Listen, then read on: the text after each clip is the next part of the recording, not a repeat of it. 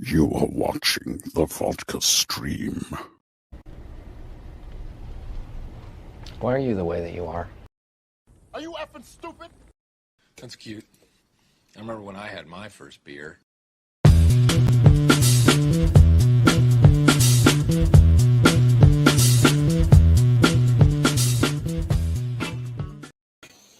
Hello. Where's that? There's that. Hey, what's happening, everybody? Welcome to the Vodka stream. How's everybody doing tonight? It's Friday. Man, what a week. Again, it's always a crazy week.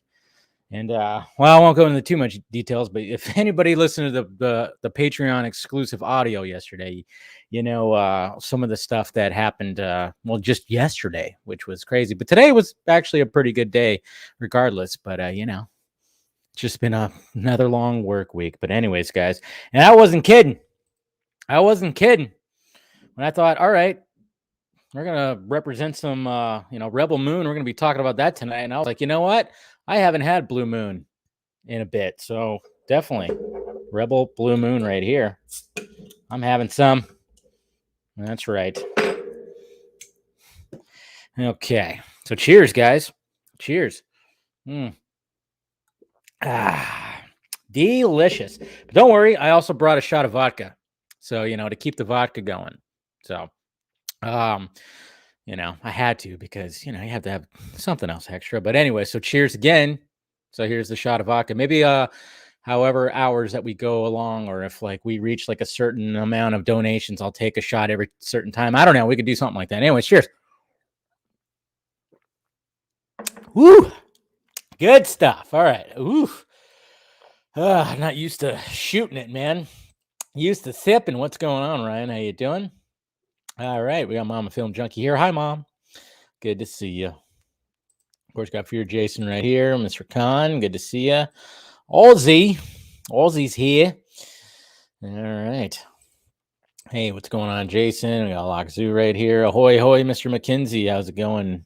Good to see you, buddy. All right, we got Mr. David Milana right here. Patterson, hi there. Dancing it up. All right, we got Miss Selena Kyle, of course. Here, let's see. And we got Captain Gator. I haven't seen you in years. Or since Wednesday. True. Yeah, I know. It feels like years, though, right? It does. It does, doesn't it? Let's see. We got Mr. Bennett right here. And, yeah, those Rebel Moon shots were pretty crazy, right? Yeah, we'll be talking about that and everything. So, Tony, what's up, Tony? All right. So yeah, no guest tonight. Not sure how accurate. What are you talking about? Okay. What's going on? We got Daniel here too. Whoop, Daniel. There you go. Let's see. What were you talking about? How accurate? What? Okay.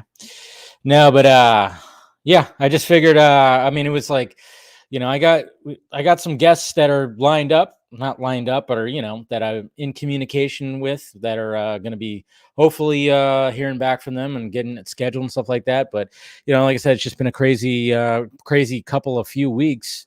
So just I sometimes forget about the emails to send them out, but definitely we'll have some guests coming up. That'll be cool. But I figured since last Friday's guest was pretty controversial, let's just have a nice little, panel only stream tonight, huh? It's like, good Lord, man. That whole response and everything. Well, I already talked about it on like Film Junkee Live. But it was pretty interesting. It was pretty interesting. But I know most of you enjoyed the conversation, which is great, and that's all I could ask for is just enjoy the conversation, even if you disagree with somebody. If you don't like the person, it's all good. It's really all good. So, yeah. So let's just hopefully you guys are having a good night and everything. So, but yeah, it's been a pretty crazy. See, make a deuce. All right, take that shot. Okay, I should keep a tally. If we reach like a certain amount, I'll take another shot. I won't take. I mean, that's the thing. It's like we get to like, say if we get to like $50, then I'll take another shot. But I gotta keep a tally though, or something like that. Every $50, paying to get me drunk. Yeah, I don't know. Do something like that. Maybe. I don't know. We'll see what happens. But then I'm probably not even gonna last an hour if that happens. You guys would be like, go. Okay. Well, whoops. There's that. But anyways, I didn't get to see the Northman today. I was supposed to see the Northman today. I was like, I had it set for 4:15, which I usually get off work at 3. That's the time I'm supposed to get off work. But like I said, it's been crazy, and I didn't get done with my work till almost 5, or pretty much 5. So yep, didn't happen. Well, see, there you go. Now I gotta take a shot, right?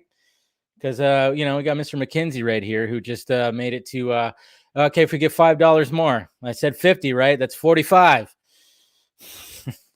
Jeez. You guys are crazy. No, but I was gonna see the Northman, the Northman, I should say.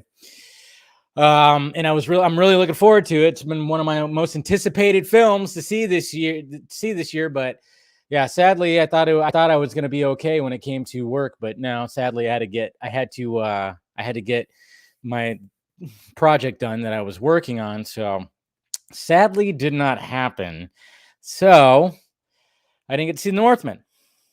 Maybe I'll try to see it this weekend. If not, I'll probably just have to push it till next Thursday because there's really nothing. There's only that Liam Neeson movie that's coming out next week. So yeah, so maybe I'll see it next week or maybe I'll see it this weekend. I don't know. We'll see what happens. But yeah, I'm definitely just like, I was disappointed, but I got to see, the what is it? I always forget the freaking title of the goddamn thing. The Unbearable Weight of Massive Talent. I saw that last night, which I enjoyed the absolute shit out of. So nothing wrong with that. At least I got to see something, At least I got to see that last night. Nothing wrong with that. All right. Sending out some invites. See who pops in. Okay. Anyway, so yeah. Get our boys smashed. But yeah, thank you again, sir. You're always helping out the pirate ship, buddy. Always appreciate that. Only if Scott's there. You're right. Oh, I know. Well, I think Scott said he's most likely going to be joining late because he went to the movies with his 2 older ones, his 2 of his kids. So yeah, he'll be here late at least, and he'll probably pop in late like he did last week because I think he was at the movies last week too. So, don't worry. Scott will most likely show up, but I know he took his 2 oldest sons to go see Bad Guys, which that looked good too. but I'll think I'll wait for that to come out on video before I watch it. But it seemed like a pretty cool idea. But you got like all bad kind of animals, I guess you could say, that all kind of grouped together to try to do some good. Thought it was pretty. Sam Rockwell, gotta love Sam Rockwell, right? So, solid question here. Hi, Dave. Been following since the early release of Snyder Cut days. Always enjoy the show. Well, thank you, Daniel. Appreciate it, man. Appreciate it. As Nicolas Cage does. Do that. All right. Okay, we got some people already popping in. Let's see. Do I have to? Let's see. Any more invites? And I'll send out. Let's see your first. All right. Oh yeah. Hold on. This thing jumps. Why does it jump? I hate it when stuff like that jumps. All right. Just sending some invites out. All right. So we got the first person showing up right now. All right. Copy, paste. All right, here we go. Let's see. Make sure I got the background. Got that. All right. Let's see. Make sure I got that. Okay. We're good. And Mr. Steven, what is up, sir? I'm the first person? Fine, for once. What? Throw a knife at Steven. Yeah. Hey. Cheers, bud. Digging the headband right there, man. Oh, thank Something you. different. I mean, you're looking Yeah. like you just need like that. You need that jean jacket vest now. That's what you need to add, and that would complete the ensemble perfectly. No, it's like actually warm for once. I'm like, I can't wear the beanie, and so Yeah, nice. I am switching up the headgear. There you go. You got to change it up every now and again. Yeah. So how you doing this week? It's been it's been interesting. Don't get choked up about it. No, I went to say that I've been sick, and like my throat was like, yeah, remember that. So like no, it was like it was crazy. I mean, suffice it to say, I was like couldn't talk for a few days. I'll You? yeah What? yeah Oh, right. wow. So basically strep would be the mild way of putting it. Anything else would probably be too much detail for people, but anyone who ever has bad canker sores might be able to associate. Yeah. No, yeah, I remember you talking about that earlier in when I was messaging with you. Yeah. I almost jumped on last week, but I know you wanted to. I did, but I was both at my parents' house and like had this sore throat and was like, I can't. But I was like, also I needed to take a stand because I didn't agree with the immoral decision to bring such a snake onto your prestigious program. I know, right? I can't believe you would sell out vodka stream for some measly clicks. I know, Like, jeez. I don't know. I don't even know you anymore. I know, right? Jeez. I know. I did it for all those followers and subscribers that I lost. Oh, yeah. Yeah, Jeff Johns and Joss Whedon in the chat giving you super chats the whole time. Yeah, What's going on with that? Just say, hey, you're earning your paycheck, bud. You're earning your paycheck. Oh, I know. Did you happen to watch? I watched most of it. Yeah. Yeah. I thought it was fine. Yeah. You didn't need me here. You were just fine on your own. Didn't need me to come in and save you or anything. I was like, Steven. No, I mean it was fine. I mean, I remember I messaged you. I was like, O'Connell wants to come on. And I was like, yeah, I mean, like, this should be a good idea. Is it a good idea? Should be a good idea, right? And it wasn't so much that, we planned it. I've even said it. We planned, like, when he was talking about his new book on other things, already promoting it, which, comes out in November. He was, I'd said, hey, if you want to come on again, it's perfectly fine. And that was before the Turning Red controversy. And then I kind of went, all right, I'll leave him be, whenever he wants to come on and come on. And then, of course, he just hit me up and I was like, it was very last minute. Yeah. And it was just kind of like, am I ready to endure this? I only have like pretty much a day to prepare for. Well, it's one of those weird things where it's so much easier to do over like video or over an actual in-person chat than over like like the whole reason any of this stuff is even a big deal is because it's able to spread on Twitter with no context and like lack of. Whereas like once you hear, there's people who aren't going to listen anyway, which he kind of made that point. But like once you kind of explain like, oh no, it wasn't racist, it was just stupid.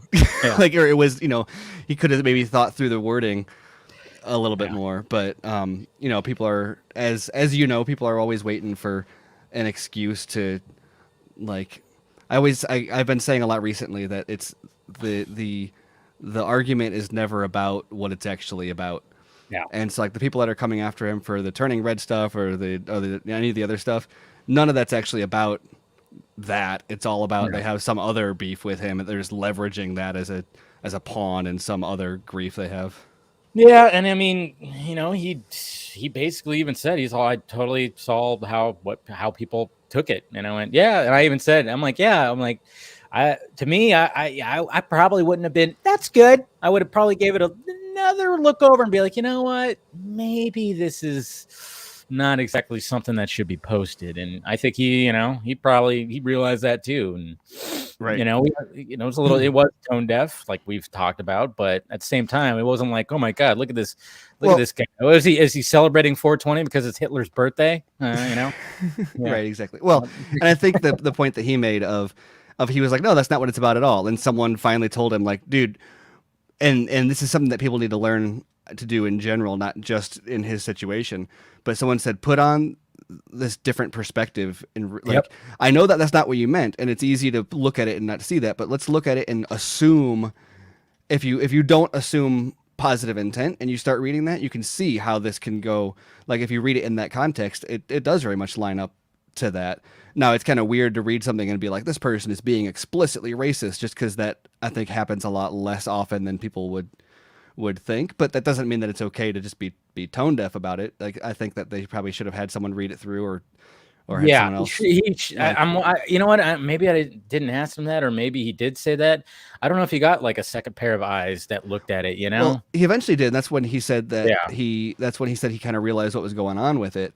But I think that what he was saying was that it had to go up because of when the embargo was about to drop, and so they needed to have their review up. See, that's got to be a little bit of a struggle too, because you want to get it out there, and then when your initial reaction is, holy shit, I had to struggle through this movie, exactly. And I think that's a fair response. I think what I said about it a while back when we talked about it too, though, was I don't. I like Sean, and I'll defend his innocence in the review, although I disagree with it. And I wasn't even really a fan of the movie when I saw it for somewhat similar reasons. Not entirely. I had enough fun. I thought it was more disposable than most other Pixar movies, but I think the big thing that I took issue with was the way the review was written was suggested. You take all of the race and gender and other issues out of it.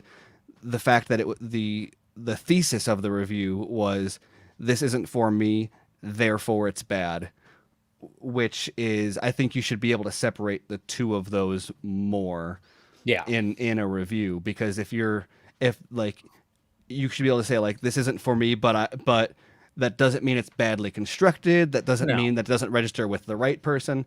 Like, it's just you apply that philosophy to any movie, and it's like, well, so why how could any movie not be full of reviews of people saying this isn't for me? And it's like, well, okay, so why are you the one that's having something to say on it? And now, given the situation, he was kind of had a review thrown in his lap, so I get that. But no, I mean, like, I was with it too. Like, I totally was like, it's got its Pixar moments. It's very well animated, of course. It's all gorgeous and everything. And I said, I dug the final act and the whole mother-daughter aspect of it. I enjoyed that. But look at this. We got Mr. Scott right here from his car. Hey, look at you. I know, because while you losers talk, I'm going to go see The Northman in 10 minutes. Ooh. Oh, that's right. So you are seeing it tonight. Yes, because I just saw The Bad Guys. How was that? Oh, it was great. Okay, good. Yeah. It is so much fun. The animation is impeccable, and both my boys loved it. So that's a great time at the movies. especially if you like heists. Like it does like all the whole Ocean's 11 thing, but with a mixture of animals and humans, and it's really cute. And Liam's read the books that's based on. He was like, "Oh yeah, that was like the first 4 or 5 books," and I'm just like, "Okay." That's funny. So this time he was the one that's going, "Oh yeah," pointing out the stuff while you were just kind of enjoying the movie. Or the movie. So yeah. So for once, you weren't the one that has read the books or the book. I love it. Yeah, but yeah, I made sure it was okay after I dropped them off and put them to bed. But yeah, I'm sitting in the parking lot ready to go see The Northman. I already had my mug of coffee to get me through a nice 2-hour 17-minute movie that starts at 10:30 at night. Dude, I'm so disappointed I didn't get to see it, but I had to finish up what I was doing just to close out my Friday. I had a 4:15 showing, but I didn't get done with my work till almost 5, so I was like, damn it. I was so disappointed. I'm gonna try to hopefully maybe see it this weekend, or maybe I have to push it the next week. So, but I'm like dying to see that movie. Just I everything considered seeing it tonight instead of being here, but I already told Dave. I've been telling Dave this last week, and it's like, Dave, I'm not gonna. If I show up, it's gonna be like at the end where I tag on like another 30 minutes when you're trying to wrap the thing up. Yeah, I know. Like last week, that was funny. I was like about to just wrap it up. Scott just showed up. I guess we'll do it in a little bit. I'm good. I think we call that pulling a Steven. Right? Yeah. All that. Yeah, there you go. That's a new term right there. And hey, we got Mr. Garza showing up today. What's up? Hey, Garza. Hey, just real quick, I just wanted to stop by. I saw the fucking bandana, bro. Yeah. Thank you. I was hoping you would say something.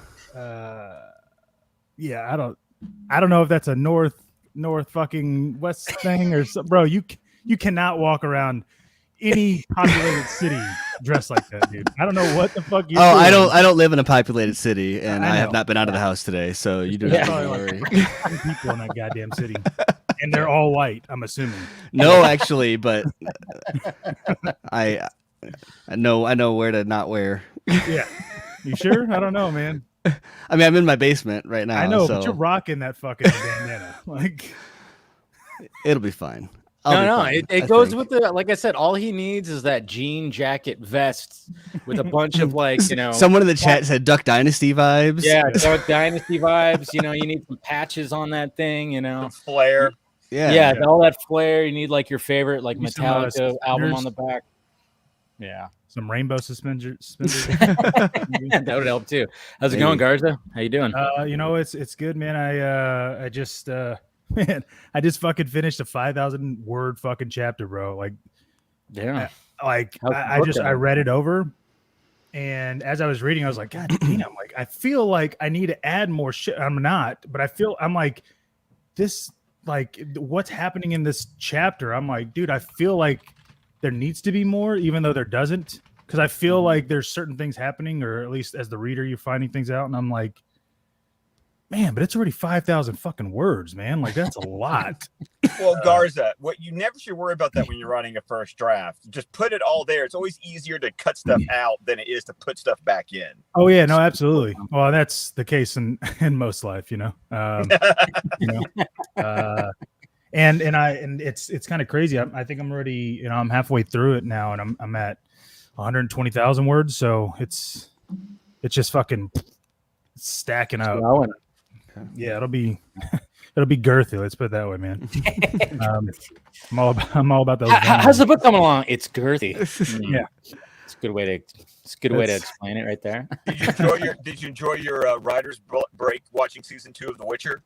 Yeah, I was actually about to start watching some more of it. That's why I hopped on now, because I was like, well, I was going to start watching a little bit more of it, because I got like, a couple of the episodes in, and I was like, okay, cool. Because my whole thing is I'm trying to take in different aspects of just worlds and world building and all that shit, and it's just a lot. Like, I get sucked into my world, and I'm like, I know all of this shit about my world that's nobody else knows about, and I'm like, I'm a fucking nerd, man. Like, this shit is this shit's Aren't we all? Yeah. Like it's just funny because I keep coming up with all this other shit, and I'm using the kid nerd in me that I'm like, oh, you know what? I really loved that. Or I love thinking about things like this when I was a kid. So I'm gonna implement that shit here. And yeah, man, it's cool. I'm excited for it. And since you guys are gonna not be here for too long, I mean, might as well just ask you, what are you guys' thoughts about the Rebel Moon stuff that Rebel Moon tea, I guess you could say, we've gotten this week?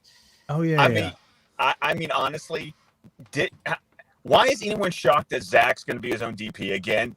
I know, right? I'm like, they pretty much said that when like Army of the Dead happened, that like he'll probably never go back. And I'm like, did no one listen? Did no one listen? I think it's partially not listening or not paying attention to that extent, but there's also like this weird contingent of like people that are like hoping and praying that he'll bring back like Larry, because they're so there's a frustrating backlash to the cinematography in Army of the Dead. That's like everyone thinks that like everything is gonna be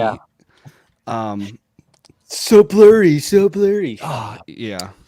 I mean, I guess I shouldn't be the one talking. Like, I know. It's not that. It's like I get. Listen, I want to say, I'm not going to say that I know Zach on a personal level. I'm just going to say that I feel like, knowing what he always usually does, he doesn't do the same shit over and over. Like he doesn't. Like it's just he invents or he reinvents something that he liked or he experimented with, and then he reshapes it and does something different. None of his movies are nearly as alike as people seem to think. Even the ones that are shot by Larry, like 300 is different from Watchmen, is different from Man of Steel, is different from BVS, is different from Justice League. Yeah. Big time. And that's what people don't understand. Now here's the only flack that I've publicly said, and I don't. Maybe you guys will understand where I'm coming from. Maybe you won't. I don't know. Dude, Zach is a beautiful fucking visionary, right? Beautiful mind, beautiful details, everything about it. It's a perfect marriage, okay? However, yeah. Do you know why Watchmen was so fucking phenomenal? It's sad to say, but Alan Moore's writing, it really influenced a lot of the dialogue, but I mean, they switched up some dialogue, but that dialogue is heavily featured in Watchmen. In BVS, I know, I love it. Terrio, he was literally rewrote the entire script, and it has some of the best fucking dialogue I've heard as far as just explaining shit or at least building a world out. And one of the things I noticed that, if you look at Sucker Punch and you look at Army of the Dead, the dialogue is there, but it's not as rich or as textured as a seasoned writer would have. And I'm not complaining, and I'm not saying Zach is a bad writer. I'm just saying that when you have a writer, and it's almost the same as the way I feel like with Chris Nolan, when he lets his brother write the fucking script, the marriage of those two is great. You get Inception. When you don't, you get Tenet. You know what I mean? Like that. Those are the. Well, he's also got Johnstead. Wait, hold on. This is my response.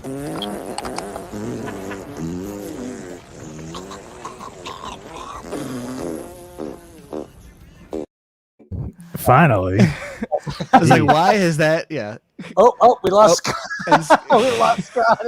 Oh man.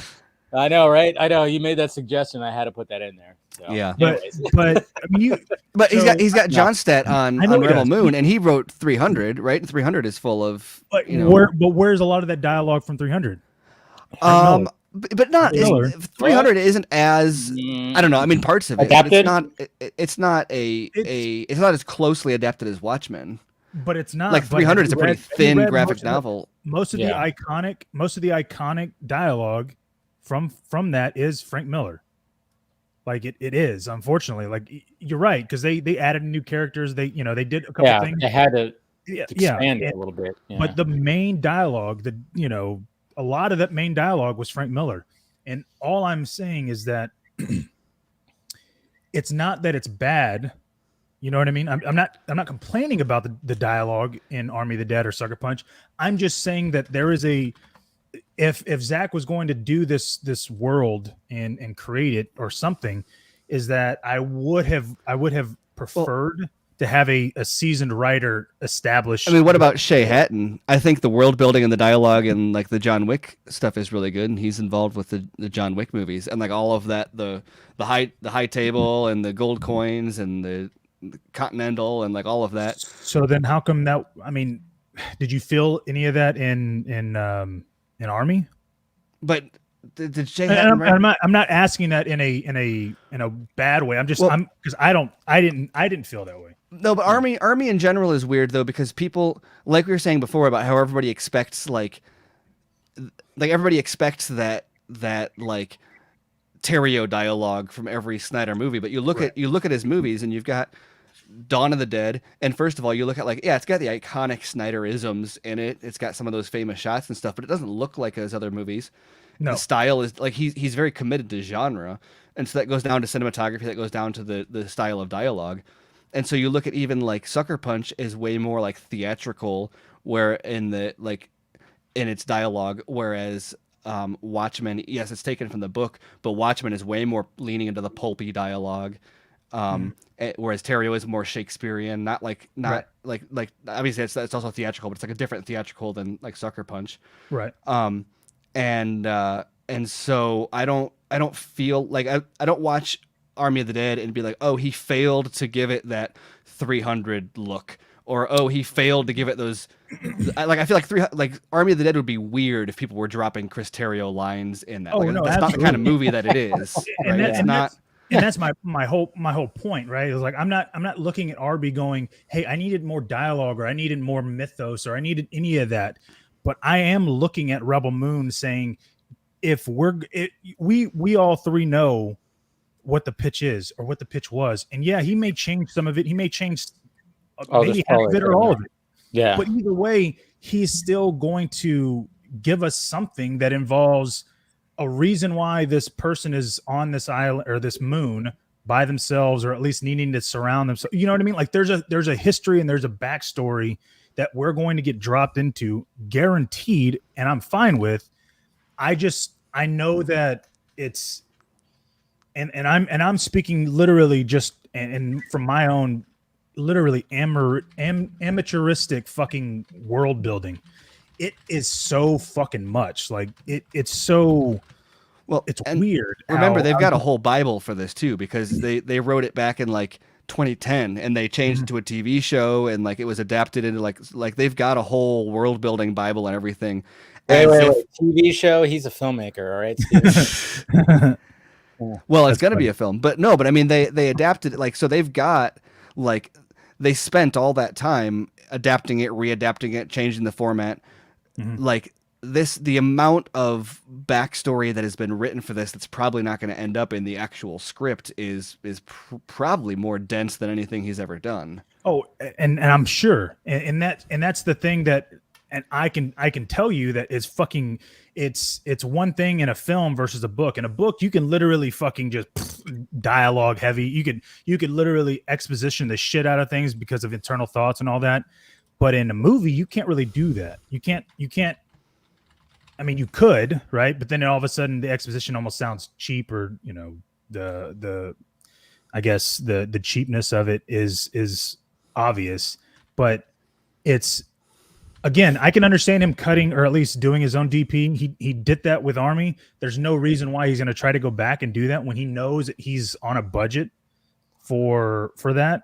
And I feel like the only thing I would have preferred in this entire endeavor would be like a rewrite from an established writer. That's all. Okay. And not even and here's the other thing that I explained as well. Like, for all we know, because Chris Terrio is on that level. Like if Steven wanted something, like if he was writing an article and he was like, hey, can you check this out? And I wrote it, or I read it, and maybe I tell him, yeah, sure. I mean, it works. Or maybe I change a couple things, or at least tell him, hey, this is what I would change. And then he publishes it, and all of a sudden it's a fucking Pulitzer Prize winning fucking article. Am I going to sit there and be like, hey, bro, you're not going to credit me on that? Or yeah.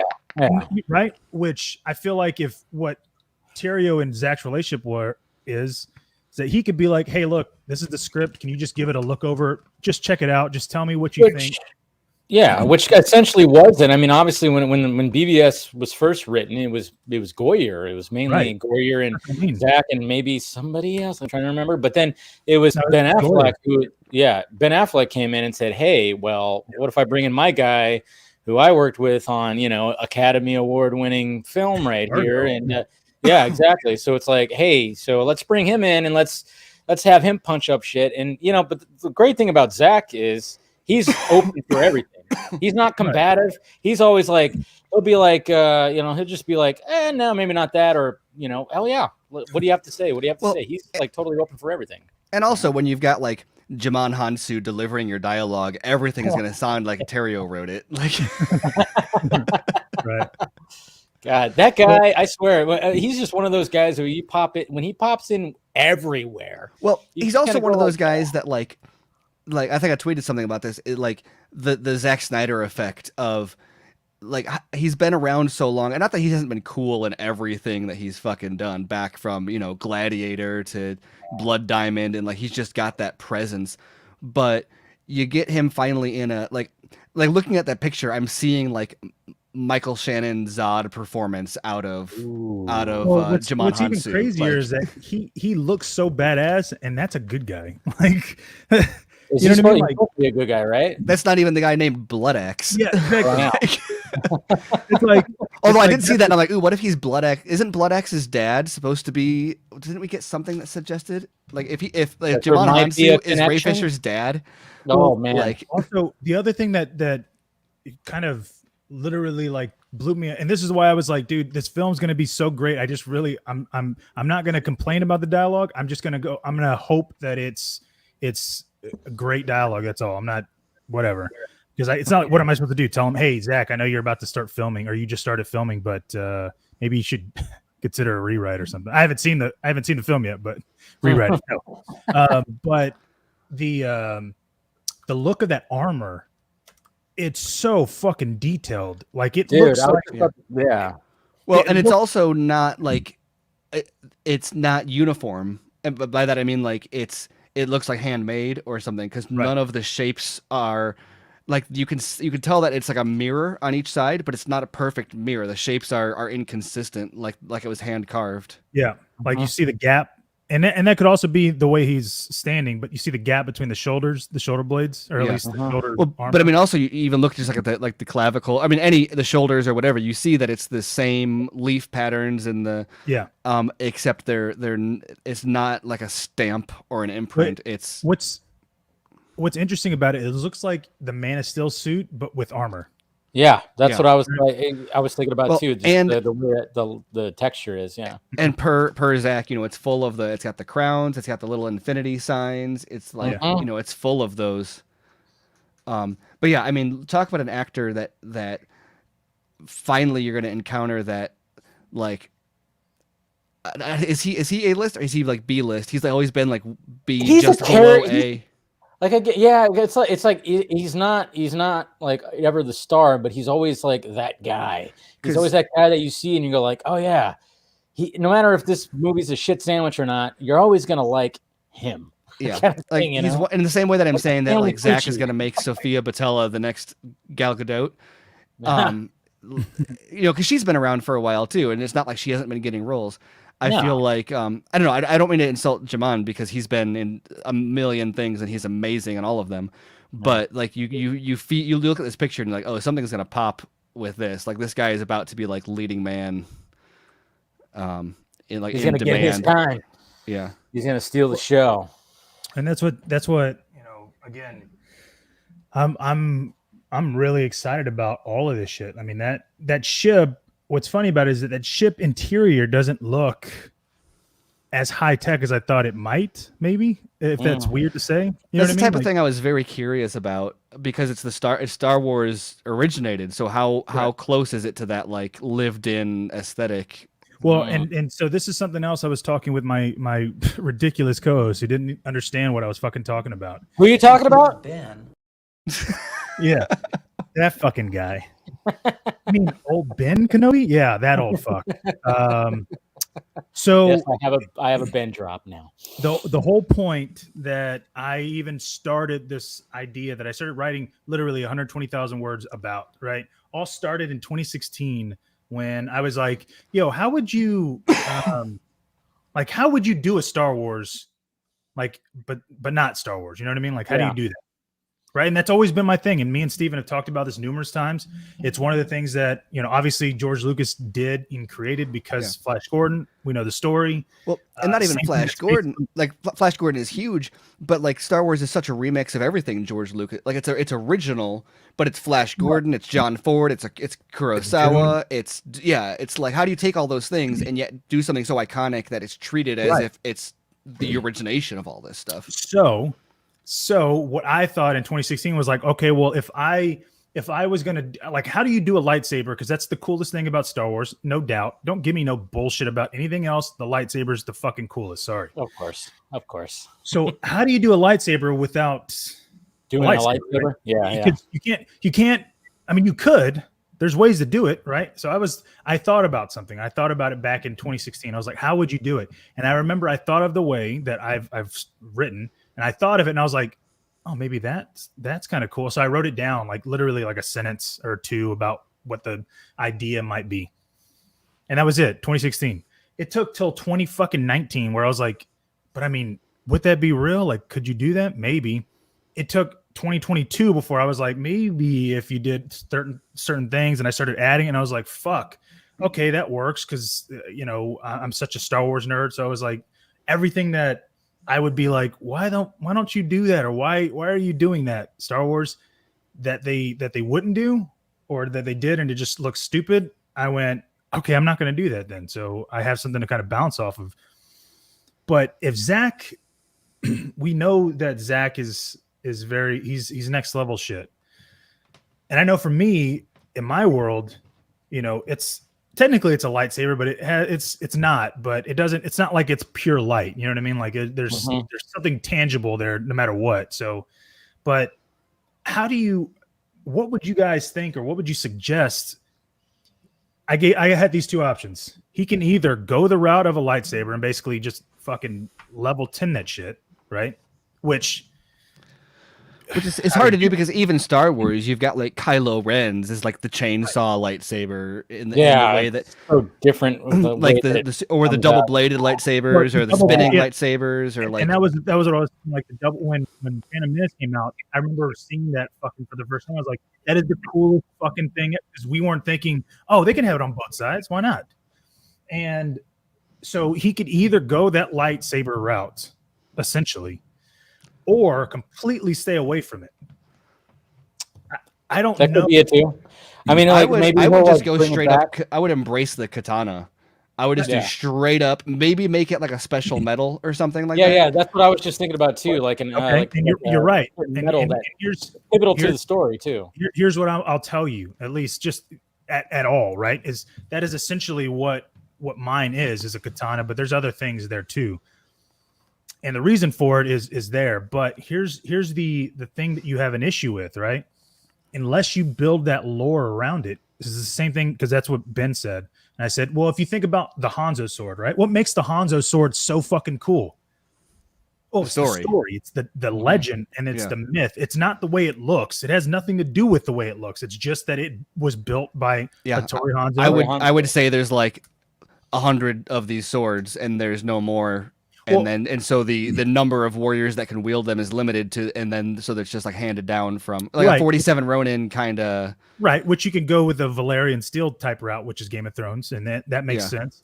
But my whole point though, right, is that nobody, they're even in Game of Thrones, you have these Valerian steels, but they're not as iconic as a green lightsaber or a red lightsaber. You know what I mean? That's what I'm talking about. And then you run into the same issue too, where eventually also if you're trying to outdo the lightsaber, the more you explain it, eventually you get to like, okay, now we've got like a whole 20-minute piece of backstory just to explain how this isn't a lightsaber, which almost draws more attention to the fact that it's a lightsaber substitute. Like it's like a weird balance to. Well, I could tell you this, at least from my experience, it doesn't take 20 minutes to explain it. I don't know. I figured out a way to be like, no, it doesn't. It could be its own thing. Like it doesn't. Like obviously, I'm throwing in hints and I'm throwing in like not jabs. They're kind of like little like if you understand what I'm writing, or if you get the joke, or at least the hint and the wink in the writing, you're gonna be like, oh, I know what he's saying. But Yeah. I'm being coy about it. But And it's hard and frustrating too because it's not like George Lucas even invented the concept of a lightsaber. He just did it so famously that like now nobody else can come along and do like a laser sword and not have people say like that's a lightsaber and be like, well, I mean, George Lucas did not invent laser swords. Like exactly, yeah, that's what I'm saying. So like, okay, well then I'll ask this question: Does he have colors or not? That's another interesting thing too. Is like, what color are they gonna be? Is it just gonna be a standard like blade type thing? But we got some people that are gonna be joining right now. Of course, we got Mr. KC. We got of course, Ray, and also he has risen. Jesus Christ is here. What's going on, guys? I mean, it was just Easter, so Jared Leto. Yeah, or Jared Leto, whichever you prefer, Yeah, Mar. Yeah. How's it going?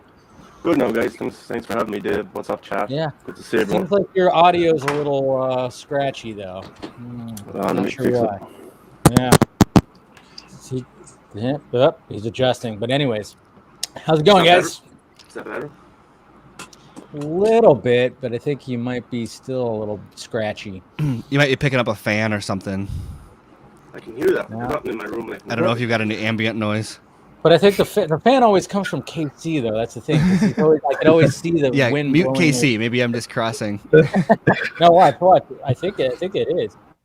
Oh, See? it is. I was blaming. It is KC. Yeah. Am I okay then? Your voice is a little bit garbly, but the noise cancellation doesn't work. I don't know why. The what? The noise cancellation. I know, that's weird because you're always on top of this technical shit, and for some reason, there's always yeah. So it's weird. It's interesting, but anyways, welcome guys, and how you doing, Ray? If you don't want to give up a run in the top of the ninth inning, don't let the guy on base. Yeah, I was just complaining about some baseball stuff today. Don't I hate the unwritten rule shit.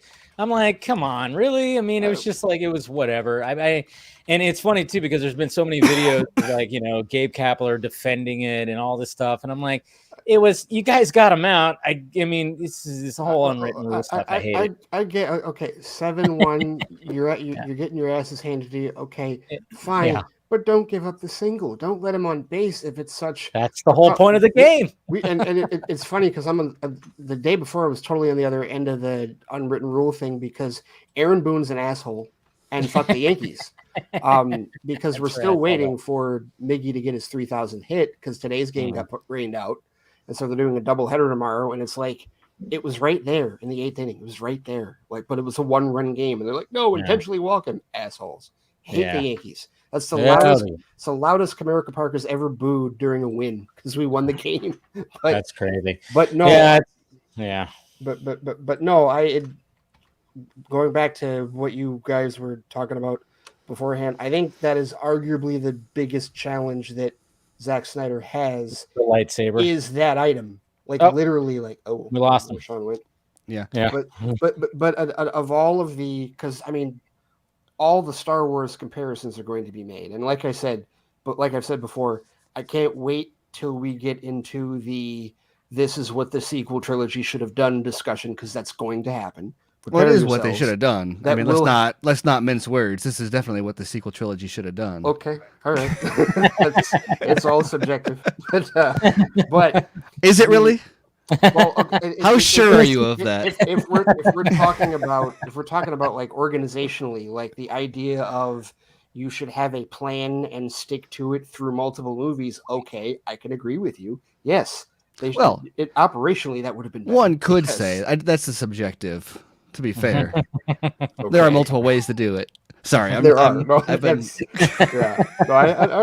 Okay, I see what we're in for tonight. I see how it's gonna go. Okay. What the fuck are you doing? I just, you know, again, I've been, and this is why I'm even thinking like in general, because I mean, I basically get to play in my own world, and I get to use things that I grew up on as a kid, like playing, you know, and being like, oh man, that'd be so fucking cool to have or to be able to do. And Zach gets to do that in this world that has no tie to any IP, that has no backstory except for whatever he wants it to be. Like, dude, I've created so much craziness in my backstories, and I'm like, yo, that's fucking dope. Like, I'd be like, man, I wanted to be like when people talk about Game of Thrones and they're like, dude, I want to fucking see what happened back then. You know what I mean? I want to know what that shit was. I do like Steven's idea though about leaning into the katana and like, you know, for me, it's like the man loves Excalibur, right? So like, give every single one of them an Excalibur. and if you could, you know, like the way that you could kind of get around it, like just in my thinking, is like give it a backstory. Yeah, have the Hattori Hanzo backstory. Right. I like that idea. Zach, give a backstory about something. Add some type of tech. Like, don't just have it be all steel, like all of a particular blade. Like, have something technological that like advances it, but doesn't. Because that's the thing about a lightsaber. A lightsaber is technically technology. We never think of it that way. Right. It is literally piece of technology. And they don't treat it that way in Star Wars either, which I think is part of why. Yeah, obviously they don't have fucking cell phones, but they got goddamn holograms that could reach light years away. Fuck you. Right, but that's where the lore, so unclear. That's where the lore and the story behind it can come into play. Is you can have it be technologically based, but never acknowledge it like as a piece of technology, and have all the lore and everything into how it's built and what it does and what it represents and who can wield it. Have that be part of it, but just if you have it based in some sort of technology, I feel like that can help bridge that gap. I feel like, and not that I don't enjoy speculating about it and everything also, but it's one of those things where like when the movie ultimately comes out, it's going to be one of those things that I kind of assume is going to be like oh yeah, okay, so that's just what it is. Like giving so much weight to like, what are they going to replace the lightsaber with?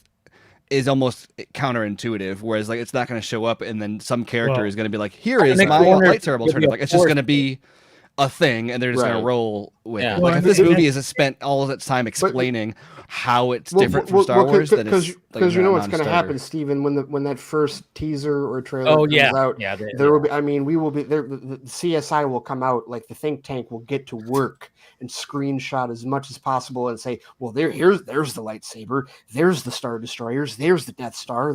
They will prepare yourselves. Everything you guys are saying is why I'm so glad that I actually did spend all that time, because everything you guys are saying, I don't even have to worry about. Like everything that's in my book so far, even because obviously I don't need to rewrite it or anything, but everything you guys are saying about the technology, all that shit, I'm like, yeah, no, don't. Like if you were to see, if I the way I did it was I envisioned like how would this shit look, you know? And the way I did it was like, well, I mean, yeah, you could compare it to a lightsaber, but it is, but it's not. And I mean, like, who's seen the Adam Project? Yeah, I still haven't seen it yet. And how many times? Yeah, it's come on, Ray. Yeah, but I know they even make fun of that for being like a lightsaber, but I didn't get the idea that it was a lightsaber, but I mean it was a cool weapon. Yeah, you know what I mean. But it also didn't need any explanation, so that was cool. You know what I mean? It was simple. It was there, but it wasn't like an established piece of the lore that made this world unique. And also, I think that this is there's two things, which is one, we are here. We had this conversation multiple times, and like meanwhile, there's hundreds of sci-fi writers out there who have been telling stories with plasma swords without hand-wringing over whether or not it's going to be too similar to Star Wars. Right. But also, you got to remember that this was originated as a story about people who were no longer Jedi, who are defending a home. And so presumably in that story, they're not necessarily going to have lightsaber, like in the story that it is based on, that he told, the Seven Samurai story. Right. They're going to have, maybe they have force powers or whatever, but they were going to collect and fabricate other weapons also. Yeah. So there's not necessarily even a need to explain the lightsaber alternative. Well, and there's barely explanation in New Hope, so it's not. But now You know you're what I mean? gonna, but see, reminding me of that, Steven, that's just getting me excited for a movie. It's just now I'm expecting a movie with a bunch of Ahsokas, which I'm perfectly okay with. That I have no issues with. Which is such a Zack whatsoever. Snyder. I mean, the Ronin, like just the samurai without a master, like Yeah. Well, and the other thing I was gonna ask, and the only reason why is because I'm again I've been contemplating or at least thinking about so much, but so okay, Seven Samurai opens up with you know the what's it called, the what are they called, bandits, and it's like they do a little voice basically like, hey, we'll come back here whenever they're fresh and ripe or whatever, and then a farmer hears it, and that's how they're aware of this oncoming like fucking attack, and then they go and try to find a this samurai, and they try to offer him something as simple as food. So like you can't, like, that story that worked for that point in time because it's based in the Edo period where, you know, they didn't really have a lot, and food was very, you know, costly and all that. So like, do you think Zach will open with telling us like, hey, there's an attack coming, or do you think he'll open with just discovering this girl and kind of watching as she goes and then learning through, I don't know, whatever she sees to like progress? Zack Snyder is a master at show don't tell. Right. So I'm really not expecting much in the way of narration at all, like throughout the films. So I think it'll probably be closer to the latter is what he'll start with. Right. We will see. We will not. Yeah. We will not. We won't be told. We will see. Most Right. of what is Yeah. Because I happening. mean, essentially that even doing like some kind of opening with it. I mean, you could just, you know, throw up the credits or the title credits and have it kind of do, you know, essentially what he's been doing. If he does it, well, and I guess that's another question: is he going to do a crawl? Like, is he going to do his version of a crawl? I don't think he'll do. I think he's got his own version. I mean, because the crawl didn't start with Star Wars either, technically. No, Like, that's a Flash Gordon thing. That's too. a total. Well, I mean, Flash it's other things also, but I mean, like he took it from Flash Gordon. Well, he could do, and I'm not saying that I did it any different or anything like that, but he could also, like, remember I tried making what would a Zack Snyder opening of a Star Wars film look like, and it just showing these years of what happened in whatever he did, and just having it kind of slow motion, kind of like Watchmen, but giving it exposition without really saying too much. You know what I mean? Like what led up to this, without having to tell somebody, hey, I wrote it out, and they're fighting, or they're on an island, or whatever they're saying. Watchmen's a great example because that's still probably the best opening he's ever done for a movie. Definitely. One of the best openings anyone's ever done, period. Yeah, without question. Yeah. And that was purely show don't tell. No one said shit during that opening. KC, it sounded like you actually wanted to chime in on that because you turned your mic on. Yeah, I think the opening would be similar to Man of Steel, like you know, Sophia's character leaving the planet, and you know why she had to leave and all that. So I think that backstory will be in the opening. That would be a good way. Okay, that's good. Interesting. Okay. What about you, Sean? Anything? Is my audio okay now? Your audio is great now. That's better. Yeah, That's better. Awesome. Yeah, no, just talking about the lightsaber kind of thing. I think each character will have like their own distinct weapon.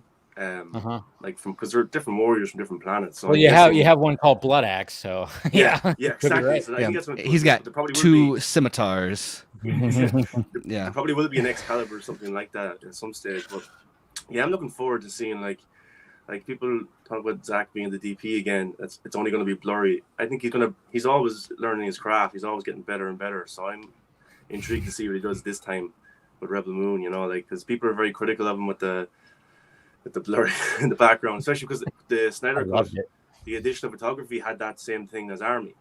So people are only thinking, oh, that's what he's going to bring again. I think he's going to bring something different to it as well. Yeah. Like and a lot of people to think he can't evolve as a director or DP or as a writer. Like, he's still a young guy, so it's a bit stupid from people, I think, because he's they look at his work.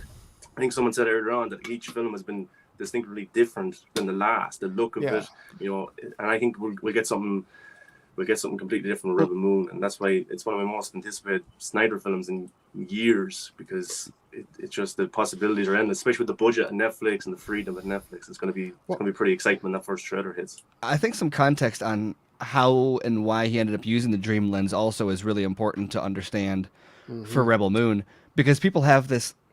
I mean, as with, it's funny, Snyder fans are doing the same thing that Snyder haters do, where it's like, oh, there's this one thing I didn't like, therefore that's going to be the only thing ever that anybody ever does. And it's like Batman killing. It's like, there's some incidental Batman deaths, but all of a sudden it's like, his Batman is just a Punisher gun wielding. It's like, well, no, I mean, that doesn't, but the dream lens was he was going to, because he was trying to, after Warner Brothers, he wanted to streamline his production process so that he wasn't required, like, dependent on these big studios. Even with the freedom from Netflix, he wanted, like, if you look at what he did with Snow Steam Iron and the iPhone, and you look at what he does when he talks about Horse Latitudes, he wants to be able to take a skeleton crew out and shoot this stuff, which means he needs to be able to be his own DP. He needs to be able to do his own lighting. He needs to be able to just have a camera and shoot stuff without needing all these extra people and the studio and this budget to support that. And so part of that means going digital, because handling a film camera is way harder. So digital cuts down a lot of that, and it improves what you need for lighting and all those other stuff too. But it's also much easier in post-production as well. Right, but he doesn't want that digital look. So he was looking at these vintage lenses, and he really likes the soft focus, as you know from all of it. It's not like Army is the first movie of his to use soft focus. I mean, you watch that, what's the YouTube channel just came out with that how to make a Snyder shot thing recently, and Studio Binder, yeah, had one of the 3 pillars of a Snyder shot is depth of field, because you look at his someone was arguing with me, and they're like, imagine the Man of Steel fight if it had shallow depth of field like that. And I was like, what are you talking about? It's all over. Even when you got Feora or Namek doing the fight in Smallville, go watch that in slow-mo. You've got rack focuses back and forth as they're zooming. There's so much. Like, that's not just camera moves. You've got rack focuses with shallow depth of field going on there. Yes. And he uses that's part of what makes those characters pop, is the use of shallow depth of field there. And so people don't realize just how pervasive it is. But anyway, all that to say, so in order to get this camera, Army of the Dead was kind of the Snow Steam Iron was like the test for how to do something with the skeleton crew, but Army of the Dead was how do I do a big production. And so that had the dream lens. And that was a lens that he found that he had this company, Zero Optic, build a custom replacement housing for, because it's a photography lens that was being adapted for the Red Monstro camera. And the housing that they made was not done yet. And so when you have a lens like that, you have the f-stop controls the aperture size, which changes the depth of field. It did not have an adjustable aperture on it yet. So the entire movie was shot at wide open at 0.95, which is just like the shallowest depth of field you can get, and it couldn't be adjusted. And that's part of why he was his own DP on that also, is because that would be suicide to ask another director to, who doesn't know how to, or another DP to like pull focus on that. And so even if he stuck with the dream lens, that process is going to be refined. They're going to, the housing on that is going to be finished with an adjustable aperture on there. He's going to use other lenses. The whole point of that entire setup was to prove a look and a process was possible, that he could shoot these huge, like Army of the Dead's budget looks like, twice what it is, and part of that is because of the dream lens and etc. And so even if he stuck with the dream lens, that look is going to soften. Soften is maybe the wrong word when we're talking about the focus and depth of field. But I mean because I'm completely the opposite right now. It's not going to be as extreme as Army of the Dead was throughout. Fucking hard fact. Yeah. No, but like he even mentioned that too, where he thought that when he was gonna like see the footage of like what he shot with the dream lens, he goes, I thought it was gonna be all fucking blurry, and it's whatever. And then it was like, oh, it's fine. It's good. Yeah. It's all perfectly fine. But he even said that. I mean, it was like an experiment for him. And now, like, if he utilizes that, I don't think he's gonna full on do that with Rebel Moon, but it won't be the whole movie. Some shots. yeah, maybe there'll be some certain sequences where he does, and then like you said, it's going to be more refined because now it's like that Army of the Dead he shot that 2 years ago or so, and the lenses that he's using on this also it's the same lenses that were used for No Time to Die. That's right. Yeah. So which also have a capped f-stop, which he might get a modified because he gets all this stuff rehoused all the time. But it's got like it actually uses a T-stop for cinematography, which is a similar, but it can't go as thin as the Army one did. Like there's a technical limitation that prevents it from going that far. It can still go really shallow, but not nearly so much. So I don't know. Even if he were using the dream lens, though, people need to kind of cool off with the like, oh no, is it going to be shallow depth of field again? The same thing I told Dave before. Asking for rationality at this point, at this stage in the game, no, not at all. Anybody, if you're hoping to see no dream lens in the movie, I think you'll be disappointed. But don't expect that it's going to be all dream lens. Even Army wasn't all dream lens. Like there were shots that were not. It was almost all. The only shots that weren't were the news footage and the video, the cell phone footage of or any outside footage. The bomb. No. Well, even like shots, I mean, like those big shots, those wide shots of the city and stuff like that, I guess you could say. But I mean, that's, we're talking about like, we're only talking about the blurry thing, not just the lens, because people don't have. Right. I mean, we're talking about like 90% of it, though. It was definitely. I part of me thinks that like just the very nature of what Rebel Moon is means it's not going to be all dream lens. Like, right. Imagine he's showing a planet and then the rest of the space is just, right. He couldn't do that with what I'm hoping that he's going to do with the LED stuff, because it volume, it makes sense. But well, and he's not doing as much with the LED as he was going to. They were going to build one, and they're not doing that anymore. So I imagine it's still going to be in use, but they're doing a lot more. I thought Netflix was building theirs. They were, but they're not anymore. Not anymore. Oh, I wonder. Is that anything to do with recent events? Well, it might be. Hey, we gotta cut costs, guys. Volume. But I heard that, and then a couple days later, you see this guy on one of the special effects guys or someone on Instagram posted something about just seeing the biggest effects explosion he's ever seen. Today. He posted it today. So I saw that and I was like, forget the LED wall. Like he's guys, come on, it's the death of Netflix.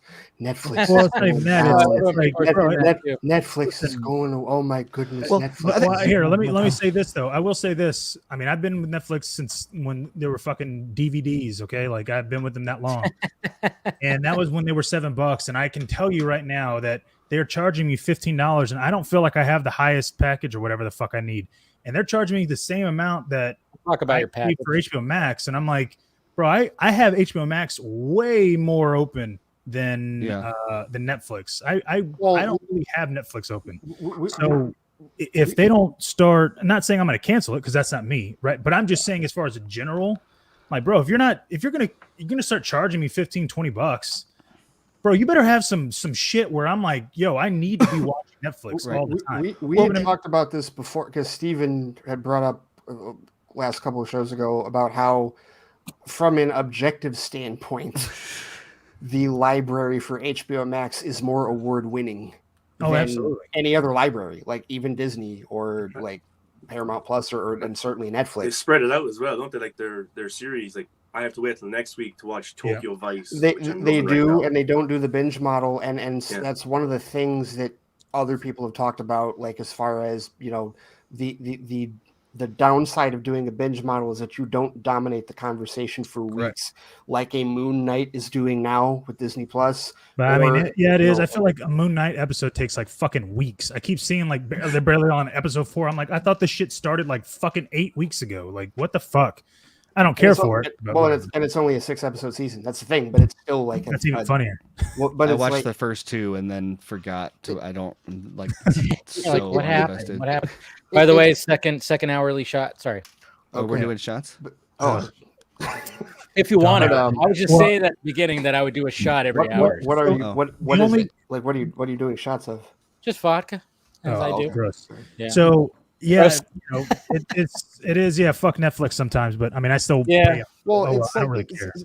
but here's the thing. Like, yes, there. And I look, all the people that are up in arms, like they're canceling too many of my favorite shows after a season or two. Okay, fine, I get it. They're raising the prices. Okay, fine, I get it. But here's the thing. Stop tossing dirt on a grave that doesn't exist. Well, it's not only that. It's like, bro, we live in America. You don't have to. If you don't like it, you literally could just be like, "Nah, cancel it." And that's what I said on Film Junkee Live on Wednesday. I was like, we have so many different selections. It's like everybody's going to come back for like Stranger Things and then leave again and then come back. Nobody understands also. This has always been an issue with Netflix and like how much debt they have. And people are like, whoa, what's with the debt? And like, I don't know what they're saying internally at Netflix right now in terms of like their reaction to this, but with anything streaming, you always have to keep in mind, like the reason Netflix is so in debt is because they knew this would happen.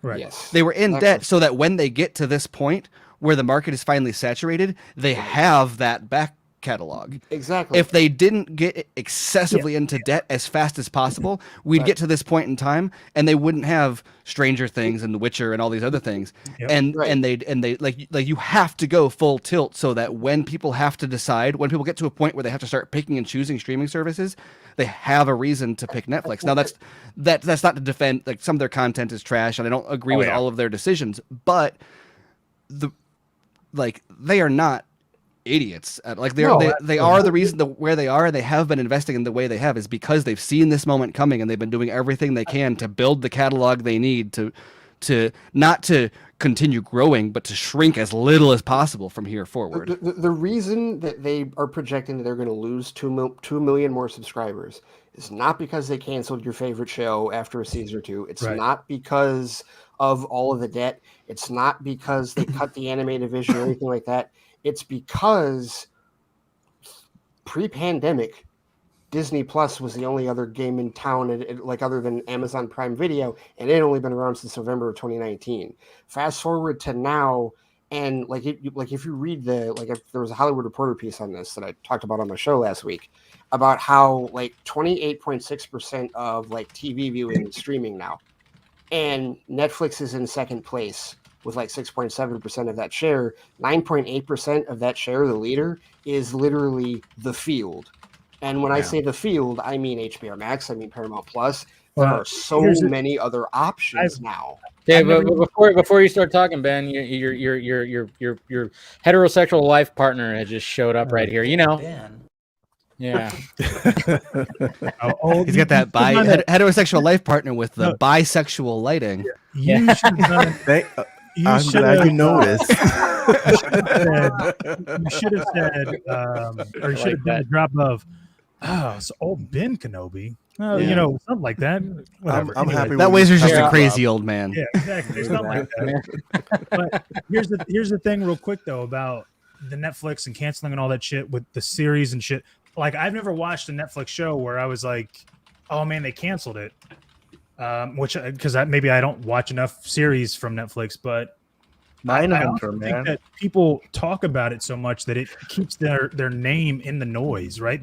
You have to get attention, right? Specifically with all these other streaming services. Nobody's talking about HBO Max whenever they cancel something, which they really haven't because they haven't had that much stuff out. But you don't really hear, even with Disney, kind of like any shows that get canceled. But it's always Netflix because guess what? They have so many fucking shows that they have the ability to go, yeah, you know what? Maybe it wasn't enough, or maybe we just didn't get the hype that we needed. But it still even when they cancel the show, it still gets their name in the fucking news, and people are like, because they've never canceled a show, and I've been like, oh, you know what? Maybe I shouldn't subscribe to Netflix anymore. It's like that shit doesn't affect me, and if somebody is complaining about it, well then show them that you're so mad, like when Game of Thrones ended and you had 4 fucking million subscribers drop all at once. Who here has ever paid for a full cable package?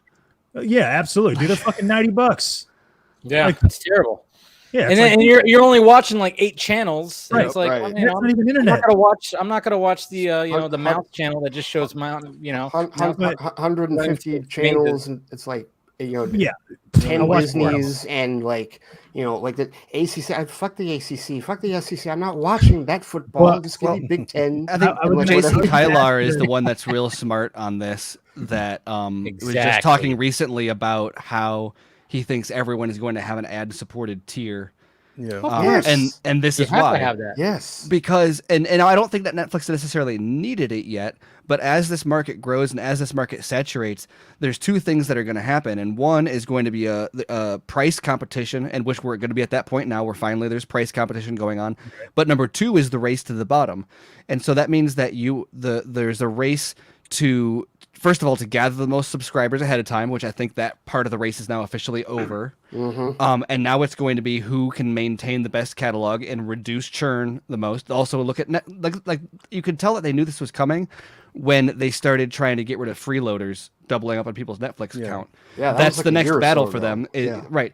Because they're doing that because they're like, okay, going forward, we're not going to grow subscribers as much. We need to utilize what we have. So there's that, and then and this is like the big thing with like a lot of emerging tech, like cell phones and etc., is places that are just now getting internet access and people that are getting cheap cell phones and stuff like that is how do you get like a $2 Netflix plan for someone with a pay as you go phone in Somalia, right? Like that is how do you because what they've got, how many million subscribers? 200 million subscribers? 221 million right now. And that is like the number one streaming service in the world by far. And there's like 3-4 billion people with internet access, right. I think. So the question is not like how do we get a larger percentage of the American audience? It's how do we get that audience? China is going to already have their own. Like it's going to be hard to break into China beyond the services that they've already got there. But you've got Africa, you've got lots of South Asia. I know KC, they've got like really like competitive plans in India, don't they? Yeah, we have like there's a platform called Hotstar, which is basically now owned by Disney, and they basically have HBO, Disney Plus, Star.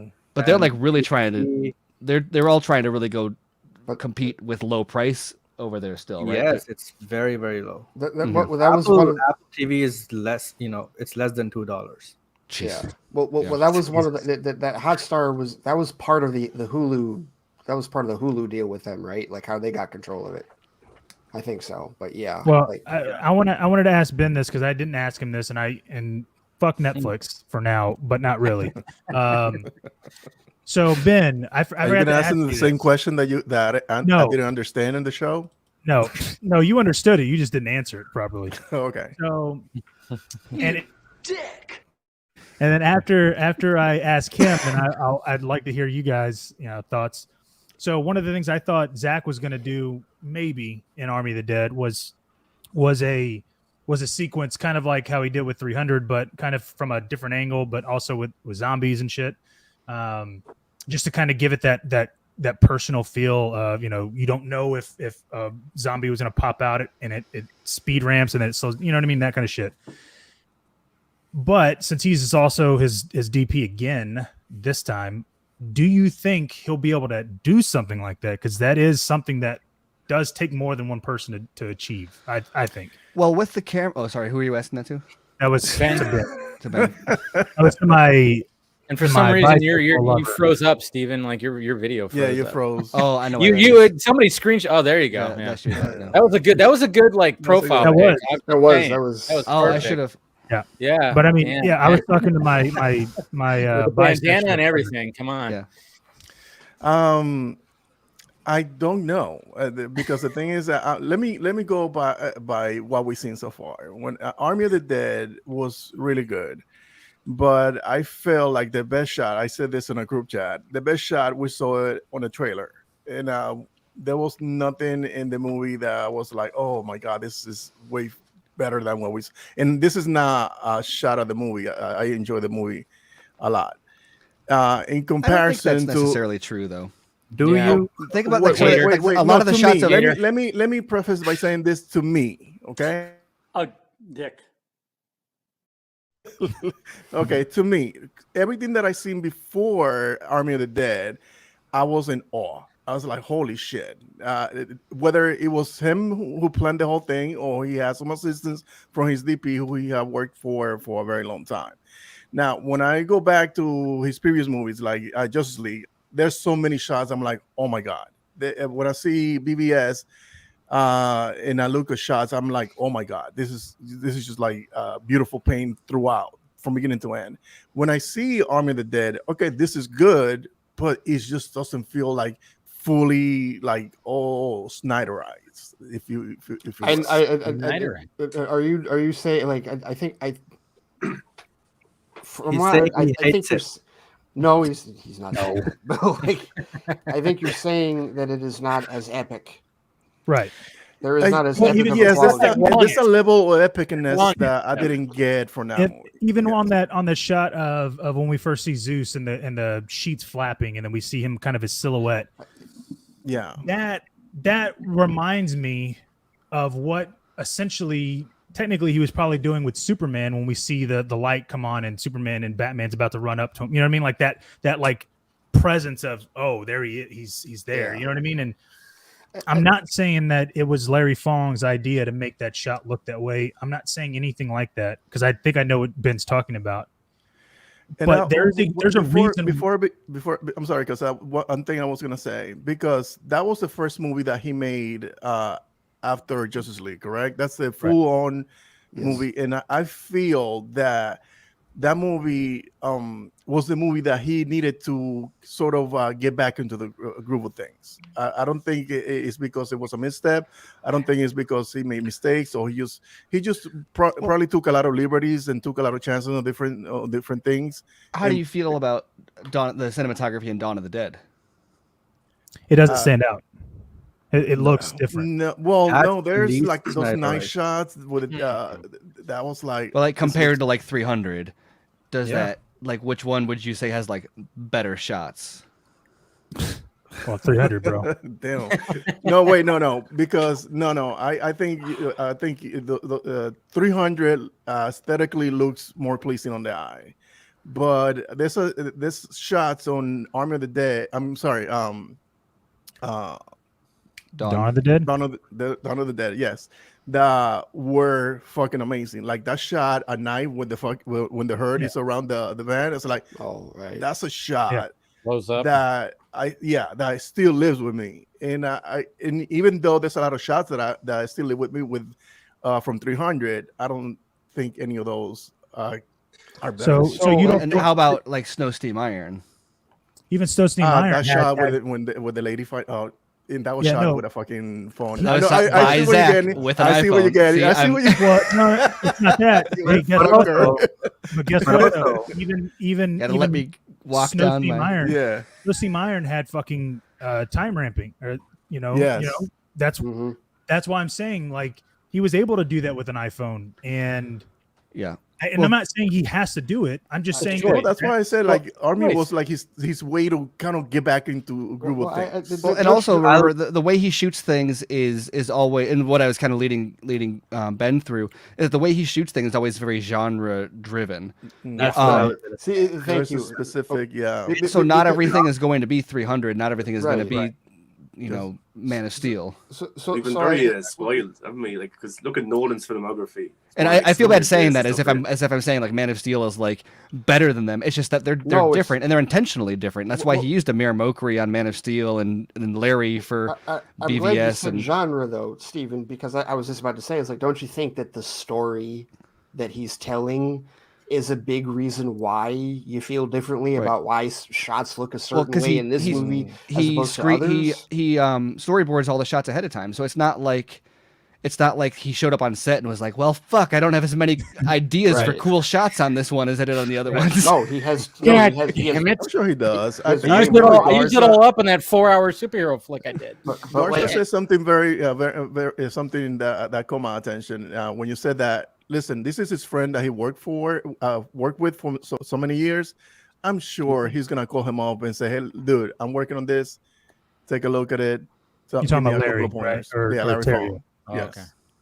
So as far as him putting the everything together, I don't think he's gonna have any problems with that.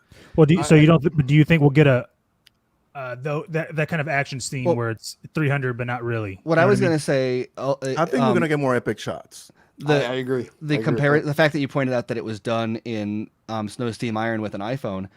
I don't know if everyone watched the constructing the shot from 300. Yeah, I saw that one. From Studio Binder did that also. Yeah. Or you could have found my breakdown on Twitter from a year or two ago. But Studio Binder did an okay job too. But the way he had to do that was by mounting three cameras together at three different focal depths so that he could digitally zoom between them, because that was shot on film. And so in order to capture that frame rate at those different depths, in order to both zoom and speed ramp at the same time, in order to create the effect, he had to use three different film cameras together. Now, Casey's going to know more about this. It's the Red Raptor. It's a Red V Raptor ST. I believe it's called a T-Rex. That's a T-Rex. A Utah Raptor, actually. It's an 8K. It's an 8K red camera, and it shoots at how many frames per second? 120. Yeah, 120 for 8K, but it goes way more, if you lower that. Yeah, and so in that camera, it's going to be slightly different because the different focal lengths also has an effect on the depth of field and etc. that has a cool effect. So it's possible that if he were to do a 300 style speed ramping, he'd still need multiple cameras, which he could do if he needs to. But his flexibility with what he's recording, just standard in terms of depth of color, depth of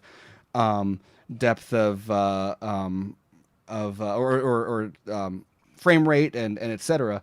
There's way more manipulation that he can do with that, without having to set up this huge 300 style shot. Yes. Now, having said, because he also did basically the same setup in Justice League, just for them standing around the mother boxes, talking. That was the same rig basically that he used for the shot in 300, and it was just a dialogue scene. So, don't put it past him to design some insane camera contraption and that's why I was really happy that he started, he didn't pick a side necessarily in terms. It's not like he's anti-film, but he's embraced digital because, like David Fincher said years ago, he understands the versatility that digital cameras give him in terms of being able to create these new shots and build whatever rigs without having to worry about it being so cumbersome and needing so many other elements. Fincher said this years ago. And the less dependent he can be on the studio, the better. Zach will always do whatever he can do to slim down studio dependence going forward. The documentary, it just came out. You guys probably heard of it. Side by Side came out in 2002. Keanu Reeves. I loved that. Yeah, it's a fantastic documentary, and they're asking all these filmmakers, what do you prefer? It's because the whole thing is photochemical versus digital, and Fincher is he declared there he's digital, but he wasn't anti-film, but that's one. And he also said this when he was talking about shooting for The Social Network and Gone Girl, especially about how the freedom that he gets, the versatility that the smaller digital cameras allow him. That he can do whatever he wants essentially with certain shots, and so that's the bonus here with doing that. That's why when Zach started working with Reds, I was because that's what Fincher works with. Fincher's been working with Reds for over a decade, longer than that. So the general consensus is he won't have a badass shot like 300. Is that what Steven? To answer your question and to what Steven just said, also, I think I was talking to Steven once when I was sleepy. He was sleepy. I don't know. I guess it was Steven, but I was just thinking about how he can rebuild that thing, something, right? Yeah. No, he was sleepy, but he was talking. That never happens. So I was thinking that how to go beyond what he made for 300 as well as what he made for JL, right? Why not combine the two? For 300, you had a lateral movement, in just one shot, you had the lateral movement, right? And in the JL thing, you had the 360. So why not build? I know this might be impossible. I get what you're saying, because that's exactly what I've been saying since fucking Endgame, but go on. And Ben Yeah, knows. why not build a that. full 360 and do that whole thing rampant in a too? circular, you know? That would be cool. Go do the whole fucking rampant, so have I multiple understand. Yes, I cameras understand what all he's talking around. about. I fucking said with no. in-game, whenever fucking Thanos is getting attacked by all of them, I was like, You bro. did say that. Yes, I've been saying this since 2019. I was like, dude, It would have been cool in Endgame, yeah. Imagine like the rotating around him because it was all digital anyways. Like you didn't need a bro. Yeah, whatever. it was all green. Imagine the all camera green just and fucking dude, even the rotating. zoom effect would have worked perfectly. You just see the camera rotating around the middle, but it's from the outside where all the people like are, Thanos is the axis. Yeah, yeah, exactly. right. And it's just he's literally just kicking everybody out of the fucking center. Well, it's like the Heroes Park where the Justice League are coming at. Right. Superman. Yeah. And he's like dint like that. You know what's funny about that, Garza, too, is like the Russos. I feel like they can do that because even if you go back to Winter Soldier, there were certain things they did. They can only do it if someone else did it first. They could definitely do it, but it would have to be fired. No, they're phenomenal at replicating somebody else's style. I mean, that's like if you watch Community. No, it's like if you watch Community and they do these like parody episodes, like their ability to like crib a style in Community is like the paintball episodes. Getting like doing like the westerns or they even do like Matrix Bullet Time. See, I thought you were talking about their propensity to a week after the movie comes out. Yeah, we meant it to like they come out the story. Yeah, it's like The Godfather. Yeah, this is why I think The Godfather. I mean, a little bit. A little bit, but it's a little bit of a. I mean, I'm being humorous, but also legitimate. That like they don't do much that's original, but they are talented at saying like, "Oh, that was a cool style. Let's replicate that style." Bro, but if their concept, like they're not path forgers, though. They are. I got famous because my films looked like some big directors, like a Tarantino or a Zack Snyder. That's Tarantino's career. Exactly. Yeah, no, that is Tarantino. I would not be complaining. I'd be like, yeah, okay. Well, I did it.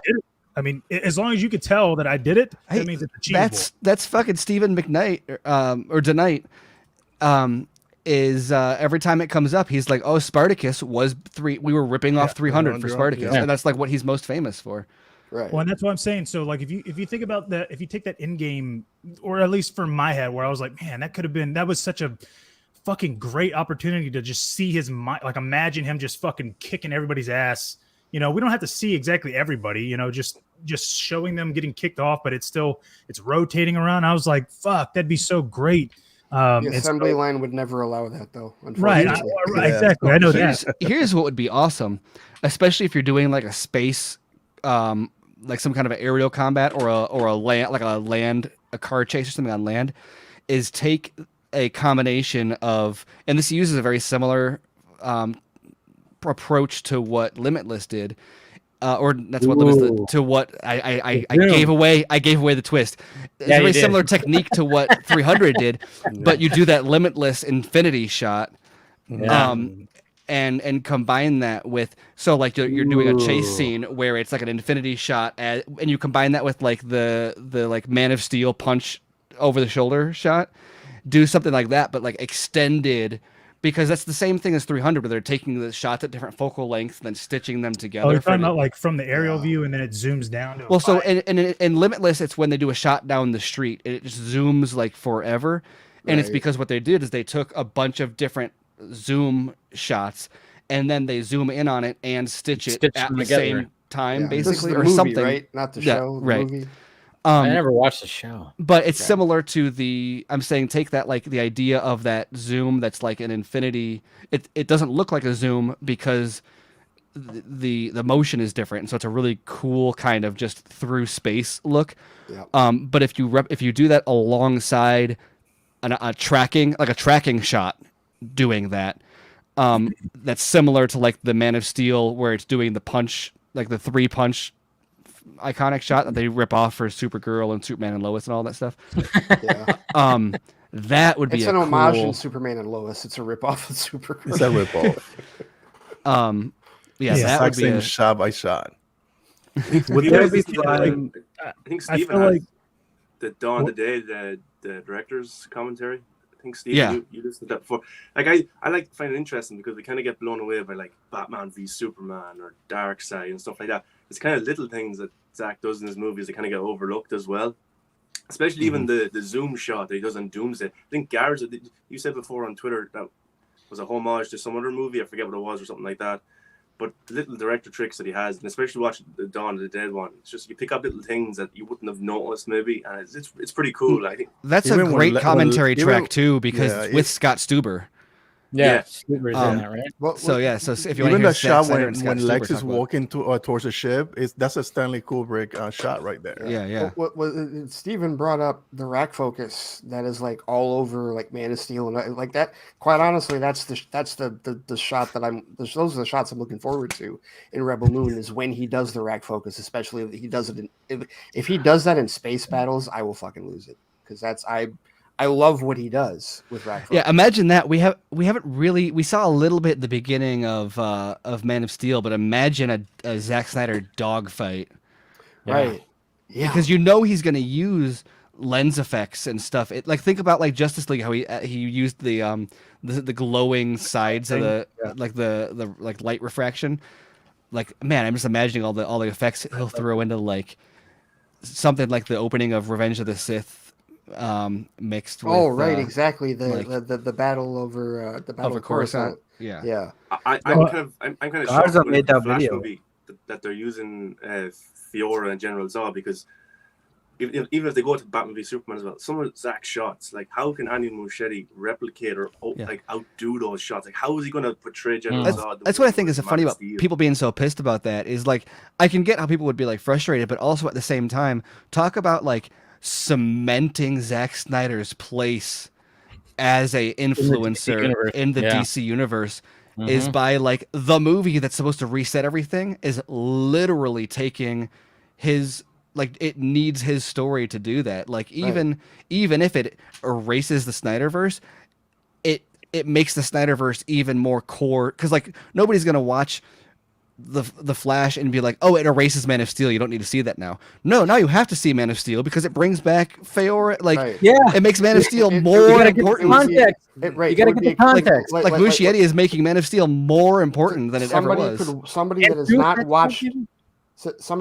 watched the Zack Snyder trilogy for whatever reason sees the Flash next year and goes, well, shit, now I've got to watch Man of Steel. Now I've got to watch Batman v Superman. I've got to watch Zack Snyder's Justice League. So, and we got that last year when his Justice League came out. All of a sudden, people were going back and either like going, oh, okay. I mean, the big thing was that people were going, oh, okay, I'm going to go back and watch these now because I get what you were leading up to. So this is going to have an effect of like, oh, well, now I should go back and watch those and see the context of all this and see what is actually going on here. Imagine if Ant-Man Quantumania came out. Oh God! And everybody's reaction was, "Whoa, we've got to talk about Edgar Wright some more now."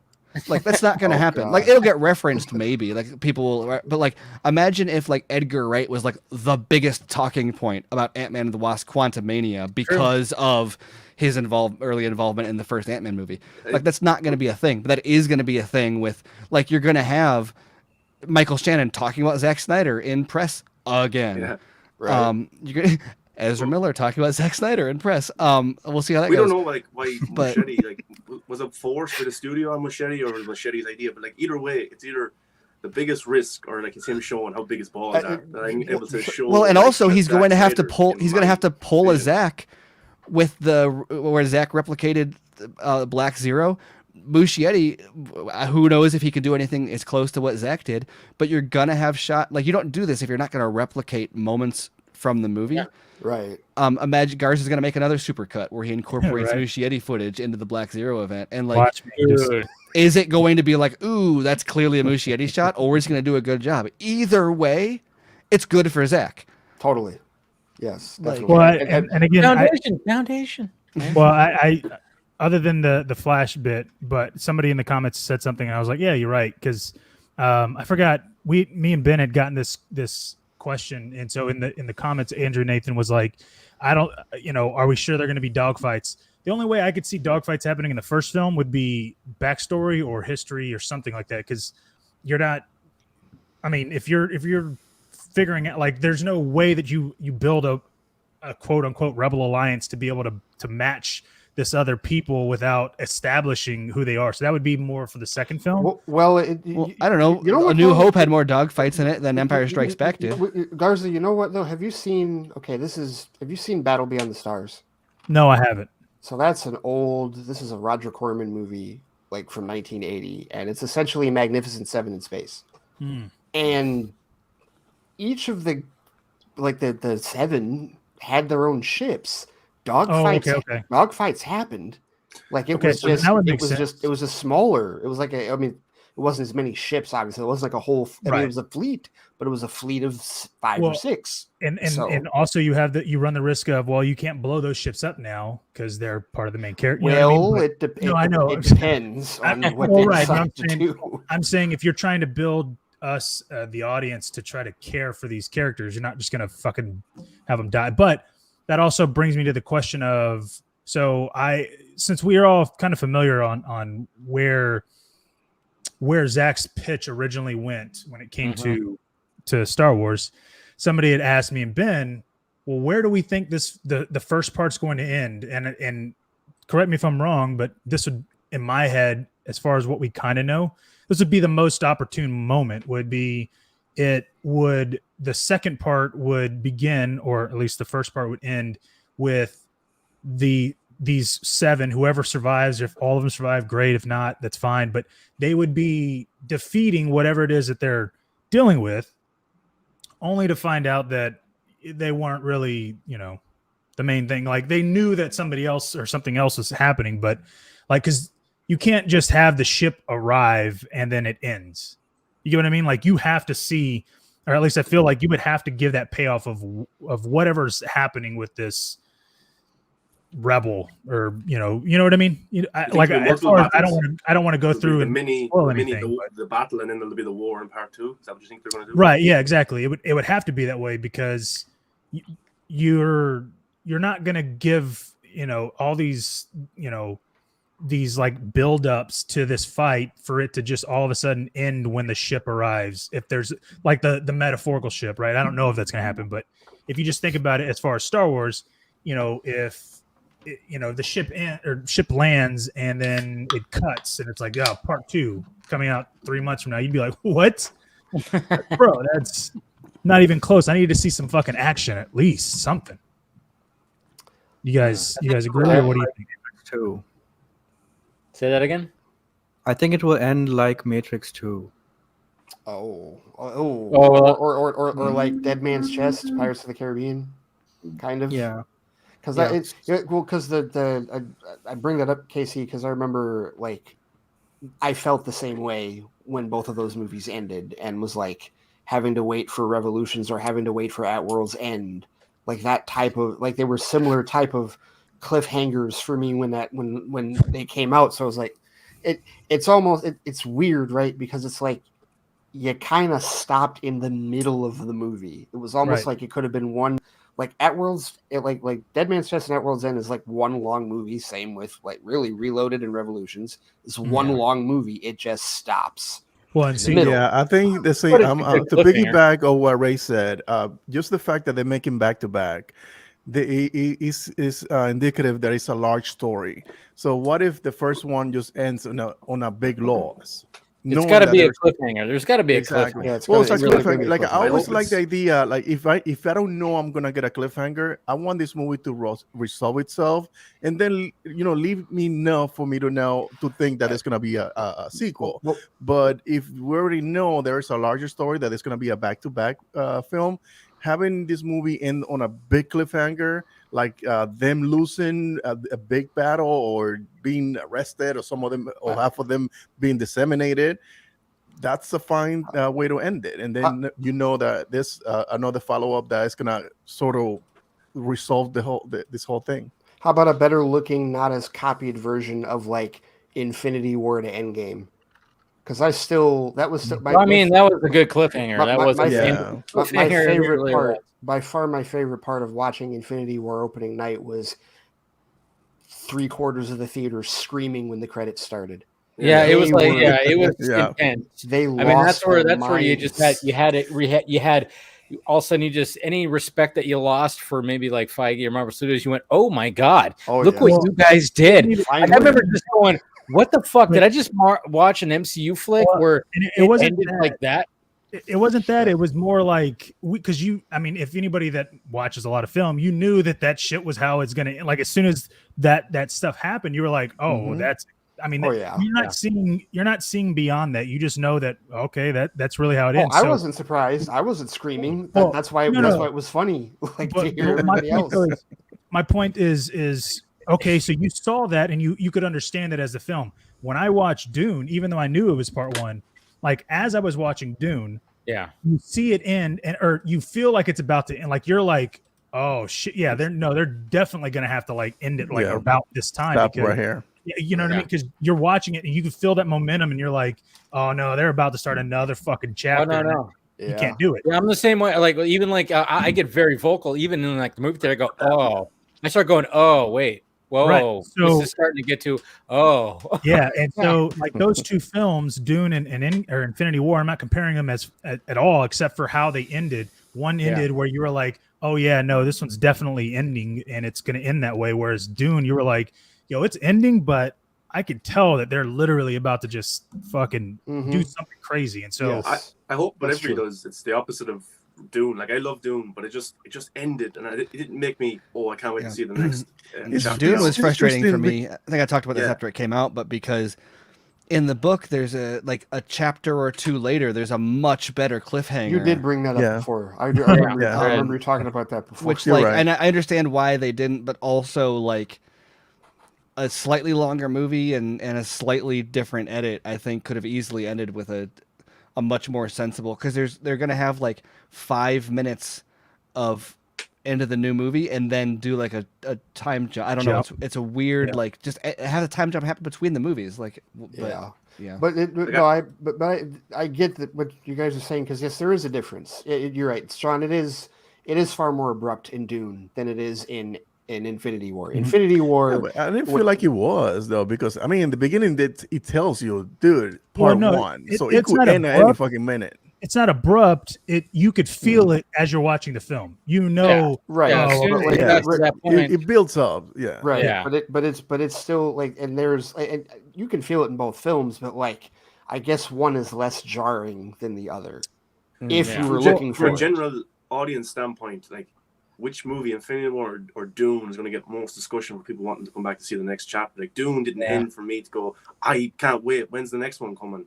Infinity War, even though it's MCU, I kind of was. I want to see. I think it's also had something to do with basically Infinity War having maybe like the shortest fucking epilogue, which really isn't an epilogue, but because you see the snap happen and then you see their reaction, right? Like, I mean, that's pretty. You're like, oh shit! Like you get to experience it there. Like you're seeing all of them fucking get snapped, even though we know that the first time they get snapped, we know what's going to happen. So now it's just. You're just watching it go for, a couple of minutes. Whereas with Dune, you're seeing them. They just got in this new place. It's new, the sun and all that. And you kind of see things and you could tell that it's about to end, but it's not like, oh, okay. Well, let's Dune just is weird watch them go down the beach it's some more. Starting something new. And you're like, okay, this is weird. Cause how long can they take? Cause I already knew because of the runtime, I was like, what are they going to do? Like how far can they even take this before they just kind of stop it? Yeah, but it does end on like a very like, oh, there's like a hope here. When it came to Infinity War, it was like, I mean, when everything was happening and then the credits roll, you're like, I feel dead inside. Infinity War has Black Panther just like die. Infinity War has Spider-Man was the one that they were all freaking out over. Oh yeah, cool. That was the most dramatic. But Infinity War has a vastly darker ending. That Batman v Superman. Oh yeah, vastly dark. It's not even close. Well, because BVS at least gives you 40 minutes worth of. Oh, okay, so you saw that, but here's what happens, or here's how you rest and all that. Whereas that's what I'm saying. Like, I don't see that you could do that on a part one, part two, because then you're like, well, no, you could have just shown us part of the other. You know what I mean? Like with Kill Bill, if you look at Kill Bill. It ends great as well. Like you get to hear things and you get to understand certain things. But dude, the second film is completely different fucking version of the first film. It's not even close. Yeah. The second film's a Western, yeah. Right. Yes. So I'm thinking, okay, well, we know Zach does, he loves Blood Meridian. I don't know that whole story. I know it's a very complicated book and all that, but I could probably see him doing that. It's just with, like fucked up shit Yeah. happens for Yeah. pages and pages and pages with words you've never heard before. Oh, I bet. And then I don't know how it ends yet. Actually, I haven't finished it. But So here's kind of a good question. Do you guys think that like Man of Steel is so different from Superman? Maybe you're saying that Garza as well, and then the Snyder Cut's so different. Do you think Rebel Moon and Rebel Moon 1 and 2 will look so different, but they're shooting back to back, or do you think they'll all look from the each same? other? Yeah. Yeah, from each other. Yeah. Well, I think they will, because if Tarantino was able to do that, then Zach can do that. Like, I think he'll have a tonal I don't shift, know. but I think they'll feel more united than like Man of Steel and BVS do. Right. I agree with that. But I do think that. there will be a shift in. There has to be some kind of little shift. Yeah. Yeah. Even Lucas, like the first 3 movies are so different, from each other. Yeah, even So just they are. I always said that too when it came to Man of Steel, BVS, and Zack Snyder. I kind of looked at it like the original Star Wars trilogy. I was like, it kind of follows that same tone a little bit. I would agree with that. I think that's a really good example because those follow yeah. a very similar visual language for all 3, but tonally but it's 3 totally different genre. Well, and it's weird because I mean the biggest reason that happens in the original trilogy is because it's 3 different directors. Right. So like it's 3 different styles that you're getting. Yeah, but Lucas had specifically said that he was going for that. He wanted to have it different from each other. Yeah, and that's cool and that's great. And I think Zach, if he wanted to, he could do that. But I also feel like you wouldn't be able to leave Rebel Moon 1 as far as not seeing any kind of because I feel like if he didn't, at least the way he did with BVS, if he would have ended BVS, right after Superman dies, it would have felt kind of like heavy, and it would have felt. But then he would have had to shown all of that other stuff in Justice League, which, if he would have done that, it would have made it even fucking longer than he needed to. So with Rebel Moon, if he's gonna hold all basically the major action for the second film, it's gonna feel basically top heavy. When I don't think he's going to do. I don't think. I don't think he's going to hold. I think it's going to feel imbalanced. No. Well, no, but that's what I'm saying. But also if he does it in a certain way, because I mean, technically, Kill Bill 1 is way fucking. It's all action basically. It is. No. Kill Bill 2. Well, but you also got to remember, Garza. He didn't remember that Kill Bill wasn't meant to be 2 films. Yeah, well, right, but he shot it all. He shot it all back. He shot it all, and he realized in the middle that, oh shit, it's too long. I'm gonna have to cut it. Well, no, the studio made him do that because his original script was 222 pages, and it was either cut it down or split it into 2 films. That was a compromise that he made. Mm-hmm. So, but you also got to look, like if you look at Quentin Tarantino's storytelling, he does that. We're like, okay, look at Inglourious Bastards. Oh, absolutely. How much action is in Inglourious Bastards compared to all of the glorious subtitled scenes that you've got, in 4 different languages in that movie. And it's like, so he just does that. Like, that's part of like his style. I don't see Zach having the same issue necessarily. Like, there's going to be a shift between the 2 films, but I think that there's definitely going to be more of a balance. Well, do you want to know why? You know why he wouldn't do it? And I'm not talking shit. I'm making a joke to my earlier statement. It's because Tarantino didn't write the fucking script. Because I guarantee you, if Tarantino wrote a script and Zack Snyder directed it, it would literally be the fucking greatest goddamn thing. Well, I mean, okay, look at True Romance. True Romance was written by Quentin Tarantino, but it was directed. Well, look at From Dusk Till Dawn. You had Tarantino's writing with Robert Rodriguez's crazy action, and it works so well. The True Romance is still. I mean, From Dusk Till Dawn, I love the first hour, not too big in the second hour, but like True Romance. Once the fighting starts, that's great. That's Tarantino. That's Tarantino Rodriguez right there. Like, you establish the story, and like that is an entirely different movie when it comes to the brothers. But once they get to the bar and then the vampire shit happens, that's like, all right, 100%. Except for when Selma Hayek sticks her foot in Tarantino's mouth. That was 100% Tarantino going, I have to have that. I have to have that. Totally. No, but like Tony Scott, like, may he rest in peace. Like Tony Scott, one of the like the best pure action director. Literally the reason Michael Bay has a career. is because Tony Scott got the ball rolling for him to be able to continue doing the Bruckheimer shit, which was great. But like, that's why, like if Tarantino had directed True Romance, it wouldn't have been as awesome. And Right. that's not a shot at Tarantino. It's just because of how it worked better with the Top Gun director doing it, as opposed to. If you look at essentially, and this is what I was talking about with Steven earlier too, about, I wish it didn't have to be Terrio, but I just wish that a predominant writer would have written the script. I know Shea Hatton's a writer. I'm not talking shit about them. I'm just saying that, to establish this kind of lore without the George Lucas type of dialogue, because George Lucas in The New Hope he does some great dialogue. He literally gives himself outs by saying, from a certain point of view, like he literally said to the audience in fucking the third film, yeah, I kind of made up that bullshit, but I technically Harrison Ford famously said, like, hey, you could write this shit, but you can't say it. Right. So it's like he was smart enough to go, well, I could just say this vague shit so much that I can kind of get away with it, and then I can change it if I want.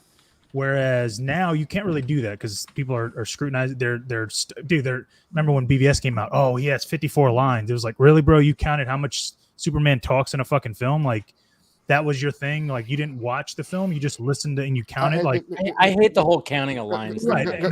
Garza, I once watched a breakdown of the chase sequence, the truck chase in The Dark Knight, where literally this dude pointed out all of the continuity errors within the edits in a Christopher Nolan film, right? In The Dark Knight. Listen, and I hate Tenet, and I wouldn't even spend my time on doing that. You know what I mean? Well, and also you talk about like continuity errors is something that like Scorsese says fuck continuity errors. Oh, absolutely. He edits to the pace and the energy of the scene and says, I don't care if that glass of water fills back up or the cigar changes which side of the mouth it's on. I want the energy. Like you watch like Wolf of Wall Street, the scene with the scene in the diner with Jonah Hill. There's absolutely no continuity in that scene at all, but it's fucking amazing. Dude, Spielberg is the same way. Go to the bar shootout in Raiders of the Lost Ark. He has two guns, and he switches between an automatic and a revolver in between shots. It's like, no, there was no time. But you don't notice it. So yeah, I thought there was somebody that tweeted something about like, if it's a good movie, you don't notice the continuity errors. Did I just see that? I was just talking about that recently. You were talking about that. There was a bunch of VFX guys and editors had a Twitter Spaces recently. That's where Todd Vaziri was one of them. If you don't follow Todd Vaziri on Twitter, he's got really cool filmmaking stuff from time to time. But and there was some editors in there, and they were talking about like, if you're watching a good movie in the theater and you're like, or if you're watching a movie in the theater at all and you're like picking up on continuity errors, either it's a bad movie or like you're a bad movie watcher. Like nobody's sitting there in the theater and being like, oh wait, is that? I think it's mostly the latter. I really do. I really feel like it's mostly the latter. No, like nobody noticed. The continuity errors weren't even a thing people knew existed until home video was invented. No, continuity. I didn't notice shit until I saw November 17th, Justice League in the fucking theater. I went, wait, that shit doesn't look right. It doesn't look. That was when I realized I was like, yo, that's. Well, those are continuity errors that are just like that. Literally punch you in the balls. I know, and that's what I was saying. They have to be that blatantly obvious for somebody to be like, oh, okay. You know what I mean? Like on your first row, you're not fucking some professional IMDb fucking fact check lister where you're like, oh yeah, hey, look, that cigarette that it burned a little further and now it's back to. No, dude, I don't give a shit about that. I'm watching the fucking film. Or the Heath Ledger hand one in the interrogation scene. His hand wasn't this way. If you look here. Oh yeah, his hair, because like his hair changes. Hair is always a giveaway, but it's like, but if the scene is good, and I'll point out, I'll be like, oh yeah, the hair looks different, but that's only because the scene is not fucking pulling me in. But if the scene is so good, then I'll be like, I'm not paying attention to anything like the hair and whether the makeup's different or something like that. A clear thing in Dune when the Bene Gesserit leave and she's talking to Paul and it's just them two and they're in basically a gray room. His hair has changed. His hair changes and it's long. It's all that and it's noticeable, but it's like, it worked. Like it's not like I'm sitting there going like, oh well, how come it changed or how come it's longer? No. Yeah, right. I was just like, I don't really give a He probably did it on purpose, you know, because yeah, because he's. Hey, welcome back. No, never mind. I mean, whatever. I can't hear him, but whatever. Anyways, probably some. No, you're good. You're good, man. You're good. Okay. I'm just fucking talking shit. But when it comes to like this Rebel Moon stuff and kind of what it will be, or at least what I hope it'll be, is when I say I hope for something, it's not like I go into it going, it better have this or it better have that, because that's stupid. I mean, if anybody goes in to watch a film, then they're stupid for that. But I do want to see, or at least I want to hear some like really fucking deep cuts of dialogue just in general. Like I don't have to get all the lore. You know, if you look at A New Hope, fucking Obi-Wan talks about the Clone Wars once, and it's an offshoot line like, yeah, you know, he joined me in for the Clone Wars, and that's it. He didn't make it a big deal. It wasn't, oh man, the Clone Wars, except for Luke's, you know, reaction. That's all I'm looking for, dude. You don't need to give me a goddamn backstory to the Clone Wars anymore, other than, oh, well, obviously that was some kind of deal that was important. You know what I mean? Yeah. We can get that shit later, but we didn't get that in Army in a sense of that kind of dialogue moments. Like visually we might have, you know, with the whole alien thing and the, you know, all that shit. But as far as the dialogue was concerned, I wanted it to be kind of like with that mythos. It was backstory with visual, like right at the beginning, where like people didn't spot the Easter egg of the UFOs, and then of course there was like, it was mainly Easter eggs. It was like, did you spot this? Did you spot that? Right. Because obviously the mural on the Olympus casino is essentially the origin of Zeus right there, like, and that's supposed to be what we're going to eventually see. So yeah, it wasn't like right in your face. Mm-hmm. It was with like dialogue or anything like that. There's some really good dialogue too, though, when you look at like what the time loop that Steven doesn't like. Anyways, what? Well, when you're looking at like, I mean, speaking of the time loop of like the Dieter dialogue about the safe, when he's like, "Destiny has brought you to me. We'll go through it together." Or I get that, almost, but if you listen to that context of those words, right? There is, it doesn't give you that sense of, oh man, he's talking about the, like, yes, he's talking about the safe, but like, it's missing this, I don't know, this layer or this texture that I can't explain. I can only say that Terrio did a fantastic job in BVS, because he didn't do that in Justice League. I can tell you that much. You know what I mean? And that's what I'm talking about. Like, he did a little bit, but he didn't do what he originally did in BVS, and I think it's because he had to rewrite Justice League. Yeah. You know what I mean? Because, you know, unfortunately, when you hear, you know, I'm trying to think of like a BVS line where, you know, it's just like, oh, dude, I mean, just in general, like any of Lex's lines. Well, but I was gonna say, we're also talking about the characters that are in the movie, though. Is you like Lex isn't in it, and so Lex is one of the ones with the heaviest, like. Well, I was going to say the general, right? When he's talking about, you know, men obey, men obey power and principle. Power and all, how when she's like, hey, well, who's paying for these contractors? And he's like, yo, well, who's paying for the drones that pass over our heads at night? Like, bro, dude, I'm literally watching. Well, but again, though, but BVS was a political thriller, and Justice League was. I understand. I'm not saying that but you also can't tell me that every political thriller can sound like that, and every single superhero film can't sound like. You know what I mean? Like, no, the dialogue. There's a way you could say what Amajad says without the way he says it, right? Like, it doesn't have to be that poetic. Well, listen, the Manchurian Candidate, and I think a movie that Steven likes, the God of War, Lord of War. Has some of the most amazing fucking garbage that you ever see in a movie. So, but that doesn't make them amazing movies. So, right, and that's, I love and the that's Marta. That's my point. What? I'm sorry.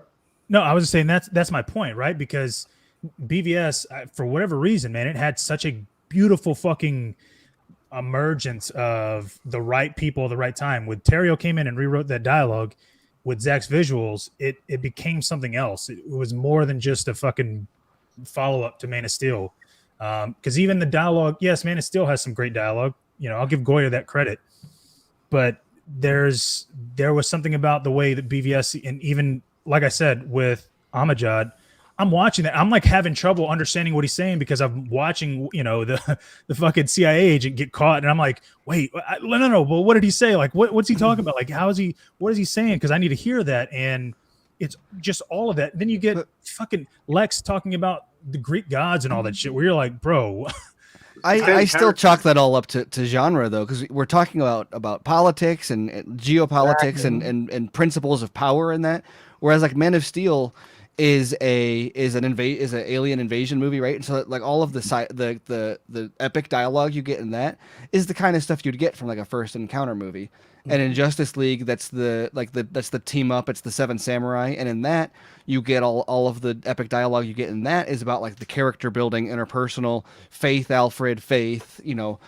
All of that stuff is where you get it in there. So I don't know that I would consider it either any of them a better or worse or like a failure to reach the same level, so much as like a political thriller is just going to have that layered.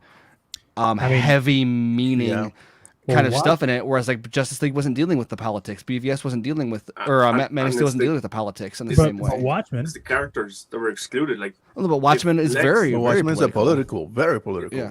If Lex, Marta, and say Neil deGrasse Tyson were in Justice League, the only way you could write those characters was how like you wrote them in Batman v Superman, but they weren't in Justice League, so you lost a lot of that substance. Like I love the scene where Marta goes, "You don't owe this world a thing."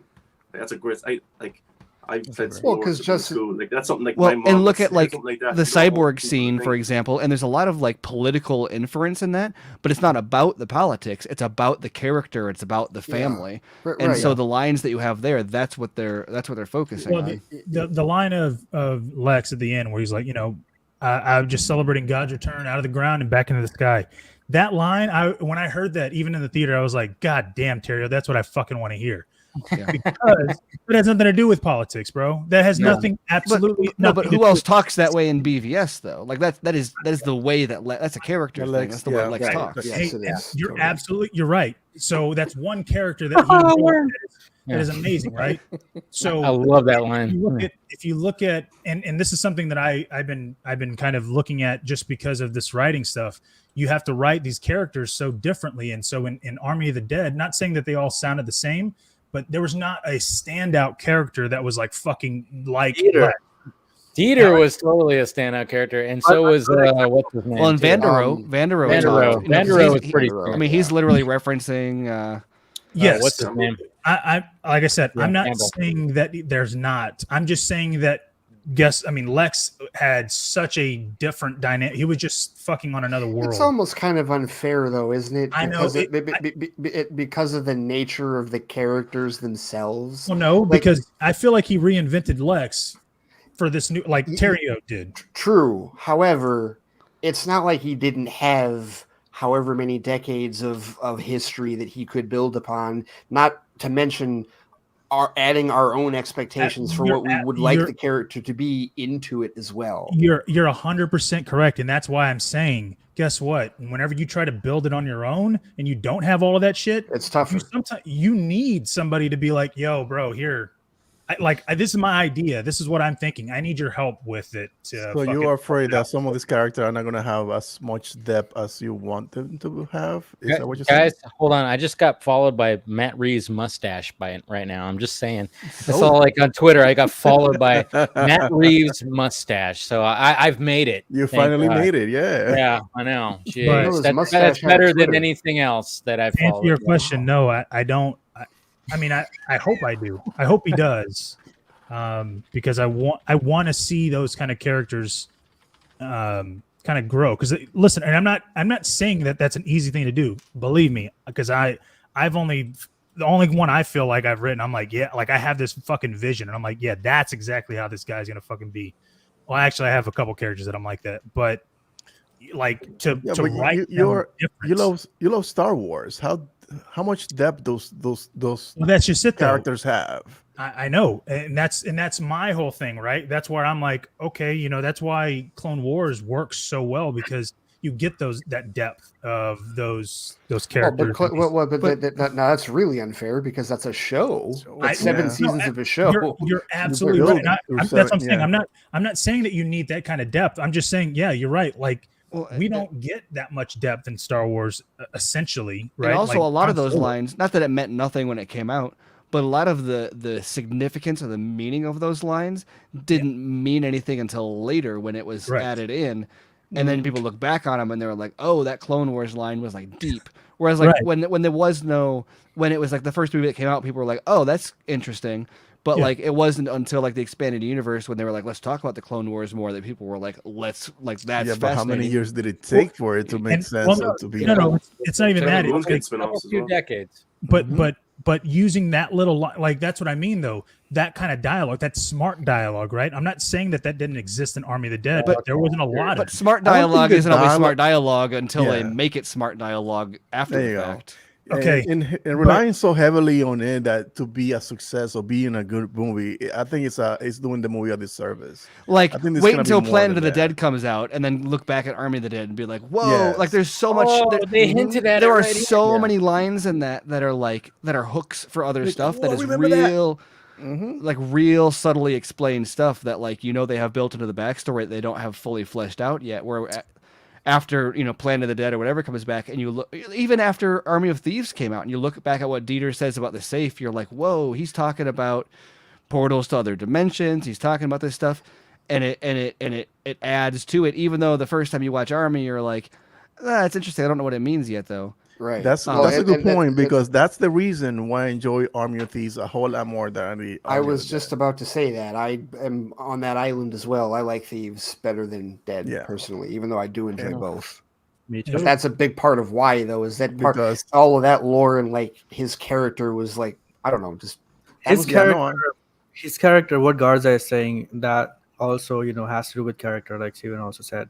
Like Dieter was that type of character. So Army of Thieves, the whole movie, he was just spitting lines like that, talking about all. I didn't get that until I saw Army of Thieves. And like, oh, okay, yeah. And that's why I'm saying, like, Dieter and you look at Dieter and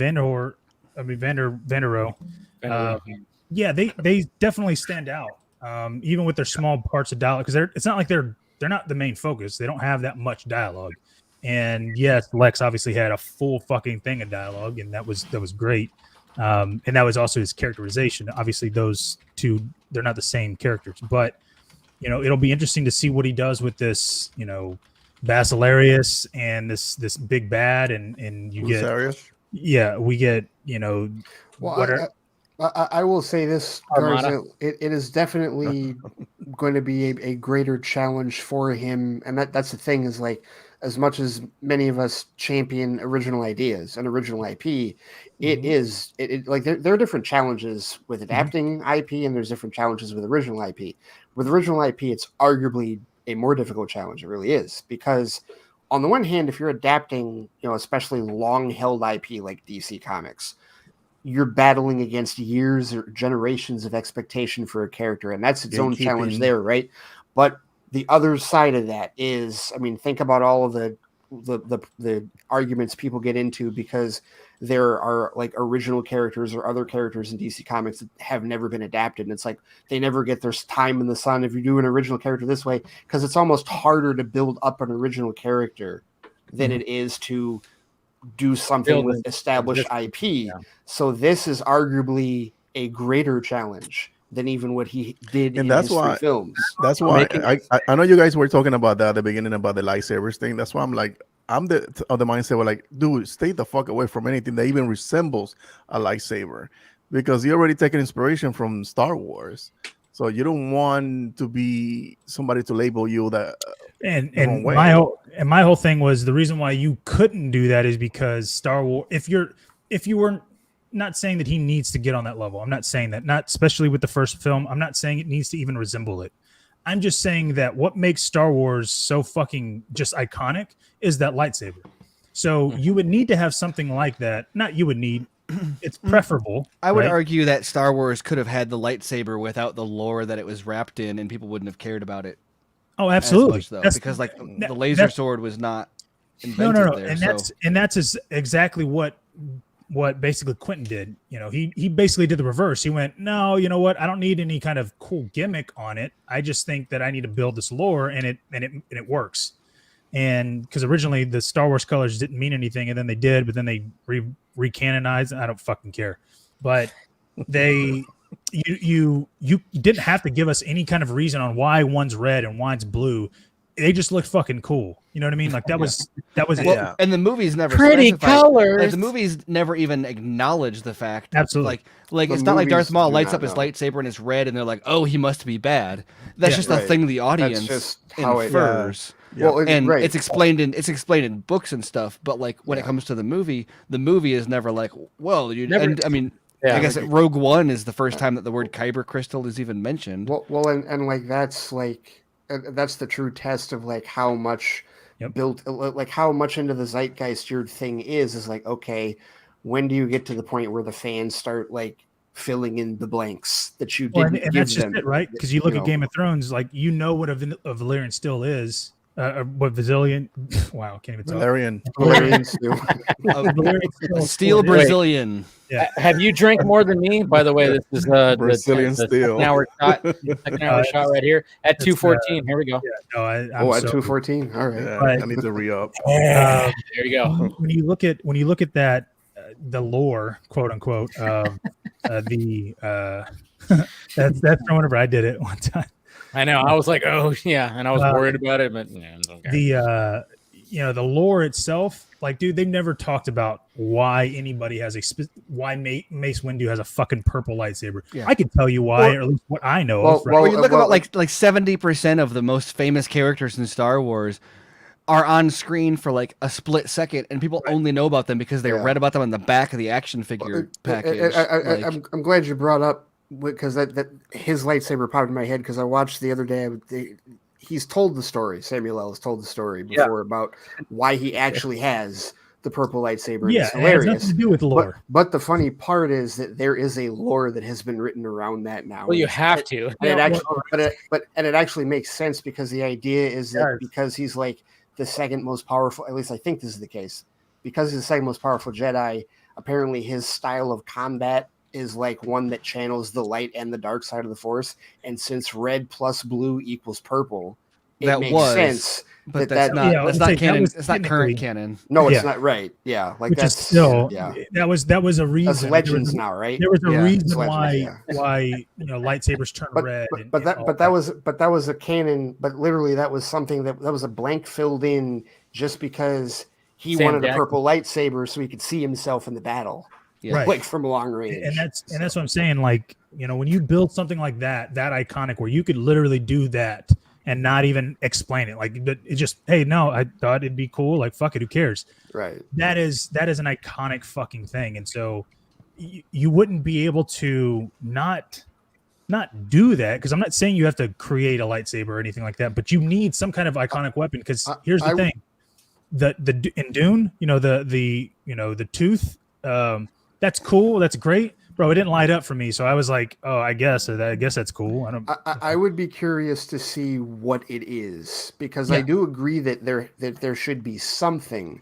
I just don't know what it is, whether it's a weapon or whatever his equivalent of the Force is, or whatever. Like there should be something. I think, but I just don't know. I'm curious as to what it will be. As we've said, also it's going to be light up. Hands, fists. It's gonna be something like that. I don't know. As we've said with some other stuff, also, what's important to note, in the same way that like with Star Wars, there's so much like you walk into Mos Eisley Cantina and there's like a Wikipedia page on every single person in there, even though you're like, none of them really matter. But there's like I could point out most of the people in that scene and be like, oh, that's their name, and they're headed on their way to this, and this is going to happen to them later, and whatever. But it's got nothing to do with the story there. It's not mentioned at all, yet the story exists. And that's kind of the way that Zach does this stuff for his movies also, is he knows all of that, but it doesn't always show up on screen. And like even with Army, I was shocked by, like, on set looking at concept art and talking to them about the story, how much they talked about so much of the backstory for these guys and like the alien stuff and all of the stuff that happened during what is essentially the opening montage.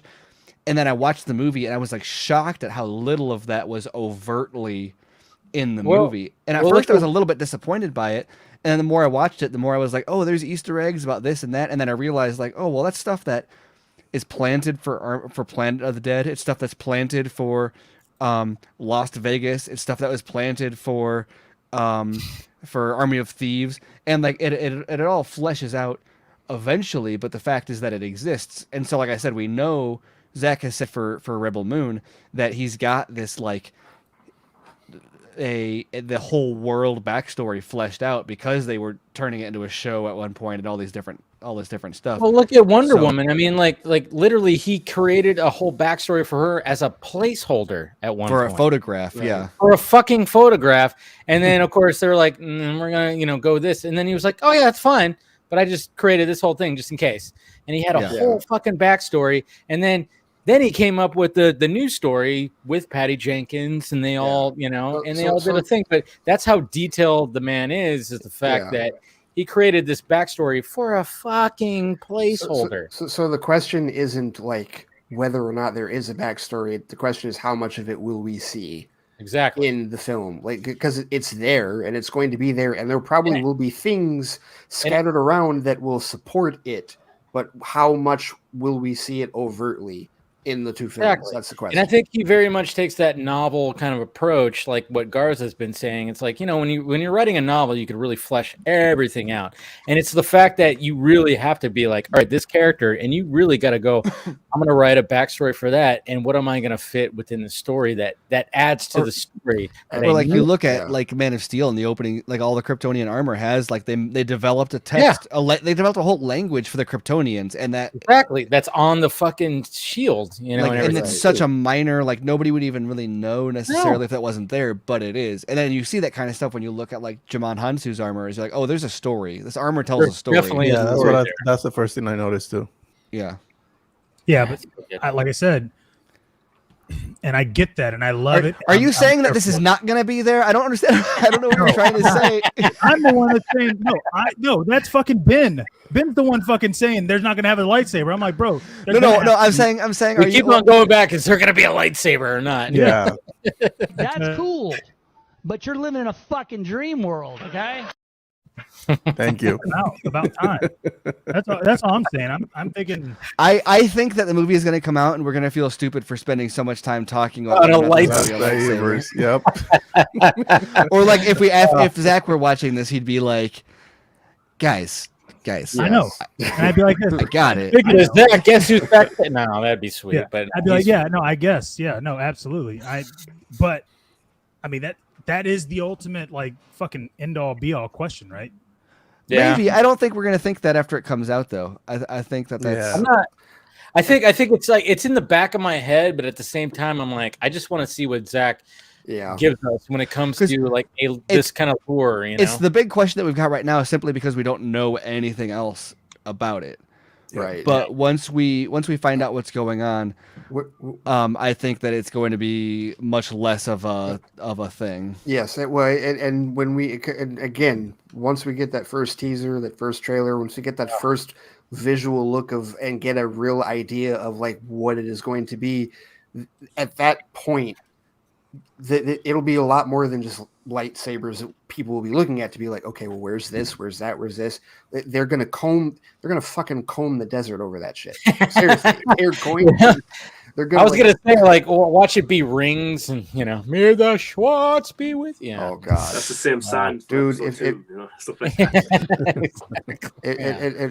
that's right. If he does anything like if there's any like, and I don't know how he would do this, but knowing him, he could figure out a fucking way. No, some type of Spaceballs reference. I just hope he finds a way to get a Richard Cheese song in there somehow. Yeah, he could. I could see him doing that with the fucking star. Yeah, there's gotta be some kind of record drop of a flight like happening, or a montage of like the farmers like digging up or doing something like that. Like, whatever. I need somebody to be like, we ain't found shit. That'd be hilarious. The only reason why I'm even bringing that up at all is for self like gratification on my own, where I'm going, yeah, it took me fucking 4 years to figure out like what the fuck would I do if that was the case, if I had no budget no limit, doesn't matter. I can do whatever the fuck I want. How would I do that? And the fact that you guys, not saying it in a bad way, just the fact that you guys haven't even come close to what I'm thinking of, I'm going. So all right. So if he doesn't do what you're thinking of, or if he ignores it completely, is it fuck this movie? No, absolutely not. I hope he doesn't do what I'm thinking. Absolutely not. He's too in his own horn. All right, so he has this. Exactly. this no, don't even say anything. Don't even say. No, I'm not gonna say what it is. I don't want to say anything. Period. Okay. There's nothing. It's an energy penis. All I'm saying. Yeah, it is. All I'm saying. It's 100%. An energy Schwartz. An energy Schwartz. Laser. That wasn't about the movie. No, but no, and the baddest bad guy has the biggest sword. Yeah, and like that's how you know. Like my whole thing is Everybody got that?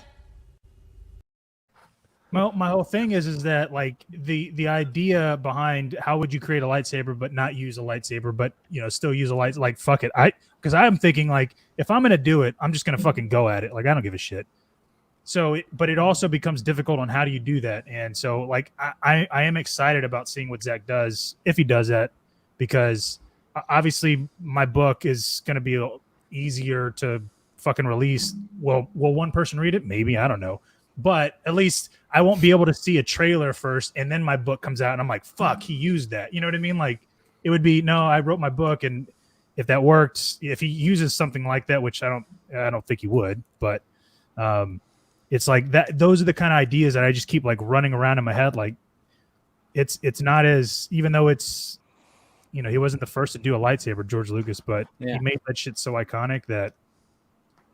That's what I think will happen too. Like I'm wondering how many iconic things we're gonna get in Rebel Moon, because this is basically this is basically start of a new franchise, right? Like in Dune, I think the only, at least for me, I think the only two things that would be iconic would be the sandworm and the dragonfly helicopter. Yes. I was like, I knew exactly. Yeah.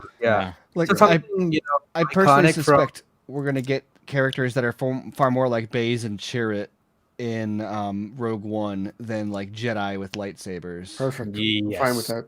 Perfectly I'm fine totally with that. good I with have that no issues. Hey, you know what? Sorry, I just like totally derailed Casey. Good, John. Yeah, no, I was just thinking how far do you think Zach will take the supernatural elements? Like, would we see flying aliens? Because none of that is in, even though they have Jedi power, but they don't like fly.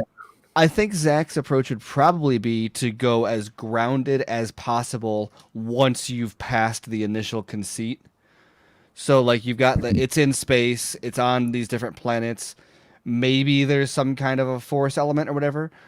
But then once you're past that, it's like, I mean, like Star Wars, everything is lived in. Like you look at the ship, I think is a really good indicator, or the armor is a really good indicator of like, oh, this is all handmade, old, used, lived in, worn down stuff. But it's interstellar space travel and God damn, man! Everything you guys are saying just makes me feel good inside. I'm sorry.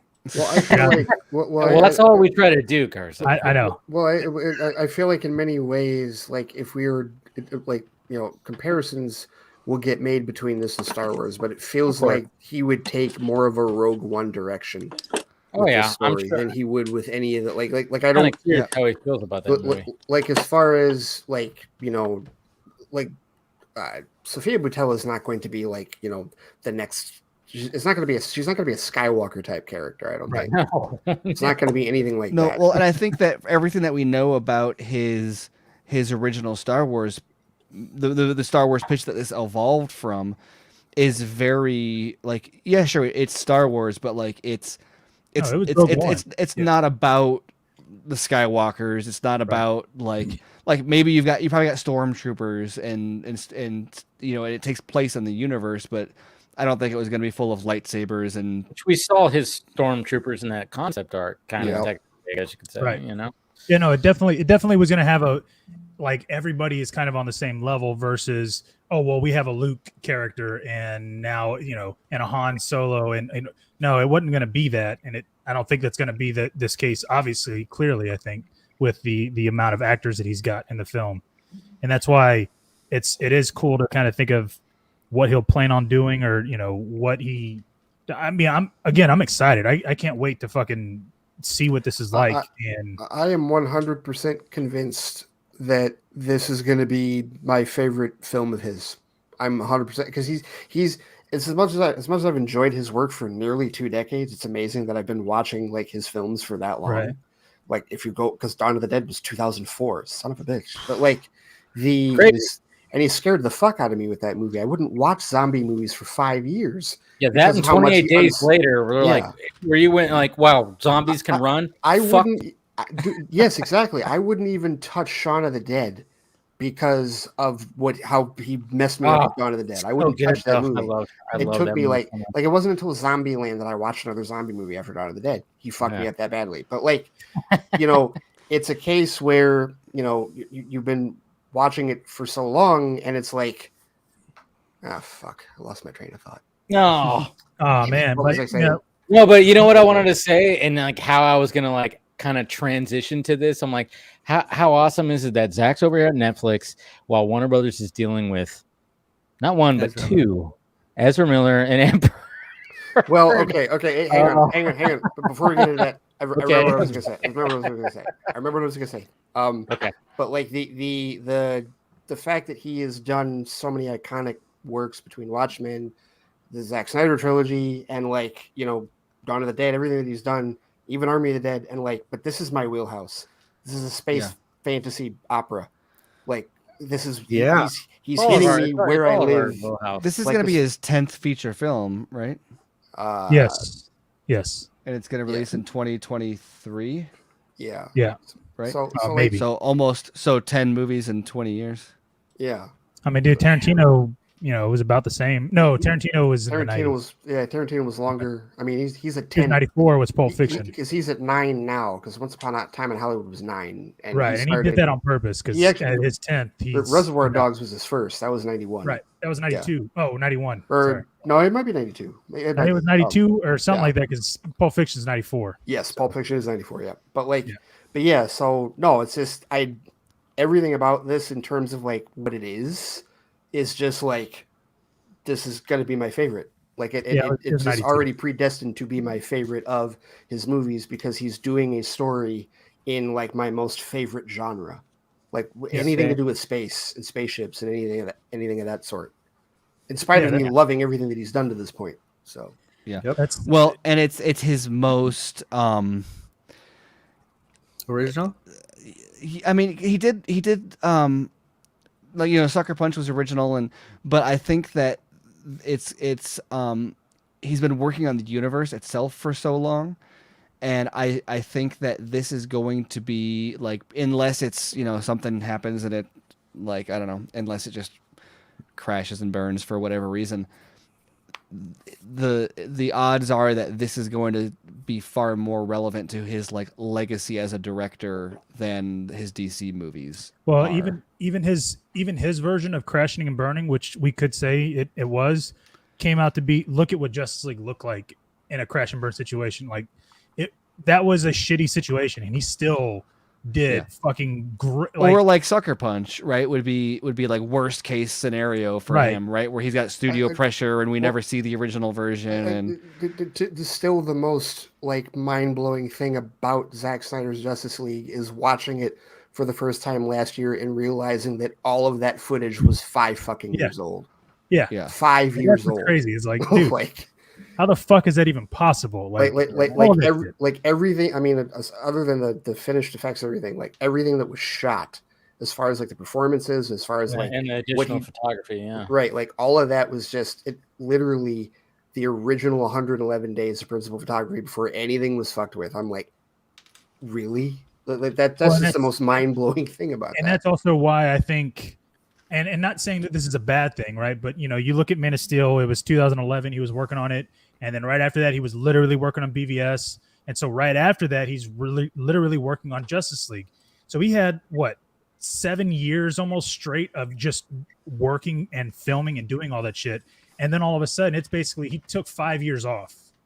And he came back with Army of the Dead, and he was the cameraman and he was doing all this stuff. So, like what Ben said, yeah, I'm not saying that it was a bad film. It's just that it didn't have certain aesthetics, and that's fine. It's great. It was meant to be that way. I feel like that's just the way it looked.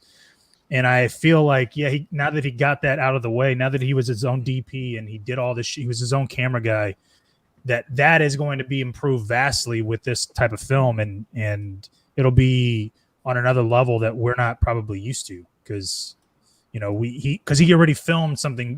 He got the cobwebs out, even though they weren't cobwebs, but you know what I'm saying, right? Like, well, and that there's been so much time spent on development for this also, that he's been working on. I mean, these are storyboards that have been in his mind and he's been working on forever. These are sequences that he's been, cooking up for 2014. Yeah. I mean, and so you think about like the way his mind works, and every time he's got notebooks or whatever, and every time he's like, oh man, if I did this with the camera and that, and I could, and every time that happens, he's writing that down, and then they converted it to a TV show, and they convert it back to a movie. Like there's so much going into this that, well, I guess I wouldn't convert it back to a movie, but the amount of work that's gone into this to develop it to be a certain thing, suggests to me that it's going to have some of his longest, like baked, like the most baked ideas that he's got. They've all got the right amount of time in the oven. Yeah. And now Sean's in the middle, which he should have been this whole time. Oh. By the way, I just finished Dave, so that you can again successfully transition into the new topic. I'll just quickly say something. Yeah. I just finished We Crashed, speaking of Sean, and there are more Jesus jokes in that episode. And I was like, Leto 100% wrote it, for on purpose and all that. I gotta watch that next. I mean, obviously you raved about Severance, and I love Severance. It's not as good as Severance, just because, of course, Severance is on a whole other. I feel like Casey, you started something with that, because all of a sudden this past week is like I saw so many people like, I started Severance and now it's absolutely it's just one of those shows where you're just like, holy Severance shit. is the newest thing that's got all the evangelists. Yeah. Like, I'm sorry, guys. Myself and KC were like day oneers. You guys are part timers. You came in at the end. Oh no, I'm holding out now, so that I'm gonna check it out in a year and be like, oh, okay, yeah, I know right. exactly. Steven's like, I'm not gonna watch that shit now. I'm gonna watch it like in a decade from now. Yeah, I'm not gonna be a bandwagoner. I'm gonna be like, yeah, you were right. I should have watched that. Maybe you guys were right. Yeah, you guys were right. The reason why I'm able to do that is because people I'm following aren't watching it, and if they are watching it, they're not spoiling it. So I can literally still just like, I have no idea what the fuck it's about. People keep thankfully telling me nobody spoiled it for me either. And I don't know why, but like people are always as somebody who like doesn't really care about spoilers and like freely kind of walks into them at will and kind of has to be spoiled in some context because I'm writing about something.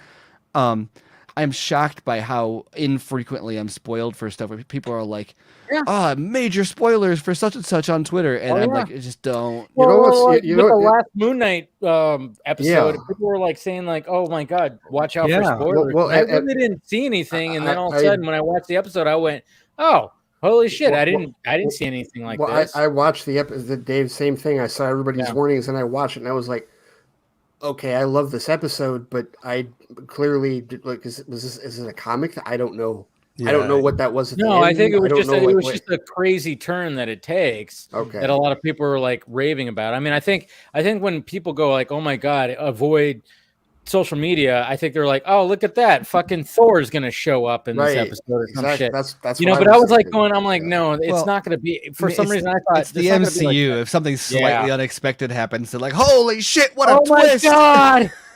Charlie I expected one thing and they did a different thing. What the fuck? Yeah. Jesus. 99% of them, they don't read the comics. Like they talk shit. Like they know. It's okay, guys. It's okay, guys. Because all Marvel Studios has to do is they have to buy out A24. and they just have to start doing movies. I saw that. I that are knew good. exactly what you're talking about, Ray. They have to start doing that movies. That one dude all was these- like, "Hey, just have these filmmakers, create movies that are within the MCU world. Like, how does a normal person deal? Like, how does this person deal with that? And then that'll be supporting independent cinema. And No, that you does can not. solve and I'm just saying, I saw so many people shit on that video. Where they're like, "Oh, that's like one of the worst takes ever." It's funny because I don't know if I've definitely, like, especially when Star Wars first got bought by Disney, I was like, look, make all these movies, like do Top Gun but Star Wars, do Seven Samurai but Star Wars, and then over time I got to the point, or like with Marvel, I'm like, why don't you do this awesome movie but do the Marvel version or the DC version, and now I'm at the point where it's like, please just make whatever you're gonna make and then let those movies exist on their own. Because whenever they're like, oh, this is the Star Wars version of the whatever, and then or the Marvel, like, this is the Godfather or whatever, and then it comes out and you're like, no, it's just please, because every time you make the Star Wars version of whatever it is, then that means that actual movie doesn't get made, and the Star Wars version isn't as good as the just straight up version would have been. Yeah, I've always had an interesting like an idea, like a concept of like, yeah, that would be kind of cool if you had like this, like a story, just a normal story of something happening, and then there's something weird that's happening in the background. Then you find out, but at the same time, I'm like, I don't want it to be like associated to the MCU. I want to be like, oh wait, did we know that this takes place in 1996 and the aliens are invading an Independence Day kind of thing? Yeah. Like yeah, all of a sudden that's the twist. So like, oh, this is in that world. Made Powerless, and I thought it was hilarious, but nobody watched it. Powerless was funny. Powerless was I think Powerless came out at the wrong time, maybe. I don't know. You know what's maybe funny You know what? If it came out today and it was an HBO Max exclusive, people would put in so much effort into saying how much better it is than. Well, see, that's the thing. I think it came out at the wrong time. Well, if it came out now on HBO it came out at a time when people weren't invested in proving that the new stuff is. It even had a good cast, right? Like Vanessa Hudgens, Danny Pudi was in it. Alan Tudyk, Alan Tudyk, yeah. I mean, it felt the vibes I got from it was very Mythic Quest. If you see Mythic Quest on Apple TV, I haven't seen it. It's funny. It's like it's a very similar vibe, but Mythic Quest is just not tied to DC, and it was. I don't know. It was great. I thought it was awesome. Yeah, I get that whole concept of like what I want to see a movie like. Or a story where Silence of the Lambs. After Die Hard and John McClane, like what's the day? What's the next day like when he wakes up? And he's like, oh shit, fuck, and he's like, and he's with his kids, and it's like, what's the day after the hero saved the day? Like, what's that next day? Make a movie, make an Oscar bait movie. Oh, actually, this is probably too on the nose with John McClane. Make an Oscar bait movie about his grandson taking care of him when he's elderly and at home, and he's got all these injuries that have you're right. That's way too on the nose for but you also can't do that. You can't, unfortunately, can't do that now. If you do that now, unfortunately, but you're not going to recast Bruce Willis. Well, you don't have to for this movie, but okay. All right, that's too soon, Steven. That's too soon. I didn't take it there. Dude, you're wearing that fucking bandana, bro. If you were around my hood, you get shot for that fucking. No, but it's like Powerless was answered. Like, it's one of the questions that we've always had. Like, you read DC Comics or you watch these movies, and you're like, who the fuck would live in Gotham City? Who the fuck would live in Metropolis or Central City, where all this crazy shit is happening on a daily basis? And Powerless was answering that question comedically. Like, there was that one dude who was like trying to figure out which supervillain he was going to work for this week. Like, as far as like henchman duties, and to get really even more cynical about that TikTok video that instigated this. You know why Powerless? People say they want to see that stuff, but then they don't watch Powerless when it comes out. Is because what they mean when they say that is, I want them to make the lighthouse, but I want Iron Man to show up at the end. That's true. It's like when if they have to make something like this, I think that's what Agents of S.H.I.E.L.D. was trying to do. Yeah, was like they were trying to be like, all right, we got this offshoot story of like Agents of S.H.I.E.L.D. was good though. Yeah. and they did in like for the most. That's why it lasted that long. That's why it didn't. It always pissed me off though that how is it so hard to have like a CGI Iron Man in the distance that's just like doing something while they're doing something different. I think it's also because Feige wouldn't allow that because exactly. he was very protective. Well, it was him and Ike Perlmutter were like butting heads with that because I think that was when Perlmutter was still in charge of the TV stuff, which is that and that was the big problem with Marvel Netflix and why it's not really connected at all. It's a one-way street where it's like the shows would reference the stuff that happened in some of the movies, but the movies would never reference anything happening down the street from Avengers. But I loved how during Infinity War the Thanos snap happened and Agents of S.H.I.E.L.D. just didn't care. They just said, "Well, it's like after the Winter Soldier thing happened, I was like, this is the greatest." I watched Agents of S.H.I.E.L.D. on like Wednesday night, and then I saw the Winter Soldier on Thursday night, and then I saw the next episode of Agents of S.H.I.E.L.D. like the next week, and it was literally like a 3-part. It was perfect. Like, it lined up extremely well, and they never really did that again. The problem with it was that the season up to that point sucked because they were like just stalling, treading water until they got to that point. And then after that point, it was like, oh, now the show is cool. And it's like, okay, that's true. How do you tell? Remember when with Agent Coulson, they were like doing those little shorts, like in between, like him going, do more of that, do more of that with the shit. You didn't even have to do that because if you look at Peacemaker for all the shit that it got, I mean, bro, Peacemaker literally exists in Zack Snyder's world, and I didn't feel like I needed to see the Justice League. I didn't think I was going to see the Justice League. Ben told me, hey, I think we could see Superman in the Justice League. I was like, bro, I don't know. Maybe Aquaman. I could see that. Maybe. That'd be close to it. But no. We're more likely to see Superman in the Suicide Squad than in... Yeah, exactly. that was my whole thing. I was like, bro, we would have seen it in a movie, not in a TV show, right? Oh, boy. You said that, didn't you? Oh, boy. Yeah, I did. He did. And I mean, but it also made sense. But I mean, look at what happened with Peacemaker. It didn't even, like they showed up, but they didn't even like. We don't know if that's before Justice League, if that's after Justice League. We don't need it. It's after. It's got to be. It has to be after because they weren't together. Well, you know what I'm talking about? The costumes. No. I'm talking about we don't know. Like was that right after? Like okay, they we just. Won't know until we see the Flash movie. You mean how far down the road? Yeah, it was right after. That's my point, right? Well, it has to be after Aquaman because he's wearing We won't know until we see the Flash movie. There's no like, hey, I need to know what what part they're in or what they're doing. They're just there. They exist. We don't know if they're planning for Darkseid. We don't know if they're planning for some other fucking invasion. It's just no, they're there, and that's the cool thing. Like, you know what I mean? Like they exist. Right. They're there. Superman is alive. Yeah. That's right. You know what I mean? Like they were on a mission, which is why they were late. Right. Right. Which is even greater because it's like you're watching and you're like, they wouldn't have needed to be there. Yeah. Like for the all intents and purposes, they wouldn't have needed to really be there, but it's just funny to see that like from that point of view, like because that is like a quote unquote powerless thing where they're like, thanks for fucking showing up late, guys. Like, dude, you could have fucking gotten handled all That's this. what was funny about it is like him talking shit to him to the Justice League. Right. He's been talking shit this whole time, and it's all been stupid. Obviously, like the whole joke, and people, of course, take it too seriously. It's like, how dare like Peacemaker say this? But it's fucking Peacemaker. He's an idiot. Yeah, he's a moron. He's saying the stupidest shit ever, and then all of a sudden, when he like at the finale, which I thought, this is pretty great, is the fact that the Justice League does show up, and he talks shit to them. And talking about Aquaman fucking fish and blah, blah, blah. This is Homer Simpson. This is a great transition point, Dave. It is. To get to Ezra Miller and shit.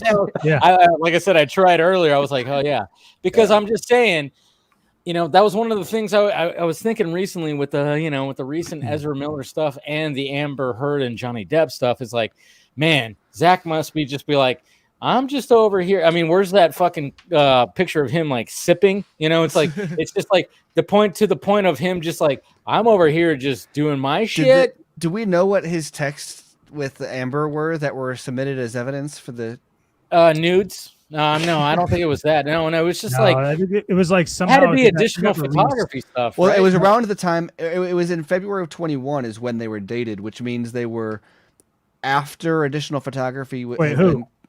Zach and Amber Heard had text messages that were submitted Oh. as evidence in the case.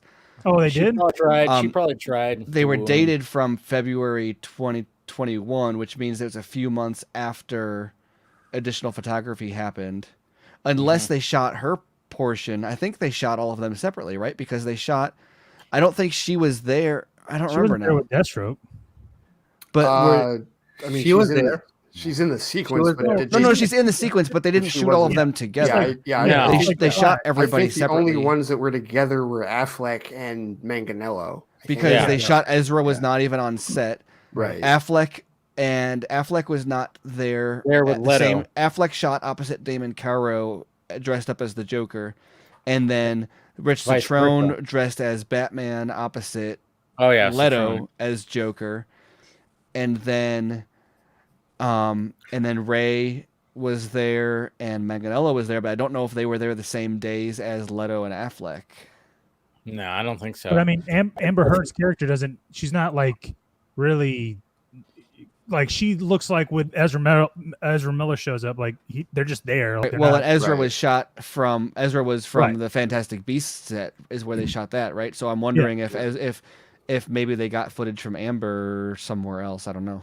Possibly. But the point is that whatever that was, it was text from February of 21, so it was about. It's probably related to had a lot her of people- appearance in the movie somehow. Yeah. What would that be evidence for in this Johnny Depp case? If Nothing. if likely it would have been something along the lines of her having issues contractually with WB.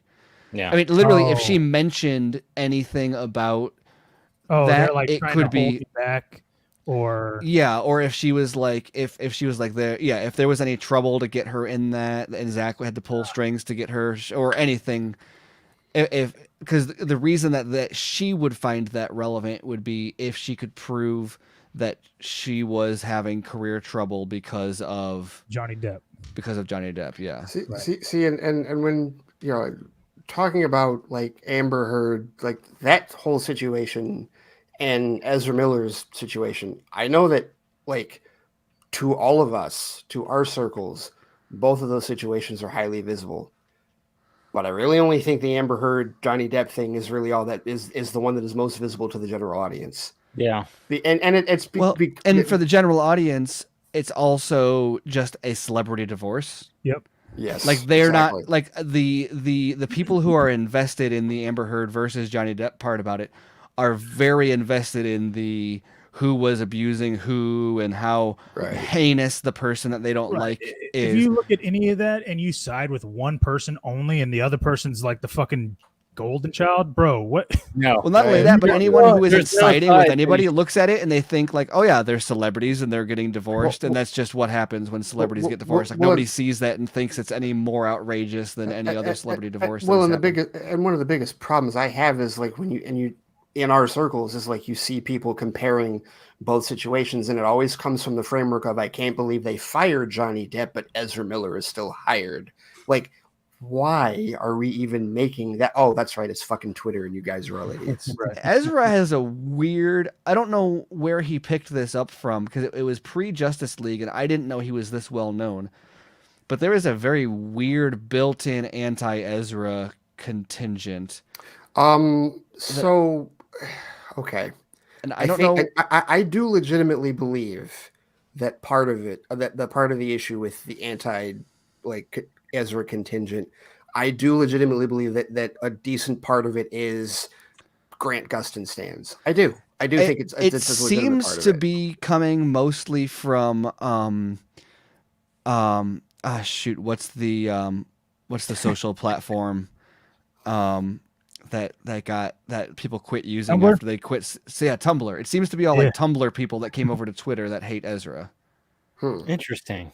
Okay. I mean, either way, it's just right. Tumblr is the one where they like banned porn, and then everybody was like, "Fuck this." Oh, is that, okay. Is that right? I don't know. But it's all anime. It's all anime avatar. Like all the anime avatars on Twitter. It's all hentai and shit. Came from Tumblr. And they have this like really weird hatred of Ezra that comes from something that is before I even knew who he was. It's like rooted, or it must be, because I don't know where. Well, yeah, because you were on Duck Dynasty, remember? You weren't watching. Exactly. Oh God. You had no internet out there in the swamp. But no, because it's like, and I don't, that's why I don't even think it's CW. I think it's like it's something else that he was on or involved in. Because I don't think it's largely CW. I think some of, or maybe even the CW is used as a scapegoat, where it's like it's the easy push button because I'm so fucking tired.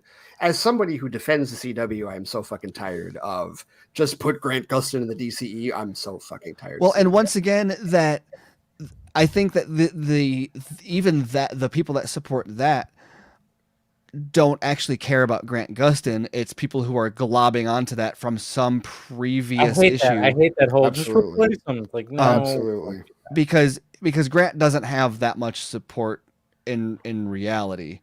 Not that he's not great, not that the Flash isn't great. That's not a slight at the Flash at all. It's just that the energy that like people see the video and like he is literally choking the life out of someone. It's like I'm not saying that clip is not a big deal or that he wasn't harming any way. There's a lot of questions about it, but like you're saying he too many times, Steven. Now I have to say something. I'm sorry. I'm sorry. I was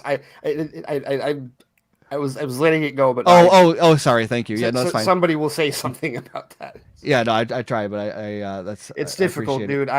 Listen. I talked about it on I've talked about it on my show like last week, and like I have never edited myself so many times. Well, it's particularly hard with Ezra because they changed after I was familiar calling them by a particular one. Yes, and it's very difficult. I understand.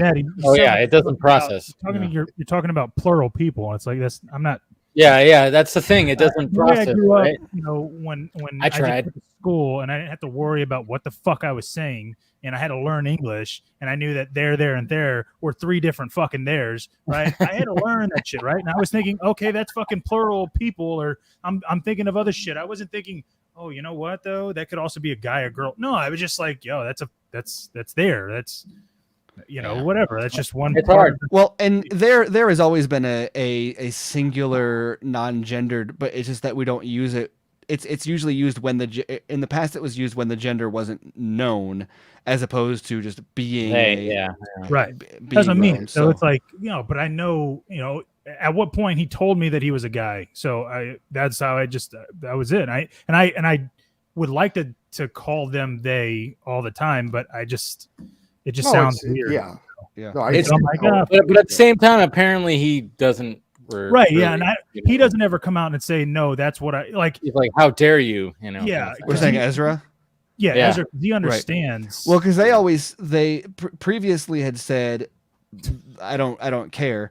But then until I learned, I guess there was an interview at like just this past December where they specifically said that their preferred pronouns are. Well, that was before they got arrested twice in fucking Hawaii. Hasn't it been more than that though? Hasn't it been more than twice? So it's like I think it's just twice. I think but wait a minute. It hasn't been more than that though. Ben, I can't hear you. We can't hear you. The news report said that it's been almost 12 times. Yeah. Oh boy. Arrested or that's what the news. like from where? I remember you mentioning that, Ben. I shared the link. And I wanted to know if because there's a lot. I heard that on another live stream too. There's been a lot of armchair legal experts throwing around. This was from the local news, Hawaii local news. He was arrested more than 10 times since February. So it's been. Is arrested 12 times or more than 10 arrested. times? Yes. Yeah. Okay. So we've only really heard about 2, but apparently there's been. But either way, it's like, bro, like 2 times Hawaii is a fucking small little island, bro. Like, just go live, at least get arrested in California. Chris Wong Swinton, watch out! It's like get him off the fucking island. Get him off the fucking island. Go to Florida and get arrested, and then New York, and then just spread it out. Go to fucking Wyoming. Don't just all of a sudden, I'm in Hawaii the whole time getting arrested, bro. That's not good. Well, no, maybe this is cruel, but did you see the video of somebody taping the news and then Yeah. they come over? Well, yeah, I did a little parody video. I did. But here's the problem that I have is like just all of the just definitive declarations that are being made about the situation, and it's like, stop fucking acting like we know all of what is happening. Like some people, he's a monster and he's a danger to. It's like what the. It's just. Well, that's what I'm talking about. Is that like I said earlier, it's not about what it's about. Like the people that are saying like I've seen I'm seriously concerned Ezra Miller is going to kill somebody if they're not if they're not put away for good. I'm like, dude. Bro, did you see that Mike Tyson video? Believe me, he's gonna be fine. If he's been arrested, if he's been arrested 10 to 12 times, then you know what that tells me? It tells me that none of them has been like they don't consider him a threat, right? Because I figure after the second or third time, like, okay, no, we're keeping you locked up. No, he's been released. Well, 10 or 12 times. What's to do with the laws, though? Like, if it depends on what crime you commit. If you look at everything that is on the record that has happened, they're just being a shithead. Like they're a shithead nuisance in Hawaii, and like that's hardly like exonerating anybody, but it's all just like stupid behavioral complaints. The most recent one is the worst, where there was like a chair thrown or something, and that crosses into a little bit more territory. But even that, there's so much gray. There's so much. Yeah, I want to know why the woman refused treatment. What's the gray area about throwing a chair and hitting somebody and opening up a gash? I want to know why the woman was the chair thrown at their head, or was the chair was thrown and she got hit? Yeah, but this is something. There's a question of intent. There's a question of escalation. There's a question of intoxication. Right, like there's so many different factors that are going on. I get that. However, the person they was asked to leave, right? Yeah. And he started throwing a fit and threw a chair, right? Well, right, but every action. Hold on one second. Every action has a reaction and there's consequences.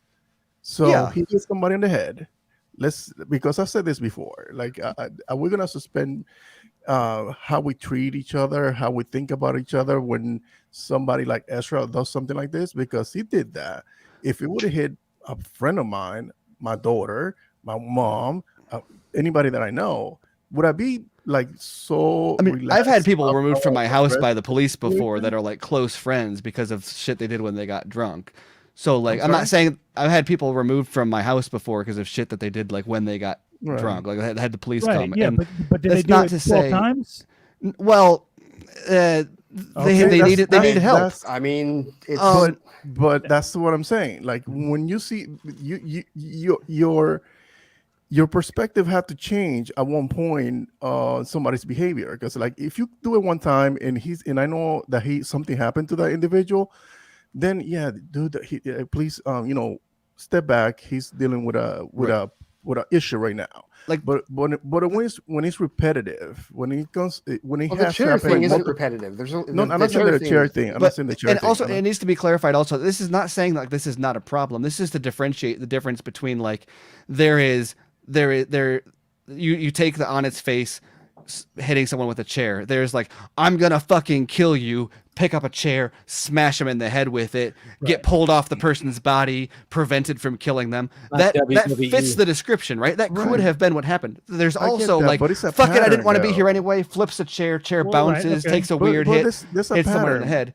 Those are two entirely separate situations. Those are completely different situations. But if every single one of those times that Ezra got picked up was due to violent assault, what else can you get? Typically the response escalates before that. There's plenty of people who get like removed from bars on a regular basis, and the charges are just never big enough to do anything about it. They don't get arrested. That's the difference. Well, that's what is arrested for? Was it arrested for being a nuisance? Like that's not a big, like you're not going to get put away long term for like being asked to leave a place and not leaving. Being a nuisance, you get removed from the bar. You get removed. Right. You get taken also, out. For reference, also one of the places that they got removed from, I looked up their Yelp page, and the comments were full of from over the years, full of people saying, I was denied service because of the So- color of my skin, because of my so check this orientation, out. whatever. So check this out. So I don't know if that's pervasive in the area, but there's like the video from TMZ where the person is pushing him out of the bar. That's the bar where like you look up the Yelp page and it's not like a targeted attack. It's not people like mad about microaggressions. It's like the place has a history of like denying service to people for being not straight white dudes. So let me ask you this, Steven. Would you, if you came to Austin, okay, and you're wearing that stupid fucking bandana, okay, and the door guy says, hey, you can't wear that when you come into this club, or let's say you didn't have it on, you get in and then you start wearing it in the club and you're drunk, and the guy says, hey, you cannot wear that bandana, because that is a real thing. The guy says, you can't wear that bandana in here, take it off, and you're like, no, I don't want it. Are you really gonna just fucking create a scene because you want to do something? No, I mean this is not okay behavior, and they need help, and they need to stop behaving that way. All I'm saying is that if you're doing something that, like, if somebody told me to leave from a party or a club or anything, I mean, I guess I'm going to do that, because I'm not like, what the fuck am I going to do? Am I going to argue about it? Like, am I going to try to prove a point? Like, Right, but are you a danger to society, or are you a nuisance who like needs to get some help? What will keep you But here's the calling it a thing, though. nuisance when we Even don't really if know I what had- happened? I'm basing it off of the criminal complaints. Well, that we you have can't on go the record. other way either, Ben. You can't call him a Let's then- danger let's if you then don't know arrest what's him. happening. We don't have I any can't. additional report on. but No, I'm but I mean, saying, there are multiple public police reports, and the worst that it escalates to is the vague reference to someone getting hit with a chair, and the person refused medical treatment on the site, which would imply that it wasn't severe enough to Right. need.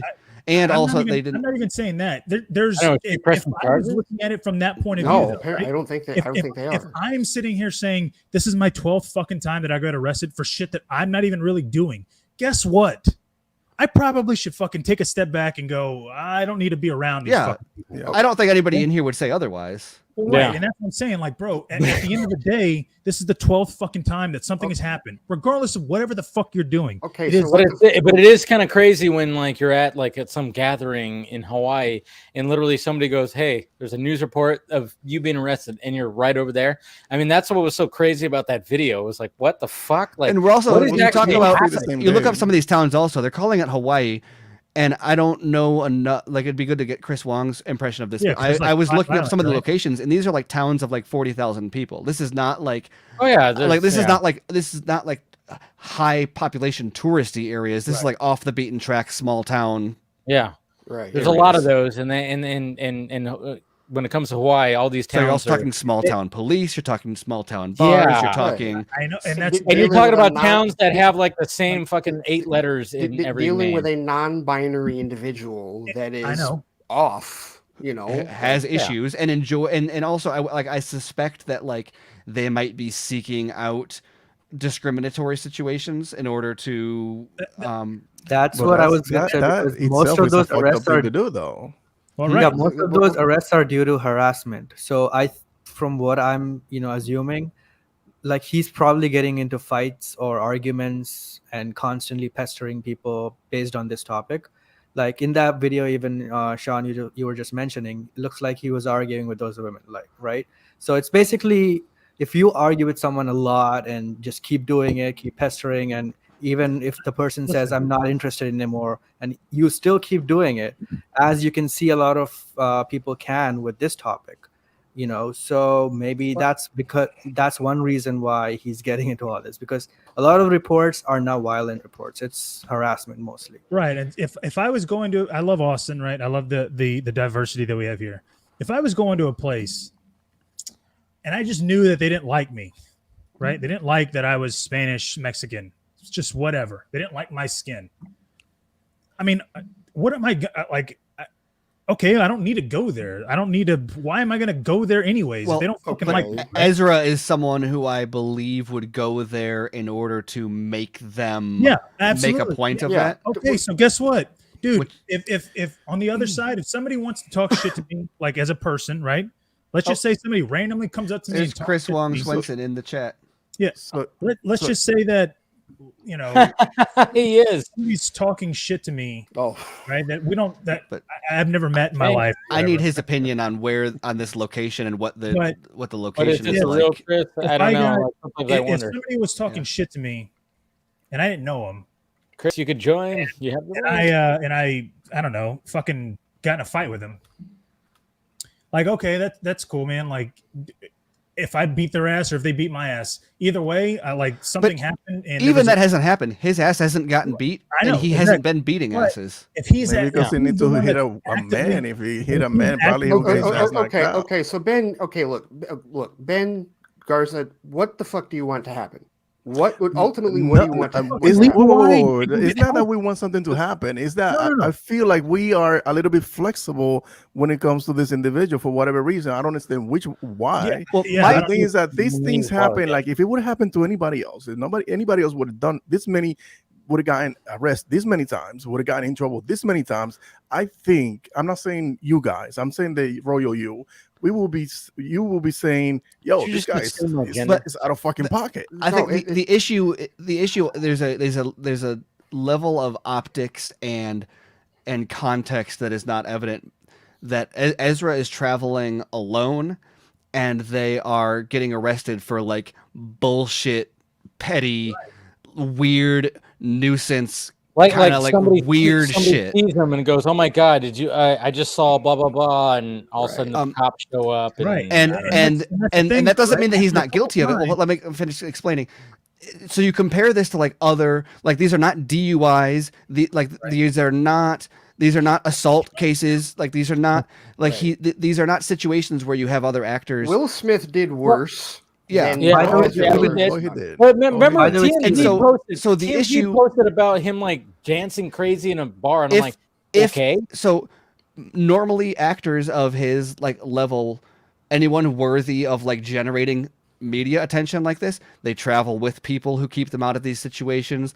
They travel with people who stop it, who their publicists are better at keeping it out of the news. Ezra is just like out there alone for whatever weird reason, getting into weird situations, and there's no one to run interference to stop these situations from escalating, to run interference with the cops, to get him out of there. When they say get out of here, he should have they should have a friend with them that says, dude, let's get out of here. Or when the cops show up to say, sorry, we'll take him home, we've got him. But they show up and they're like, who's with you? And they're like, no one. And like, you got to go to the station then. We got to book you. Exactly. And that's how you get 12 cases of after how many times? Petty bullshit. One of those is also like Ben Affleck was like more of a danger. Can I say something? Because I don't want nobody to get this idea that I'm anti-Ezra, because I'm not at all. I really want him to get the help that he needs. We are not also pro Ezra, just to clarify. I'm saying that I don't want I cannot take sides when I cannot look at him any different if it was somebody else doing it, because I will feel the exact same way no matter who it was. Yeah, well, that's the problem though, Ben, because it's not the same for every person. It just isn't.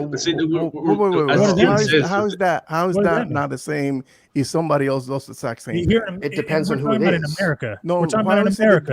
There are other people this happens to all the. I mean, if you've ever been to a small town and been to a bar, there's people that get called cops, same way, that take this them home is every not a night. personal thing against Ezra. And I don't think, but here's the what I'm saying is that like you keep saying like, what if somebody else did this? We would feel the same way. That's not. I'm saying that the words arrested 12 times can mean drastically different things, and they paint a certain picture. Right. Not that it's an inaccurate picture, but I don't think it suggests a level of problem that is a not more of a problem that this is, but a different type of problem. Look at Barry Keoghan the other day. Like, he was arrested, and the big headlines were, Joker, Marvel star is arrested. And basically all he did was he was drunk, and it was like 6 a.m. in the morning, and he was on the street. His own balcony. And we're also talking about different regions will book for different things. Like, it's possible there's places that will have, like, if the cops are called, someone has to be booked, right? Well, how many times did he get arrested in the last year alone just for the same? But it was in the same. It was in the same state. It was in Hawaii. One more situation was also that he was just obstructing, traffic. Like, he was just obstructing traffic. So that's one of the arrests. Well, what does that even mean? Yeah. Does that mean like jaywalking? Does that mean running around nude, stopping cars? Like there's such a. I have obstructed traffic before. But this little nuisance can turn into a big problem. What if the person would have gotten out of the car and they would have gotten into altercation? I'm not saying it's not a problem. I'm saying that there's a. I think the framing of this is so out of. The stupid fucking thing is that you know that that's wrong, right? You know that that's a fucking wrong thing to do, regardless. That what's right? a wrong thing to do? Obstruct justice of fucking obstruct street traffic. That's you with rational thinking, Garza. Like I know he doesn't have that right he there. Okay, but you're absolutely right. He doesn't have that, which means there's a problem going on. Okay, yeah. No one's saying we all agree there's a problem. We all agree there's a problem. We all agree he needs to stop. We all agree this needs to be addressed. Guys, we have like a certain expert that's going to be coming in from Hawaii, Mr. Chris. Yeah. Hey. Aloha. Aloha. Mahalo. So I need to know about this area that Ezra is in and how absurd it is for someone to get arrested there 12 times. Actually, well, I don't know how many times you've been arrested. I've never been arrested. Okay. There we go. But yeah, it's really rural over there. It's on the east side of the Big Island. It's called Hilo. Usually when I fly in like on the west side, and it takes me 4 hours to get over on that side. There's nothing more than 2 stories other than a hotel over there. That's on the bay side, but it's really rural. And I actually called up some of my friends over there, just like, hey, how's this whole Ezra Miller situation? And they're like, everybody gets arrested over here. Okay, so there you go. Like my friend got arrested. I was like, man, bro, it's just where the bar gets crazy, and whatever. They're pretty much like, whatever. That was what I was wondering. Like, right. So it's like, oh, okay. So we're kind of, he's like, whatever. There's some small town cops that love waving their badge around. They make trouble, all the other, they call them haoles. It's kind of racist. Haole is the term of someone not from locally, but they understand that term, like someone out of state, and they come in and like, all these haoles always make trouble and do stuff. So I was like, oh, okay. I thought the news were making out big. It's like, just because he's a star, Right. So nothing happens out here too much. That's what sucks. Like, I like what Andrew said on the chat. Look at Ezra once. You know what? I'm not even gonna say it. But go on. Wait. What did he say? This? I think Conor McGregor should probably. Okay. Yeah, there's another one. Oh. Look at Ezra. Oh, this right here. There you go. Ezra wants to wave their junk in traffic. Jesus Christ. It's a direct quote, right? But again, that also makes the point even bigger, right? With Chris saying that if they get arrested and they're causing trouble in general, and you don't have to be famous, that means you have to be extremely cautious. When one of my friends, he's like, I knew him because he was in a service, and like he does refrigeration service because I'm in the food service industry, and he's like 70 right now, and he still visits the Korean bars. Like the mama would just kick him out because his credit card declined, and he's like fully fucking drunk, and he runs into multiple speed limit, those traffic poles, and he just gets booked for the night, and he gets out the next morning. He's like, whatever. Right. That's what I was kind of wondering when it came to all this. It was like, all right, we've only heard about 2, and apparently there's 12. And I'm like, and then of course, like when we see like that video where literally the news report, it's on a TV, and Ezra's over. So let's be clear here. We thanks to Chris. Yes. This is the most context we have gotten, period. Exactly. About the situation. So yeah, I mean, I don't know firsthand. I don't live there. I've visited there to do business. And I know that area because it's really small. I mean, you're literally like the most drive you'll do is that 4 hours from Kailua Kona.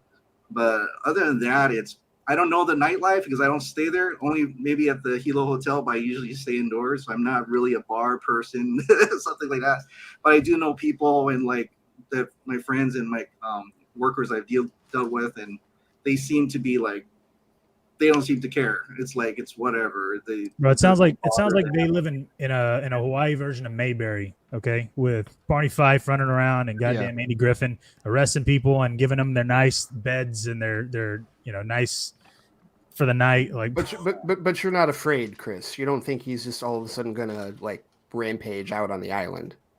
Oh no, I don't get that feeling from them at all. They don't seem to be. They're not like protesting, like get them out of here. You're saying like someone that knows high-low, hears someone's been arrested 12 times, is going to view that differently than someone who lives in California who hears they were arrested 12 times. Like that means something different to the people in that region than it would mean to someone who is used to a different form of law enforcement. So you're saying like getting arrested 12 times is like a normal thing to happen?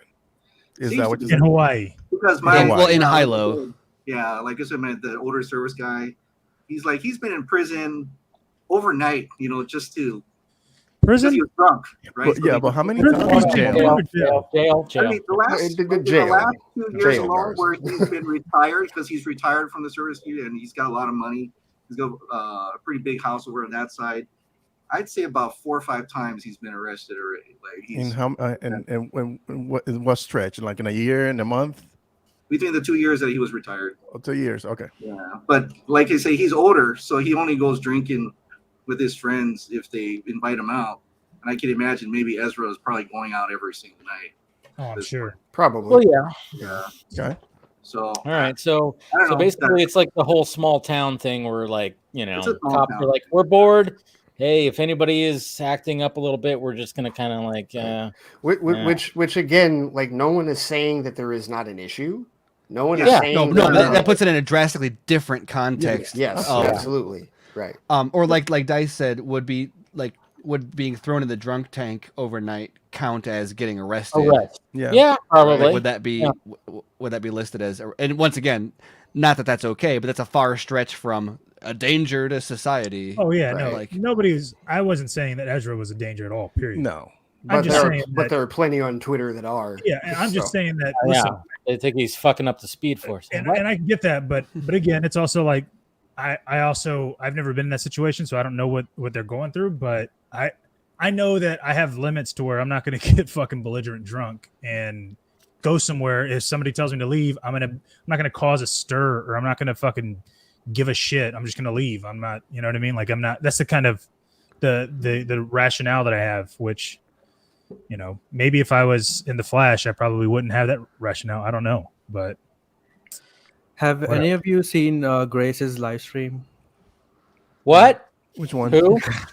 Wait, I thought, is she an enemy now, or is she good? I mean, I don't know. Like, I don't know where we're at right now. No, Casey, I have not seen it. So she basically said that Ezra had suffered a personal loss, and also said that he left everything, or they left everything from there, even movie and everything, and then just wanted to go out. So that's why probably he is alone in Hawaii. And she also said that people who know him or them have tried to reaching out to them and haven't been able to do that. So he's basically rejecting, going back. Yeah, I would not be surprised if like there's been people that have reached out to him to be like, hey man, or hey, hey you person, you no, yeah, person, yeah, no, but I think there's been people that have probably reached out to Ezra and been, hey, this is not good, and probably Warner Brothers Discovery now is gonna get to a point where. I mean, remember when Ben Affleck was? Remember that whole like with Sujihara and who else showed up? Emmerich, Sujihara and Emmerich. Emmerich, it was Sujihara, and from what I hear, I don't know if you guys heard the same thing, but that was not a pick me up meeting. That was a that was a reaming of his ass. Yes, that was like one of those things where it's like, hey, dude, like you need to fucking like. I mean, I remember that whole thing. There was like a big, huge like insurance that needed to be on Affleck because of his habits, and now I'm kind of wondering if like the similar thing's going to happen with this when it comes to Ezra. I don't know. It's all very interesting, and like I said, it's just like we know like certain things. Wow, that was intense. Oh, sorry, that was right. Yeah, that was so intense right there, man. God damn, the sound effects are good. Yeah, you missed your calling with sound effects. That was a vault door opening right there, bro. Seriously, like in a haunted mansion right there. Yeah. Do you guys think ASMR that with they Steven. can promote the Flash like without Ezra if things continue to go bad? Like they have Absolutely a big cast. not. Do you think that they can get away with like not having the lead Nope. in any of the press corps? Nope. No, See, they're not gonna, he's not I've gonna- had I don't people think- talk to me. I've had people say that, you know, like in questions for like, you know, shows and stuff like that. And even like in my mentions, like, oh, just recast. It's like, okay, just recast. No, I mean, maybe Warner Brothers Discovery goes, okay, well, when it comes to promoting the Flash, we got to He's hit not gonna be there. heavy. We got to hit heavy with the Batman stuff because we have Ben Affleck and we have Michael Keaton in this. Right. So we're gonna freaking market this thing, and I think that was always gonna be the angle. I've seen people bring up, like, to your point, Dave, the recast thing. People keep bringing up Eric Stoltz and Michael J. Fox in Back to the Future, and I'm like, this Not is the same thing. Not even remotely the same thing. I think that at this point, I think that personally think that the PR is entirely recoverable if they can cut the shit out and get help with enough time to then do a PR like reemergence. Yes. But don't you think that there's gonna be one asshole here and there asking him the wrong questions? Well, no, like, oh yeah, but I mean, it's gonna need to be a careful PR campaign. But I mean, Ezra has not done anything worse than like look at Robert Downey Jr. or anyone else. Obviously, that took time. Yeah. It's and based on what Chris is saying, there's so much context to this, and Ezra is like charming enough that they can do a proper PR campaign to like fix all of this and add context to what happened, and also get a little bit of glory on the like, oh, look at them recovering, and the movie is about mental health, and like lean into all that. But that needs to start, like, there needs to be a like, they need to go to rehab, they need to have time out of the media, and like the more this happens and the longer we wait until that happens, the less runway that PR campaign has, and like the more trouble the movie is in. I think there was no Fantastic Beasts stuff from him, right? Yeah, I mean, like there was no like he wasn't at the premiere either. No. Yeah, but I mean, there was no like But he major was- backlash over that. They weren't a major character or anything. They're just a side character. in Well, but that he was in the franchise. right. You're true. He was in the Casey. trailer, yeah. He's in the trailer, and And in the Flash, like they play like 3 versions of 3 different characters. That's gonna be different. He's not going anywhere. There's no way they cannot, they can do a marketing campaign without him. No, I mean, I think like again, they're gonna push the whole Keaton is back as Batman. Well, I mean, could that's they the big- I mean, I feel like even before they retitle it, I keep on giving away even before they recast, it'd probably be a less drastic thing would be to retitle it into like Batman Crisis, and that's stupid, but I mean something along those lines, and make it more about that. Maybe do some reshoots and beef up the Batman stuff and make Flash just like. How much confidence does this whole thing give the studio about this? I don't know how Discovery is going to treat it, but obviously WB is going to just panic and do all the wrong shit. Right. But I don't know how Discovery is going to. I mean, Ezra needs to stop. Get your shit together. You could say it. Yeah, and get their shit together and get help, and get help to the point where they are ready to do a full blown expose interview and tell people why things were going so bad and what they've done to fix it, and have a glow up right as the Flash is coming, and that could actually all help the movie even. But if you're a movie star and you're such a valuable asset to a company like Warner Brothers or Disney, do you think that they should be helping you as a star? Oh yeah, I mean they should totally have PR people like trying to. There should be like somebody with Ezra, like no, hey, they should be. There is definitely a degree of where the fuck are they in all this. There is definitely a degree of that. Grace also mentioned that like someone from work. Yeah, but didn't Casey say that they tried to help him and he refused? Yeah. Oh. Someone from family and someone from work. She said. Yeah. Okay. Yeah. I heard that too. But Chris, you were gonna say something too?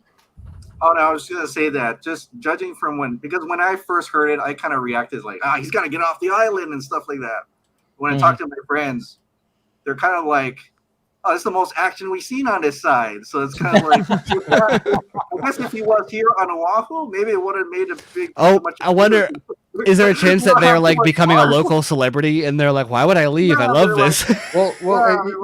Well, you know, funny enough, guys. Okay, the video that you were talking about, where like he's on, you know, his arrest is on, and then when you see him outdoors, he's having a peaceful conversation with like 3 women. Like, the guy who killed his family, his kids. The next day, he went to work and acted like nothing ever fucking happened. Okay, see, Ben, now you're going. Like what that got to do with anything? Because see, that's my biggest problem with how you're treating it, though, Ben. Is like you're ready for the Dateline episode. No, because on you're Ezra jumping Miller. over hoops who used to make excuses for this. I'm not jumping through things hoops. that are unexcusable. I'm not jumping through hoops. I'm just saying where Sure, there is a context where you don't need to act like he's going to turn into I'm an not saying episode of that he Dateline is. afterwards. I'm not saying he is. I mean, what if this were Ray Why- Fisher and he kept on getting arrested in like I don't feel fucking the exact same way. Georgia, It doesn't matter who it and it turns out that it was all like racially motivated shit. I would say Mississippi, not 12 Georgia. fucking but- times? Yeah, Mississippi would have been better, but How many times? Like if it's one time, like that happens in Georgia. Those motherfuckers are racist.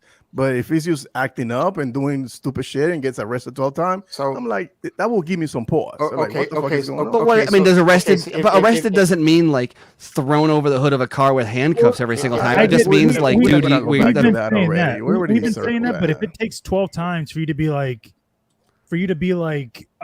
regardless if it's crazy shit, because I understand that if they're, I think if they're- the if it's definition of because arrested they- is like really key here. I think know, it just but- means but- the police had It's to a reason, intervene. not It a- But doesn't here's mean- the thing though, like, dude, at the same time, like, if that's how it's going to be, you know that after the first 5 fucking times, if they're going to be that sensitive, exactly. you probably shouldn't be fucking doing whatever the fuck it is you're doing. Garza, Oh, of course. Yes, but again, like there is a problem when you're trying to because But apparently, there's not a local stigma against it. Like they're not right throwing there's them out. They're not running them out of town on a rail. Right, and I keep hearing you and Ben say, "I know what I would do." It's not about what you would do because you're not Ezra. Ezra's not It's not you. about me. What- Everybody I'm just is saying the same. after That's 5 what or 6 times, that's what I've been saying. That's how I Yeah. feel. I never said that Yeah, they I should didn't tell do that. This I'm is not how I saying that feel. either. I'm just saying that when you look at a situation like this, right? If it's the first time and something happens, okay, you know what? Hey, dude, that shit happens. If it's the second time, oh, okay, all right. Well, you know, if it's your 12th fucking time, bro, it's like, whoa. That's still from your perspective. And No, from my dude, perspective, that's life, bro. What are you talking about?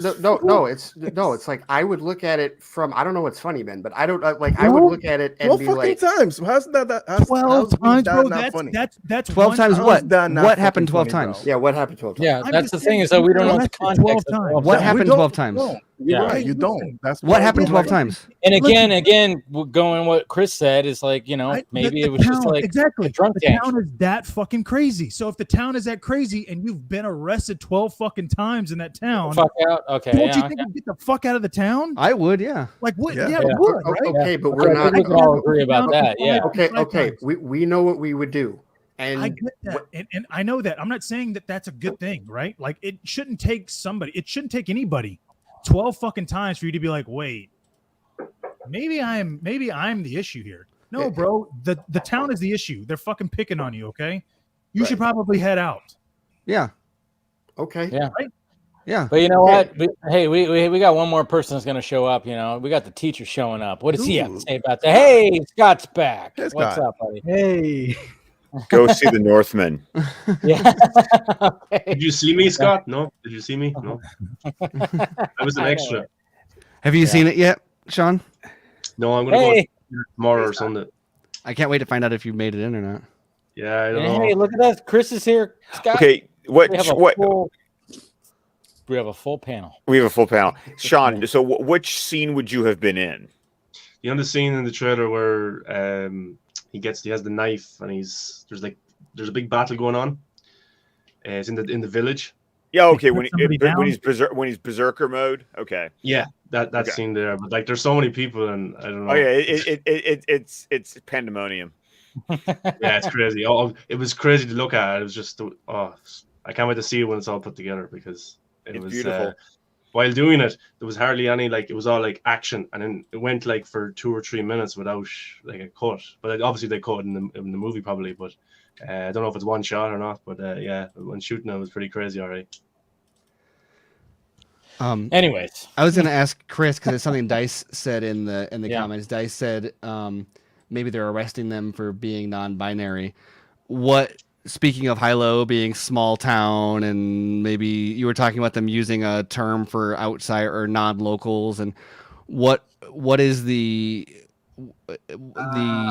temperature of like bigotry in the or acceptance of any non? Well, yeah, because there was that TMZ when they saw like pushing out, and everybody was like, "Oh, this bar is just a bunch of bigots," and I was like, "Well, Yeah, that I've seems heard like that a little too. drastic because that would be bad for business." But I don't know, I mean, small town. Here, like on Oahu, we're kind of like still new to this whole non-binary thing. I mean, I don't even like I slip up. I call him he. Sorry. I mean, I mean, yeah, we all do. We all do. It's stuff fine. like that. But Hilo is a much older town, so that could be the case where conservative. they slip up and they call him he and stuff. He may have got mad. That's something probably more new because there's a lot of older generation over on Hilo. Okay.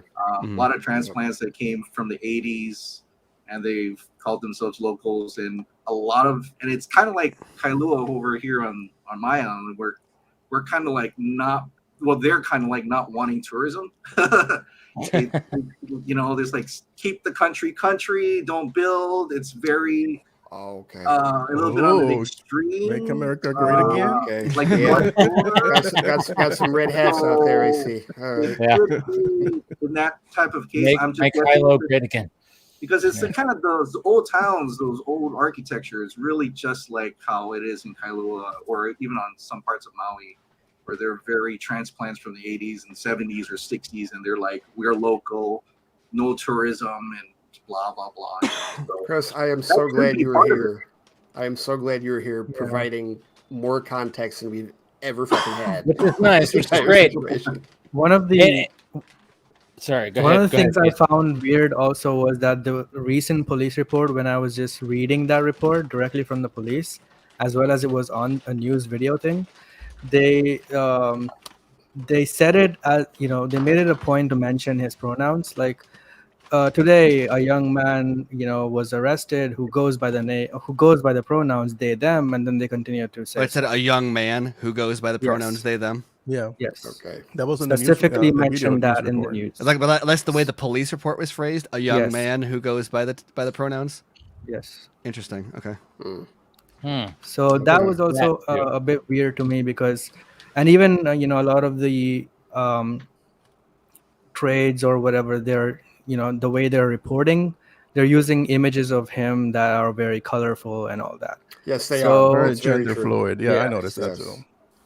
So Like there's the only ones using his, because he's had mugshots. I've seen at least 2 mugshots, but only from the Hawaii news. Everybody else, THR, Variety, Deadline, they're all using the gender fluid stuff. Yeah, but at the same time, it's only been the 2 again, and a lot of people aren't talking about the fact that like we said, the other ones, and it almost seems like it's just one of those things where it's like, oh yeah. But like going back to the TMZ article that said like, hey, Ezra Miller dancing wildly in a bar. It's like, oh my God, how? I mean, I've done that. Jesus Christ, what's the crime against that? And like Chris was saying, it's like maybe in these small towns and whatever. And then Carrie actually brought up a good question. Even right now, it's like, isn't he supposed to be showing up to a hearing for all this? What happened with the first arrest? There was the $500. That's it. yeah. Right. That happened. $500. The day of the second arrest that was reported. That was the more. I think that the hearing was that morning, wasn't it? It was really quick. Yeah, the arraignment. Right. I bet you those courthouses are like not that great. Like it's kind of like you're at a town courthouse. It's like no air conditioning, probably. Fans blaring. The contrast I'm getting Kinda between like the that. reporting the state of the place versus like Variety reporting Ezra Miller arrested versus the reality of him like getting picked up by these small town police, I think is painting 2 very different pictures of what It's this looks like. It's kind of like Lahaina, where there's there was an arrest, it's actually quite happened a lot because they get drunk or something. When you go to Lahaina and they take you there, and they take you through the Lahaina city, and it's really just a town with one theater, and there's a house here and a house here, and they take us. These are our jail cells. It was just 2 outhouses, and it's like 2 little outhouses. Like those are jail because they just literally stay in there overnight, and then we get them out the next morning. And there's only 1 cop or 2 that patrols that area, so it's. And I'm sure they love that authority. Yeah. Oh yeah. I want to say Hilo is touristy towards the bay, towards but there are a lot of old towns. But that's why I didn't like. I mean, I forgot which state, but I know this state over in Kailua, they like banned professional photography on the beaches. Wow. And meaning you cannot have weddings on the beaches anymore because the locals didn't like that. It's kind of these kind of stuff where like as part of customer service and a lot of other friends who are in the tourist industry, they're like, well, how can these wedding companies do business? Because they want the pictures on the sand near the water, but now you can't have professional photography out there. Buses can't go to Kailua anymore, and it's like it's weird. It's like they're getting into the city and county and everything. I feel like Jason's got to go out there and get him. It's Jason Momoa. Yeah, because he was spending time out there, and I was like Jason. I'm like, who are you talking about? Oh, I no, because I wasn't. Because he was out there. Jason Momoa was out there with. I don't know where if it was even a similar region, but he was in a small area protesting the something being built. I remember. You're right. I don't remember what that was either, but I know you're talking about. And it makes me wonder too, is like how many of those people close to when obviously, I mean, Jason Momoa has talked about it like, oh, that's my little brother. He referred to Ezra like that. I'm like, has Jason reached out? I'm assuming yes, after reading some of this stuff. Well, and maybe Ezra is in Hawaii, maybe Ezra, yeah. And maybe Ezra was like, hey, like, dude, like it's not as serious as this is making it, or this, he's explaining. Possibly. I don't know. It's all very much up in the air when it comes to this stuff. And I mean, and to like, again, when I saw that video where like, again, the arrest report was on the TV and Ezra was over here, it just made me go, all right, what the fuck is actually happening right now? Because he's right there and he was arrested, but then it didn't last. And I don't know. There's just so many different things, and it's just it's all crazy. Well, I think it ultimately, like I stand by like the one thing that I can definitively say in terms of my opinion on the situation is that, in my personal opinion, he should leave the island.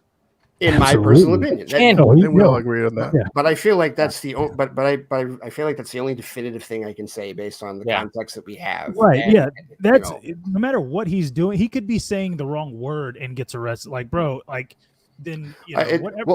He could be doing just something so minuscule that it's like, bro, he got arrested for that. That's ridiculous. Right? Where you'd be like, dude, what are you doing going back there? And so like you get on social media and you see all these people calling him a monster and a danger and all this because there's no excuse for hitting a woman and all that. And I'm not saying there are excuses for throwing chairs or causing a scene or anything like that, but there's just so much hyperbole being thrown out there as a result of how it's being reported by everybody other than what the locals in the area are saying and like how they are treating it. And then you see the 10 to 12 arrests and you see the fact that he's there, the video where he's there, and it's like, okay, clearly there's a disconnect here with like how serious the area is even treating it as opposed to how serious everybody else is treating it. But one way or the other, it's weird because I said it's like we know so little about the situation that like I don't know if it's all on him or if he's being put in or other people are like if he's in bad positions where other people are taking advantage of him. And it honestly sounds like it could be both. Honestly, probably sounds Chris, like it's in the middle. Chris trying to get his catch his big break. I mean, it sounds pretty crazy. Like just to hear like certain situations like. Okay, the chair flew. Maybe it hit a girl, but she didn't press charges. Right. But the other one where she they broke into a room. Yeah, that sounds pretty crazy to me. Well, no, and said, "I'm gonna bury you in your slut life." like I said, dude, that had to be like, dude, what are you talking? Like, it's not like he could have just blatantly said that. Like, there had to be some other context to that. Like, like that's not what you just say to like, hey, dude, I'm gonna bury you and your whore wife. Like, bro, you call her a whore for a reason. The guy was pretty shady online, I think, on his Reddit. Yeah. What did they Sounds do? like a line out of fucking Anchorman. Right, and that's the couple that like they filed the motion to dismiss it with prejudice.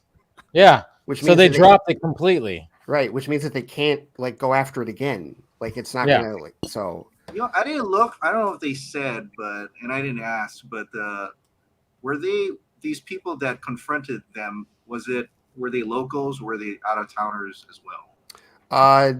They leave that out. They don't tell us that, which means I'm assuming they're local. Because if they weren't local, they'd be saying it.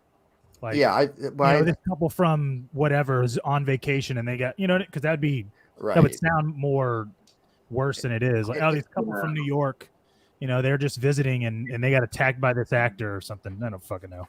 Yeah. Scotty, what do you think? Honestly, I have no opinion because I haven't really been following arrested. Following it, yeah. I mean, frankly, because he's from Greenbow, Alabama. Sorry. Shut up. How racist is Alabama though compared to Mississippi? Would you say? All I say is that our state motto is "Thank God for Mississippi." Okay.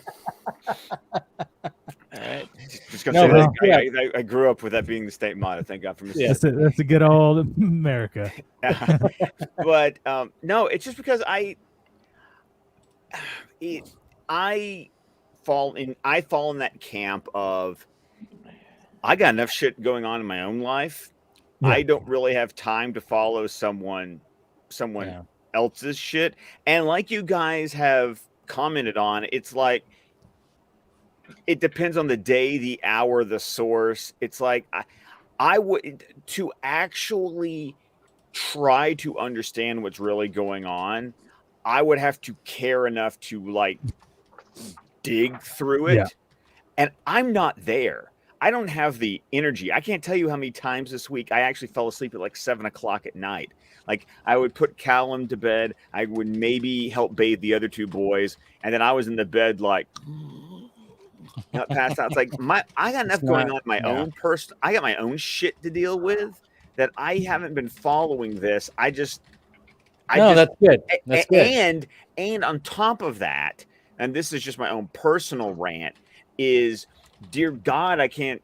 It's like, can the timeline just shut up with everyone? Opinions are like assholes. Everyone's got one. Yeah. And I'm just tired of it. Mm-hmm. So I have intentionally just been like, I don't give a shit. It out. Yeah, I just tune it out. I don't give a shit. Let me ask you this, Scott. Okay. Like no bullshit. I need your honest opinion. Okay. When do I not give my honest opinion, Garza? I know, right? Oh, he's questioning you. Ooh. He's putting doubts. How fucking ridiculous is that goddamn bandana? Okay, on his fucking head, okay? I didn't get a chance to ask you that when you were here. I sent a super chat making a Rick Rubin reference, and Dave ignored it. That's fine. I particularly before I had to jump off to go see the movie, I particularly enjoyed the Duck Dynasty reference. That was solid. Okay. The Duck Dynasty references were good too. Yeah, because that is a side. You got a side look going, don't you? Yeah, it was not intentional, but I see it. If he was in LA and he walked by some Bloods, his ass is getting jumped. That's all I'm saying.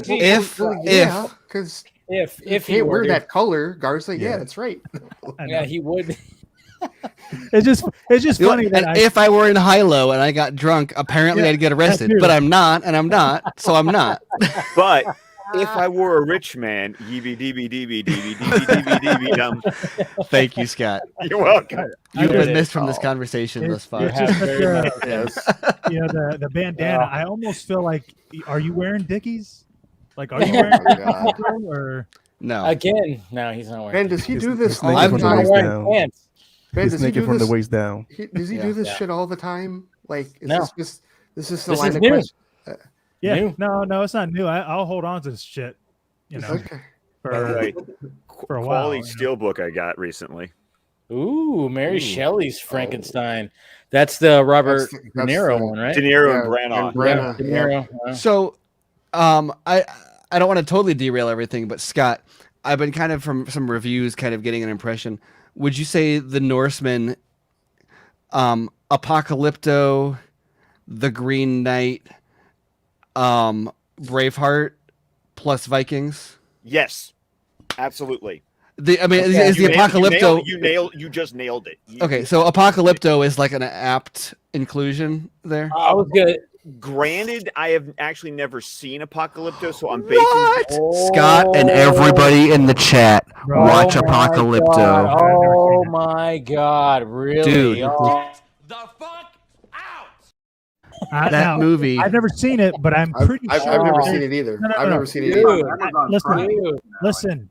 That is one of those movies again where you go, I watched it once. How the fuck does that exist? Listen, I know. I haven't watched it. All I know is that I'm pretty sure there's a scene in there where there's a head falling down. Is it? Am I correct in that? A head falling down? Yeah. Falling down. Oh, there's a whole bunch of heads roll down a hill. Well, it's on Amazon Prime. Yeah. Okay. Yes. Oh, it is? Yes. I gotta watch that tonight. Fuck. I was gonna watch Shadow again. I'll watch. Tonight, bro. It's already 2:00. What the fuck are you talking about? Steven, watch Severance. It's on Prime. Steven doesn't sleep, Garza. What are you talking about? Yeah. Well, you know who does sleep? You? This fucking guy. Yeah. Okay. So, hey, Chris, I'm so glad you stopped on, man. I was gonna be here for like 20 minutes. I was just thinking, like, today or yesterday, I was like, I have not, like, spoken to Chris Wong Swenson. And congratulations on your anniversary. I know that we're probably interrupting. Yes. Just came back from the steak dinner. So Nice. Did Ezra throw a chair at anyone while you were at? I saw Godzilla in the back. You were having a steak dinner, and he kicked in the door and said, "I'm going to bury you and your slut wife," and threw a chair. When Casey right? chair. Casey, you did which one? You did the chair or the Godzilla? Yeah. I forgot. I did the chair, and then Alex did the Godzilla. Alex did Godzilla. Dude, I was showed dying. That was awesome. My son was like, "Wow, I really thought Godzilla was coming out." Right. Wait, Chris. Yeah. Since you're here, what kind of steak did you order? Are you rare, medium rare? What? Medium ribeye. You're a medium guy. Medium? Have we gone around the horn before to all say how we do our steak? Almost. Yeah, we did. We did a couple of vodka streams ago. I feel like we did. We talked about food a lot. I remember we did it in a group chat on my birthday. Yeah, true. But Chris never responded, and he's never been on here where we talked about the steak. So that's the first time. Well, he's a medium guy. He's a medium. On Twitter too much. Yeah. So The fact that you're a medium guy, Chris. medium. Okay. I don't give a fuck about your steak anymore. You know what I mean? Oh my God. But Garza, you're a medium. What are you? I'm fucking rare, bro. I need everybody else at the table to be uncomfortable with how rare my steak is. Wow. Dude, I need Right? when I cut, I need a. It goes. I feel like a warrior every time Oh I my eat steak. God. What I do is I actually, when I'm done with it, I take the blood and I literally go like put it on there and I just fucking. Yeah, you just like you make like fucking war. Yeah, yeah. I need it to be rare enough that I offer everyone else a bite and they say no, thank you. Yeah. Okay, but now, Sean, we gotta get you. What is your? Yeah, I like to taste the blood. So there we Oh go. my God. So medium rare or rare? Rare. Rare? Who, me? Yeah. Oh yeah. Well, which one's where you can see the blood? That's medium, is it? Well, it's Rare. Medium's dry as fuck. I'm just kidding. No, medium depends. I just made it raw. I'm joking. He's all, I just grab it out of the fucking, Here's a good barometer. Cypher's steak in the Matrix. Overdone or underdone? Oh, dude, my God. perfect. Yeah. God damn it. Trick question. It's not real. No, Yeah, exactly. It's not done. I just need I need to feel like a warrior. You know what I mean? Like we have our 10,000-year-old brains. Okay, no, Garza. I have a 21st century brain that says "fuck E. coli." medium well. Okay? Jesus. On steak. Wait a minute. Let's hear Ben's. Ben. I don't think we've gotten No, your. medium. You're Thank medium you. also. Yeah. Thank you. Yeah. Listen, No, well, it depends. It depends because Because the of thing the is age, that, right? There's a certain age. if where you it's have to- yeah, because like Ruth Yeah, Chris, no, you they gotta have this watch that once you pass 40. Yeah, you gotta. No, it's not because of that. Easy, it's because easy. It depends where I eat it. Like Ruth Chris, their steak are really thick, so I ask for medium well, so that way it's like the first layer is thoroughly cooked. Right. But when I go to another restaurant, then I do rare. But what about when you cook? Okay. When you When I cook your cook, own I cook steak? it rare. Yeah. You cook it really? Yeah. Wow. What's great about getting it especially It's rare like is 3 that at minutes the on one end st- 3 you minutes use a on little each bit of side, that's bread it. to wipe up whatever's left on the plate of the blood. Fuck yeah. And then No, eat that. I do. God. I do a sauce with mushrooms with the blood. That's good for on the steak, but then when it's all done, you got to wipe up the blood and sauce too if you need to with the bread, and then eat that in the bread. Yeah. Yeah. Wow. I'm a warrior, but I'm not that. I'm not that like fucking. Okay, I'm gonna tell this story then. My auntie's wedding some years ago, like it was one of those weddings where like the steak was like pre-ordered, right? So it's like brought out to the table and like all our the whole table, like it was just pink. And our entire table sent that shit back and was like, cook this longer. What? Oh Man. Oh yeah. Like I said, Oh, yeah. so clearly that was that's how I like mine done. Actually, I like mine a little bit purple, but since Dave liked this so much last time. Oh yeah, love the ambiance. Anyways, go ahead. Oh yeah, purple. Yeah, a little bit. I mean, not too much. It's gotta so long as the outside is done, though. It's Well, I mean, I think we could all agree with that. I mean, or some of us could agree. I mean, if with it's that. fresh, you can eat it. You can eat it raw. It's only a problem if it's been bit. sitting around for too long. Like if it's not a nice. But if you they know look that's like not they real do, blood. That's hemoglobin falling off the. No, meat. Ben, that's true. You're right. It's not real blood. That is very true. Yes, but it's still just fucking freaky. I can't do that. It's not actually blood. Yeah. If they look like they do in Napoleon Dynamite, it's fucking gross. Okay, Yeah, like I don't know if you guys remember that, but that's what I envision what medium's like. Well, Just- fun fact. What was fun fact about that is like the dude who played Uncle Rico. He's a vegetarian, so every time that he put the steak in his mouth, he spit it out. Oh man, can we get some Uncle Rico drops up in here? I know, right? Yeah, I could throw it over the mountain. Jesus Christ! I You know anything about time travel? Yeah. I just love that shit. Like back in my day. Yeah, back in my day, but it's just kind of funny. Man, things would be different. I'd be in a hot tub. Would you ever just I've wish not you could seen that go movie back- in so long. Go back to school or If go Coach- back. To I went into that movie 100% blind. I had no idea what it was, and was like the first 30 minutes was like, what is this supposed to be? And then eventually you gave in and you're like, oh okay. But Can you like, imagine making a movie like that now? Like just a fucking. I wouldn't work. I think it would still work. I think it'd work. No. I'm not saying it so? couldn't Yeah. work. I'm just saying like making that Yeah. small budget film and if it was set in the MCU, maybe make it like What movie were we talking about, by the way? huh? And Napoleon Dynamite. Yeah, Napoleon Dynamite. Never seen it. Never. Oh, wow. Put that on your list. Put that on your list. I don't know because it's one of those movies that it came out. What year was that again? No, Was that you probably won't like it. 2004. I remember because I was in high school. 2004. Yeah, I was wrapping up college, and I remember it was one of those movies that like people were talking about it, and the way people talked about it, I just kind of went, nah. It was one of those. It was one of those like if it was 5 years later, it would have been like the biggest meme movie ever. Yep. Yeah. But like it was just a little bit too early to be like really like it was big with memes, but like social social media wasn't big enough at the time for like the meme format to blow up. It was all like my friends texting each other and stuff. If that movie had come out like at I peak actually think social Scott media would time, actually like it, to be honest. Well, and also it's a period piece technically too, so it doesn't. It's not like it looks like it's aged. It And looks Scott, it takes place in a school a lot. yeah. Right, because I love watching things that take place in my place of work.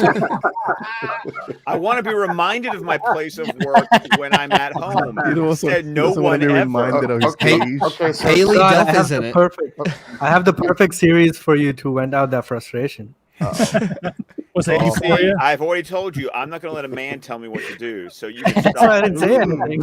I didn't say anything. I've watched the first episode. Okay, I'm going to get there. I have to be awake. I mean, Casey. Severance. Everyone can watch Severance anytime they want to. Everyone needs to watch Shadow right away, though. That's what needs to happen. Shadow. Yeah. What streaming? I haven't service? watched that. It's on Tubi and it's on Pluto, both for free. Oh my God, they're both free. Yeah, Yeah. that's okay. If you like it's the same guy that did Oh, yeah, I Hero watched that and the other day. Fearless. Yeah. Yeah, I And watched it's that like the if other you day.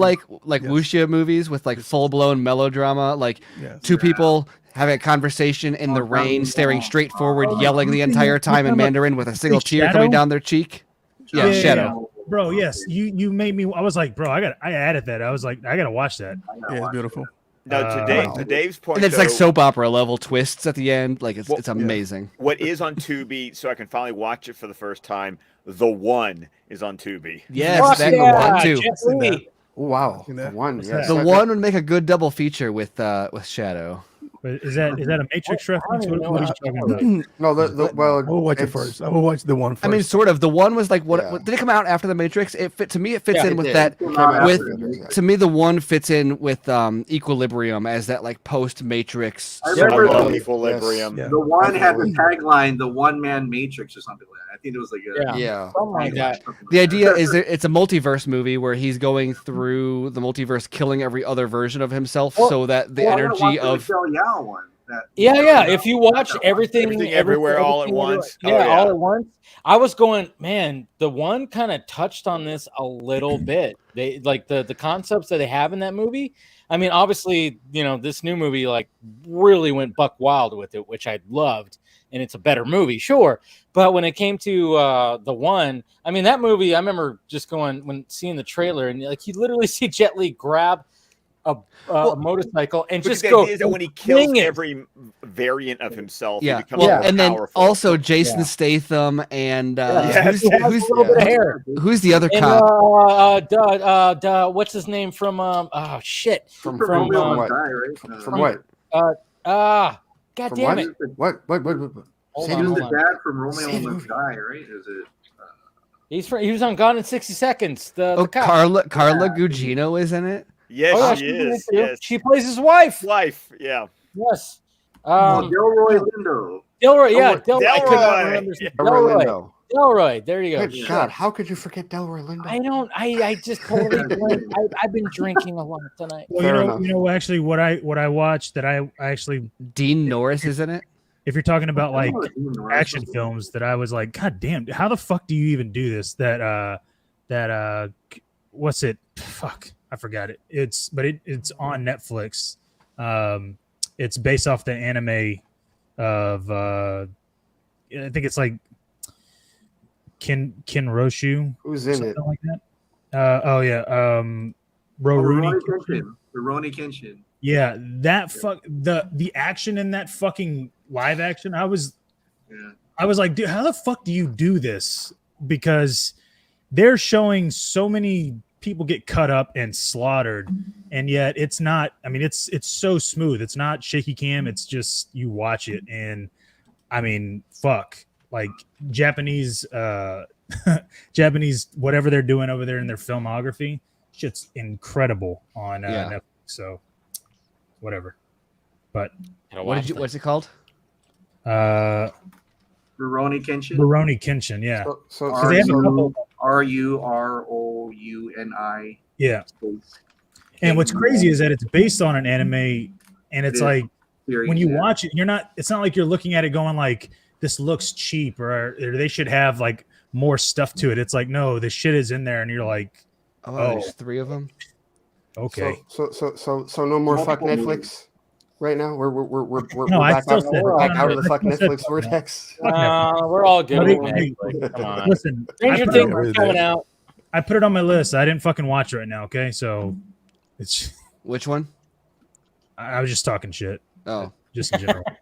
But the one that if you wanted to watch it chronologically, there's a first one that's like the beginning, and I listen. If you've ever wanted to see somebody hands tied behind its fucking back, okay, surrounded by 20 fucking guys.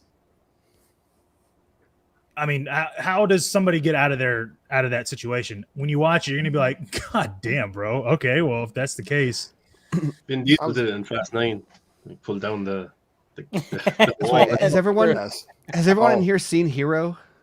Yes. No. Oh my god. You know what scene I think about? Is that the one with Jet Li? Probably once Yeah. every day, if not like 3 times a week. Like I On literally the lake? comes to my mind. On the lake?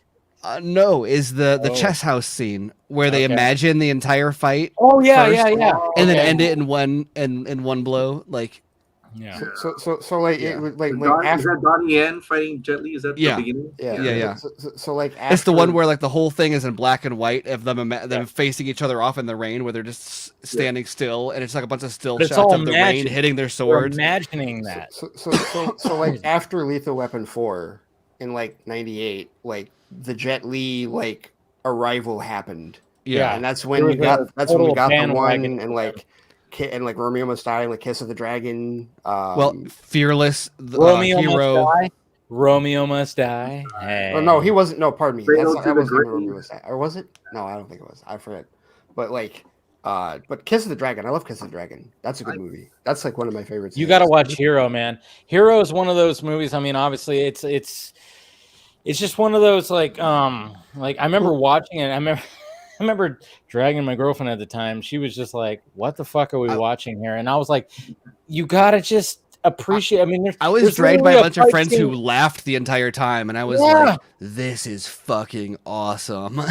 There's literally, I mean, part with the whole imagining thing and everything like that. There's literally like. Well, the color theory they use. There's a fight scene that they have like on a lake, and they're like, there's a camera angle where you're like looking from the water, and they're just like, this is back in 2004. Or too, when by they're the way. they're wearing the red dresses in the orange forest, and then she kills her, and then all the trees turn to red, and the leaves are falling. I mean, like that movie makes me want. Movie. I want Zack Fucking Snyder hell. to do like basically an Americanized wushu Version of that? movie, or like wuxia movie. You know what movie is underrated? Ninja Assassin. That's what Mulan. Yeah. That movie. I love that movie. Yeah. Ninja Is that one, Assassin's good. who's in that? Is that one of his, or is that? No, that's the Wachowskis produced it, I think, but it was directed by McTiernan. Not McTiernan. What?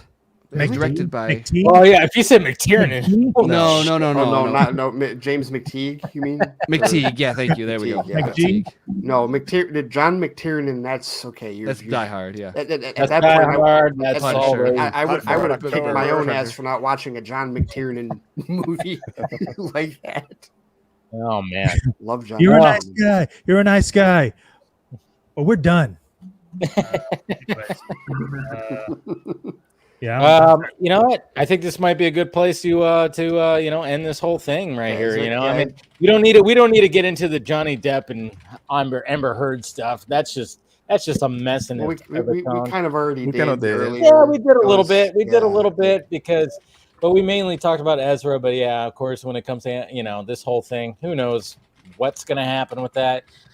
Don't choose a side when it comes to that. That's for sure. There is one question I did want to ask with respect to that, and that is like, because this is the thing that we keep seeing with all the hyperbole on Twitter. Like, what is like the danger level? Like, what would it have to get to for it to severely like threaten the movie itself?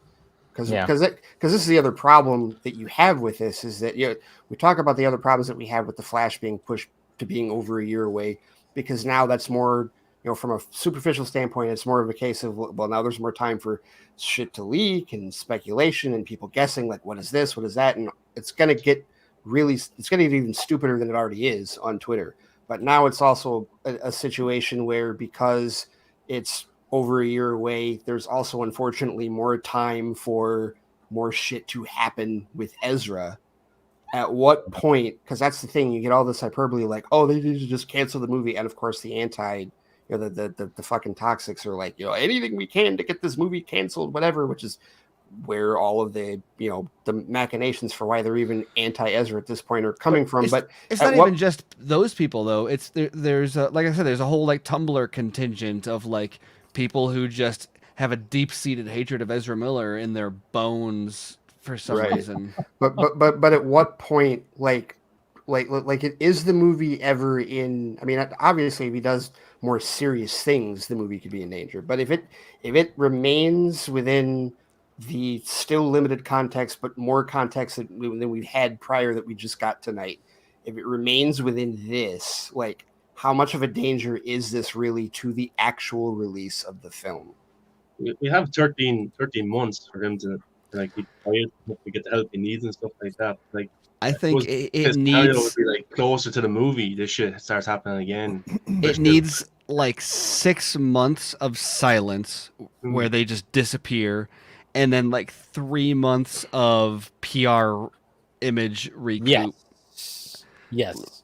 Prior to the movie coming out, and things I think will be mostly fine. If not, like I hate to say it, so like this is this is from like a pragmatic, like thinking as like a PR or image thing, not as a like this is totally normal way to talk about people, but like it to the point where like it could actually benefit the movie if they incorporate it almost into the marketing PR in a way, like 3 months or so before release. Well, sorry, go ahead. Well, no, I was just to add to that, Stephen, like, because the other reason I asked this is because, like I was saying before, when it comes to comparing this to the Johnny Depp Amber Heard situation, the general audience knows so much more about that situation, or at least that's more visible to them. They still largely have no idea what is even happening with Ezra Miller. So, is that even something that you need? Do they really need to address it? Yeah, well, because it is out there and it is a narrative that will happen. So if they don't get in front of it, they will be behind it. Okay. And so if they don't get in front of it before the movie comes out, it will dominate other headlines otherwise. So if they don't get out there and establish a narrative of Ezra was in trouble and here's what they did and here's how they're better and here's how this is good for the movie and whatever, then what will happen is here's the problematic history, and you're already getting that now. I think BuzzFeed just did one about here's the problematic history of Ezra Miller prior to his recent arrests. And that's just, I don't think people are paying that's on anyone's radar just yet. But when the profile of the movie is on the horizon, those things will pop a lot more. And the story will become that Flash movie coming out with the guy that got arrested a bunch of times instead of look at like Ben Affleck and The Way Back. Obviously, that's a way smaller movie, but look at how much that movie and that story helped with his reputation as an alcoholic. Was there much of a backlash to Jeremy Renner and Hawkeye getting his own show? Never. No, nobody gives a shit about any of the horrendous stuff Jeremy Renner has done. Exactly. Nobody especially his music. Nobody cares about how heinous his music or other behavior is. Dude was caught doing blow, trying to like avoid his daughter or something like that, right? Oh my goodness! I know. He got his own show. So speaking of problematic people, Chris D'Elia's review of Jeremy Renner's first single is one of the funniest things I've ever seen on YouTube. So if you want to watch something about two shitty people, check that out. Reviewing each other. You know what?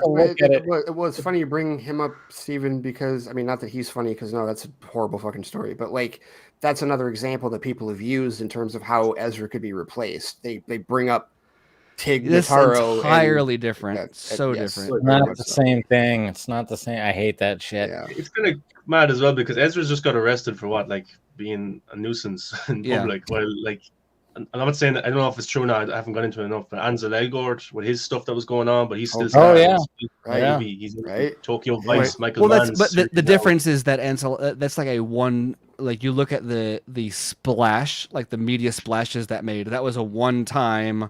Like, oh, it turns out he texts young girls. Whereas Ezra, it's like, sure, they're being a shithead at bars, but we're at like several weeks of a weekly. Ezra Miller was thrown out of a bar. Ezra Miller threw a chair. Ezra Miller said, "I'll bury you and your slut wife." Ezra Miller said, like even though those are all just like, dude, you're fucking up. Like, it adds up in a way that's like bigger than Will Smith, who we saw slap somebody in front of the national TV audience. Like, yet Will Smith was a 1 second thing.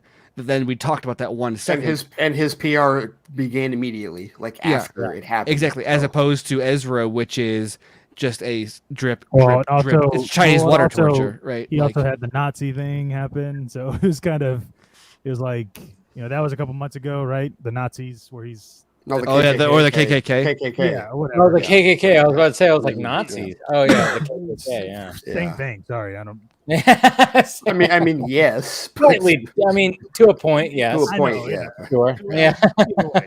They're not good people. They're But not good still, like that was a weird thing too, like just to fucking randomly do. So I don't. Whatever. I mean, he's a character. He's a character. Or they I mean, are a character. Ezra They Miller. are- That fuck. They are a character. Ezra Miller is a character, and I'm curious to see where this whole thing goes because, from what I know and from what I've heard, I mean, it's just the fact that The Flash has been through production hell.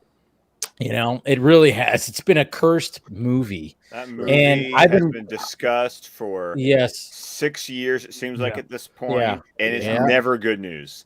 Never good news. How many directors, how many writers? But Ezra has been there since the very beginning, and I know that Ezra wants this to be something special and to put it out there. That's why it's like, and then of course we've talked to the people that are involved, the VFX, the Herodas, the Heroda and DJ and stuff. The fact that they got brought back into the superhero genre for this movie, they were done with it after what happened with Justice League, but then they got brought back to this. There's something about this script and Muschietti and stuff. That's why it sucks when you hear about all this, and it's, it just really, I just want to see this damn movie. I want to enjoy this movie. It sounds like this movie is going to be pretty damn crazy, something special, but it's just been plagued so much, And when it comes to Aquaman 2, I mean, I'm actually wondering how much Amber Heard's actually in it. I'm kind of curious to see, like, maybe they were like, hey, yeah, you're in it for a little bit, but not as much. Yeah, and when it comes to the PR with that, it's like, when it comes to like with the marketing of that, it's like, I don't think they're gonna have Jason Momoa and Amber Heard together. I have this weird, and again, not to discount any of what's going on with like the optics of Ezra's situation necessarily, whatever it is, but I almost feel like from a general audience perspective, Aquaman 2 has a big, like I've seen this tweet where people like talk about like Warner Brothers PR is free. Like somebody was talking about like the fact that Jason Momoa followed Amber Heard's Instagram yesterday, and they're like, Warner Brothers. Johnny Depp. It was Johnny Depp. Or Johnny Depp. Pardon me. Yeah, like he followed Johnny Depp's. It's like, I know Warner Brothers PR is freaking out. And I was like, not unless they care that that Aquaman follows Johnny Depp, like whoever he follows on Instagram. But from a general audience standpoint, I think that is actually a bigger concern at this point. Like, her being in that movie, at least from the standpoint of how visible this trial is, how visible this whole proceedings is at this point. And also, as per usual, everyone that has an opinion on it is bringing pre-existing baggage into that opinion. But also, the thing that I think people need to really keep in mind with this trial specifically is that this is not about either of them really and their history. This is a defamation trial about whether or not her Washington Post article defamed him, basically, which there's a whole lot going into that. And so you could say, from all the information being revealed, that like one of them is a worse person than the other, and there's a lot of stuff, a lot of mudslinging going on. But the trial itself is solely about whether or not the act of her writing that article tarnished his name in a way that is beyond what would have been, in a way that damaged him and his career financially or otherwise, in a way that wouldn't have happened if she hadn't written it, and that none of the things she said in it are true.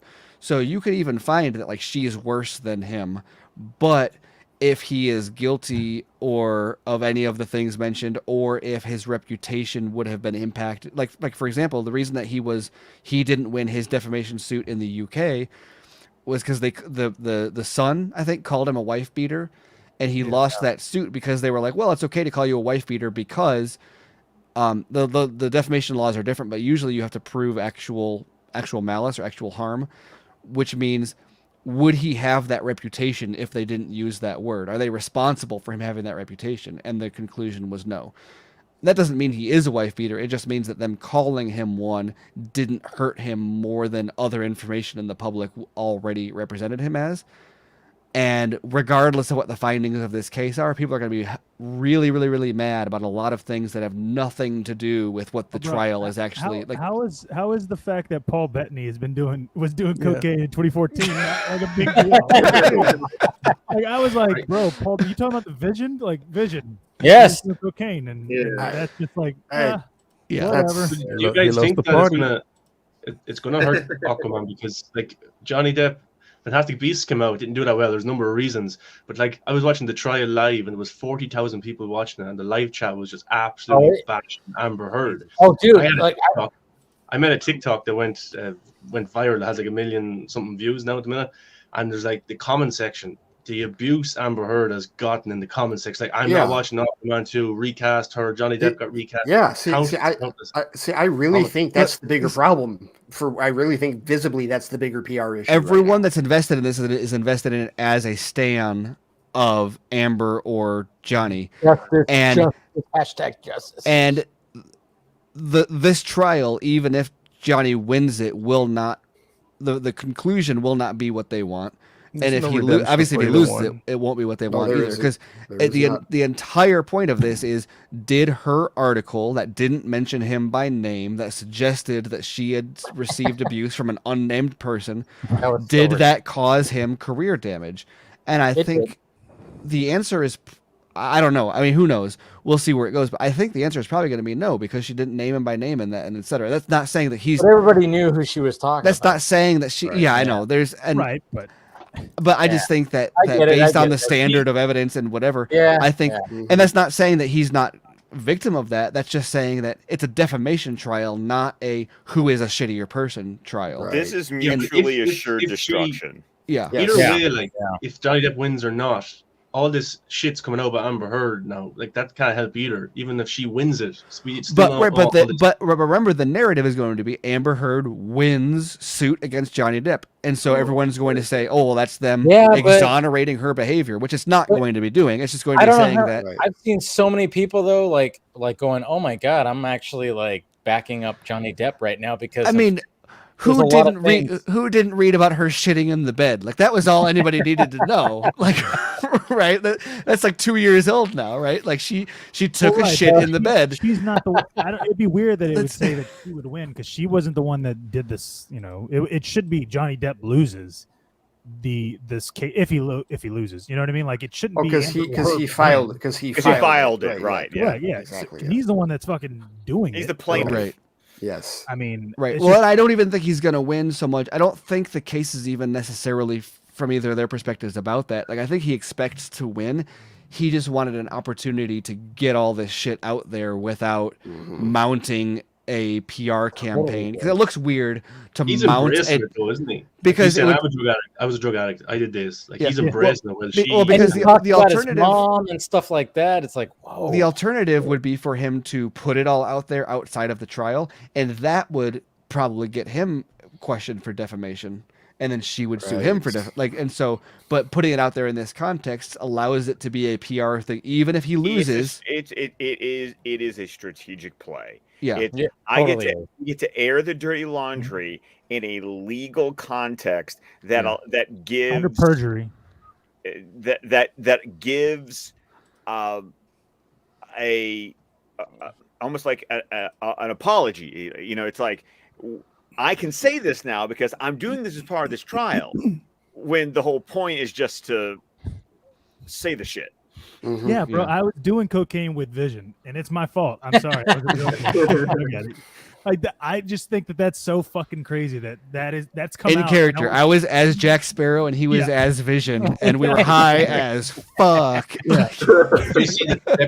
and Brad Pitt showed up as Tyler Durden. It was crazy. Dude, No. Brad Pitt high is gonna be the Pikey from. From Snatch. Yeah, from Snatch. You look like a boxer. Hey, look at the size of this boy.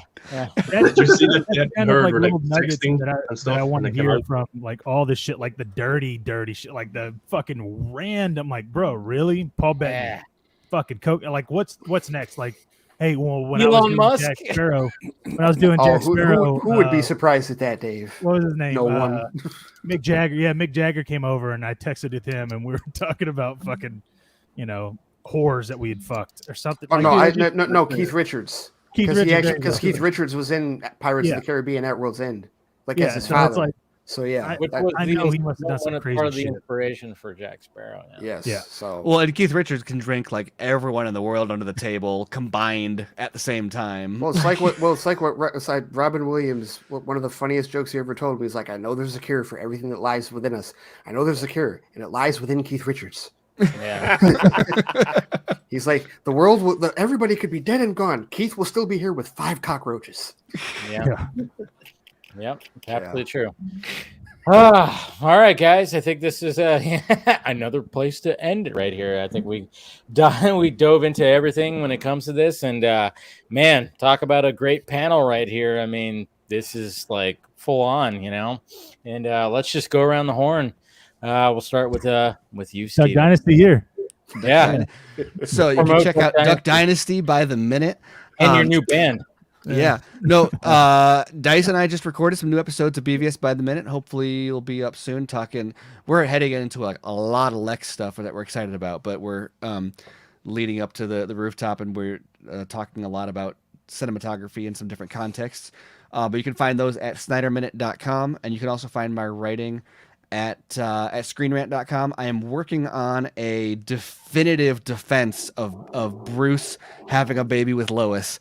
Will hopefully be out soon. We're It's back. been a big thing recently, so we're going to settle that once viral. and for all. I'll be back. I talked about it too, but he's gonna break it down. A lot better than I did. So hopefully this weekend or after the weekend, look for that to we'll see if anybody. I mean, the internet's been arguing about that for a minute, so let's see if we can put an end. It's not going to end anything.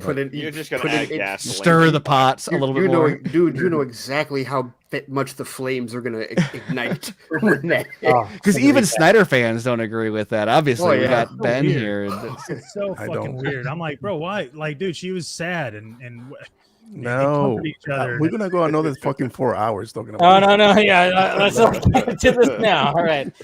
I am curious what everyone in the panel thinks about the. No. No. All right. Go ahead, Garza. Yeah, you can whatever down there. I'm barely I don't know what I'm doing. I'm so lost in my book, man. I don't know what I'm doing anymore. So, but I should be done. Applesauce, bitch. Yeah, I should be done in about. I give myself like maybe a month. So that's where you've been. You've been writing this book. Yeah, bro. I've been knee deep. I just wrote my longest chapter today. It's 5,000 words. Because I will be honest, I see all the muck every day on Twitter. I'm like, where the fuck is Garza? All the shit happening, and I don't see him at all. No, he's been quiet. I've been quiet as fuck, and I'm 120,000 words in, halfway through this book, and I'm like, that's why I was saying, like, I wanted to get your guys' opinion about Star Wars. By the way, Chris, yes or no? Is Zach gonna have a lightsaber, something like that, or no? What? A lightsaber In Rebel Moon. Rebel Moon? A lightsaber? No, something like that. Just something that represents something cool. I bet there's gonna be some kind of sword, maybe like the dark saber. What is that thing that they use in Mandalorian? Dark saber. Similar to that, yeah. Maybe something like that, but I don't know if it's gonna be that on the nose with the I don't know. Could. That'd be cool. Yeah. No, he'll reinvent it.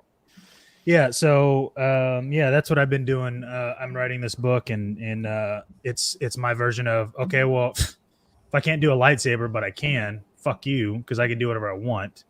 then I'm gonna do it. So whatever. you That'll go. be it's an endeavor. Anyways.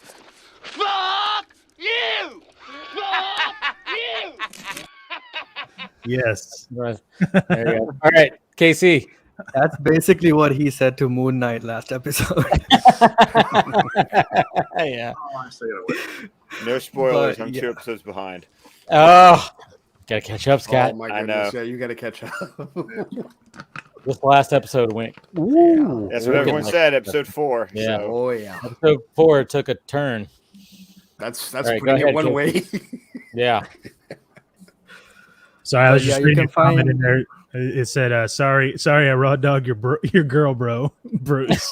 God damn, dude. Anyway, sorry. Fucking Casey. Jose. Yeah. Ugh. Anyways, go ahead. Casey, go ahead. You can find me at Krypton Caged on all social media.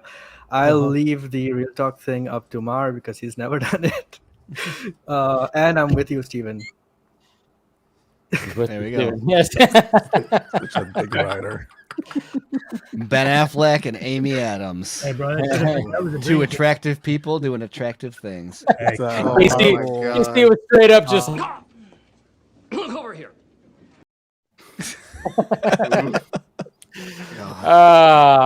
And then of course we got. Go ahead, Ben.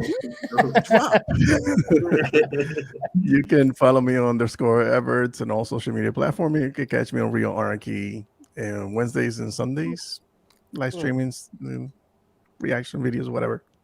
I can't wait for him to get you the new drop next month because we Which got to get one it. is it? We got to for and they have to say it in the show. If they don't, Some I kinda, will Obi-Wan be disappointed. They reference? have to say it in Obi-Wan? Obi-Wan Okay. Kenobi. They have to. Maybe, if it happens, I will include it. Include it. He's just All a right, crazy now- old wizard. Anyways. Just a crazy old wizard. All right, now we got.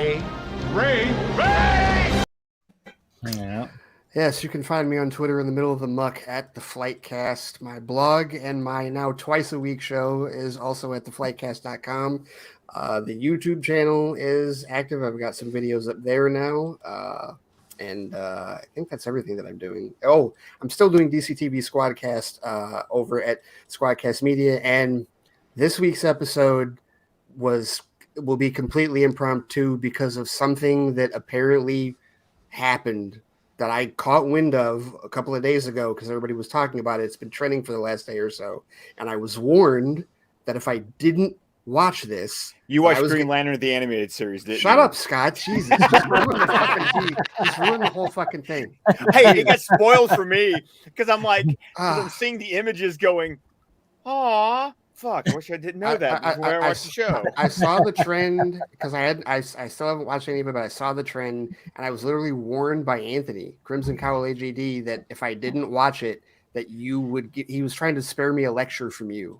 Because I would have done it. Yeah. I would've So it's done like, it, all right, yes. so we gotta talk about that. So I gotta point out in the chat in response to my Bruce and Lois defense, a joke that I don't think I've seen pointed out yet is the it would bring new meaning to the why did you say that name? Oh yeah, that's right here. Yeah. No, oh yeah, there's that, but yeah, someone Yeah. said why did you say that name from Clark? Oh, Yeah. I think it would be the context would be maybe Bruce. Again, she'd say like Clark, and he'd be like, "Why did you say that name?" Yeah, that's funny. Hey, can you make my drop the Jurassic Park the clever girl one? Is that Clever just- girl. Okay, is that what you want? You want clever girl? Yeah, I mean, yeah, because I don't know if I John. gotta find one for you. Yeah, I mean, if you want me to use that, yeah, clever girl, I could use that. Yeah, it works. Yeah, Okay. I'm clever. I'm just saying. All right, Jesus, Jared Leto, Mr. Marr. Yeah, well, if you'd like to The join Viking. the Jared Leto cult, just DM me on Twitter. You get a complimentary bandana, which Steven is modeling for us this evening. He's already part of it. Yeah. You can find me on Twitter, Twitter, Facebook, and YouTube. Movies That Matter. On YouTube, upload a new video every single day. TikTok as well. Movies That Matter. I had an Instagram, but Disney got me. They banned me. So I have Matter the Viking, which is my Instagram that I do 60-second breakdown videos of movies. So I did Drive. I did The Secret Life of Walter Mitty on that. So Matter the Viking on Instagram, and then myself and KC have our weekly live stream the Real Talk Live. Sundays 11 p.m. UK time. We recently just had our highest viewed live stream ever, 2.2k views. I don't know how it happened. I don't know if it was Johnny Depp and Amber Heard or Ezra Miller or DC overall. I don't know. We'll take it. But yeah, that's where you can find me. Is this the most time zones we've ever had represented? I think so. I think Garza and I are the only two who share a time zone.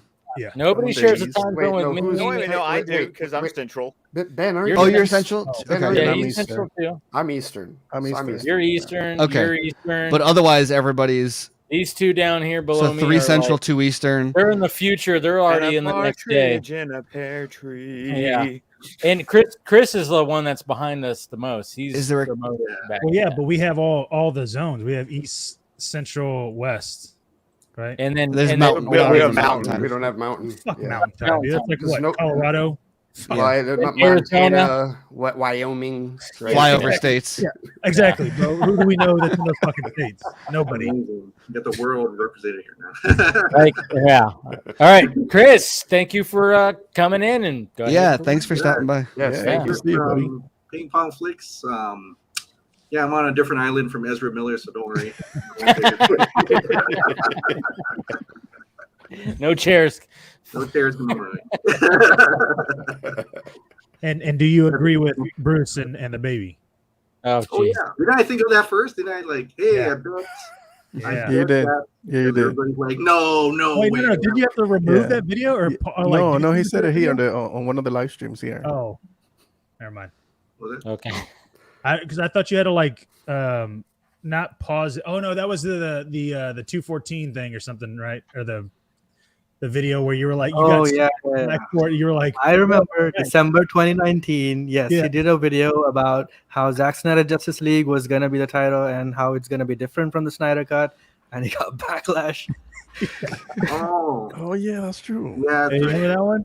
And then it was 100% right. Yeah, 100% correct, which is what we go through. Yeah. You're like, well, let me just go ahead and unprivate that fucking video then. There you go. I like that the gif of I forgot Captain from Brooklyn Nine-Nine goes vindication. Yeah. Andre Brown. I love that. Good stuff. Good stuff. But yeah, thank you, Chris, for joining in. And then, of course, last but certainly not least, Fuck, bro. But That's of so course, you hilarious. can find me on Twitter at ScottDC27. You can find my podcast at DC Squadcast, where podcasts can be found, where we will be starting our new ongoing The Batman Scene by Scene, now that it is on HBO Max. We're on Vero, Facebook, YouTube. We entire network shows at squadcastmedia.com. You can find me every Sunday night here at the Film Junkie channel, talking with Dave about Batman the Animated Series on our Fanimated stream, where this Sunday we're talking about Almost Got Him. I threw a rock at him. It was a big rock. episode. Yeah. Speaking of lines that I think of on a regular basis, I think of that not as often as I think of the chess house fight from Hero, but almost as often. But almost. Yeah. And by the way, let's drink in the fact that we've got about 2 more weeks of non-cape shit in movie theaters. And please, this weekend I have seen all 3 movies. I've seen The Unbearable Weight of Massive Talent, I've seen The Bad Guys, and I've seen The Northman. You cannot go wrong with any of those movies. Go see all of them. You also saw whatever the Anywhere multiverse video. Yeah. Support that too. Yeah, Oh, I everything saw all that at 2 once. weeks ago because there's everything, everything anywhere all at once. I saw Duel. I saw Ambulance. It's been a great month. I've been seeing movies. Enjoy the non-cape shit break because it's all over after May 5th. I saw somebody tweeted, somebody brought a baby to our showing of The Northman. I saw that too. And so I quote tweeted it and said, the theatrical experience is back. Seriously, Oh why no, do I had people do a that? Why couple. do they do that? I had a couple speaking Spanish through 2/3 of Unbearable Weight of Massive Talent, and then left for the last third of the movie. And I was like, "Well, thank you for getting the hell out of here." But seriously, what? Yeah. Are you I love it when that enjoy the happens, and I'm movie. like, I'm glad you're gone, but I wish you'd stayed around. So I did like, if I'm gonna tolerate this, at least I'm gonna know you were here for the whole time. Like, how dare you? Like, why? How about just don't show up next time? Dude, Scott, do y'all not have an Alamo Draft House anywhere near you? We are getting one. Bro. They finally, we're getting one in downtown Birmingham. It is finally happening. Do you realize what happens when you go to a draft house? I've heard, yes. I've heard what Harry Knowles does there. That's fucked up. But yeah, listen, Sorry. they straight up tell you, hey, look, you only get a The one. stream hasn't ended yet, Steven. There is not a. You do not talk. You don't even pull your fucking phone out. And if we catch you, then your ass is getting caught, getting out, and you're not getting a refund. Sometimes they'll throw up there's a voicemail where this lady's bitching about the fact that she got thrown out. Bro, they won't even let you arrive after the movie comes in or after the movie starts. Like, That's awesome. You want to talk about? Heard about that. So you're gonna get met with Bruce Campbell in front of your fucking. You can't get in. Wow. Well, yeah. So yeah, no, you're talking about all the shit you're talking about right now. Like, dude, you're not even gonna come close to experiencing any of that. There's no cheering. There's no. I mean, it's just. I mean, you can cheer or whatever, but I was about to say they'll let you. It's a rarity that you hear any kind of noise because they'll kick your ass out like no qualms. So, yeah, there it is. That's We'll be awesome. happy. All right, yeah, all right, guys. This has been a great stream. Thank you to everybody on the panel who showed up. Great conversation as per usual. Make sure you guys smash that like thumbs up before you leave. All the links are provided down below. Patreon, all that stuff, everything. Do all that stuff and blah blah blah. And we love you guys, and we will talk to you later.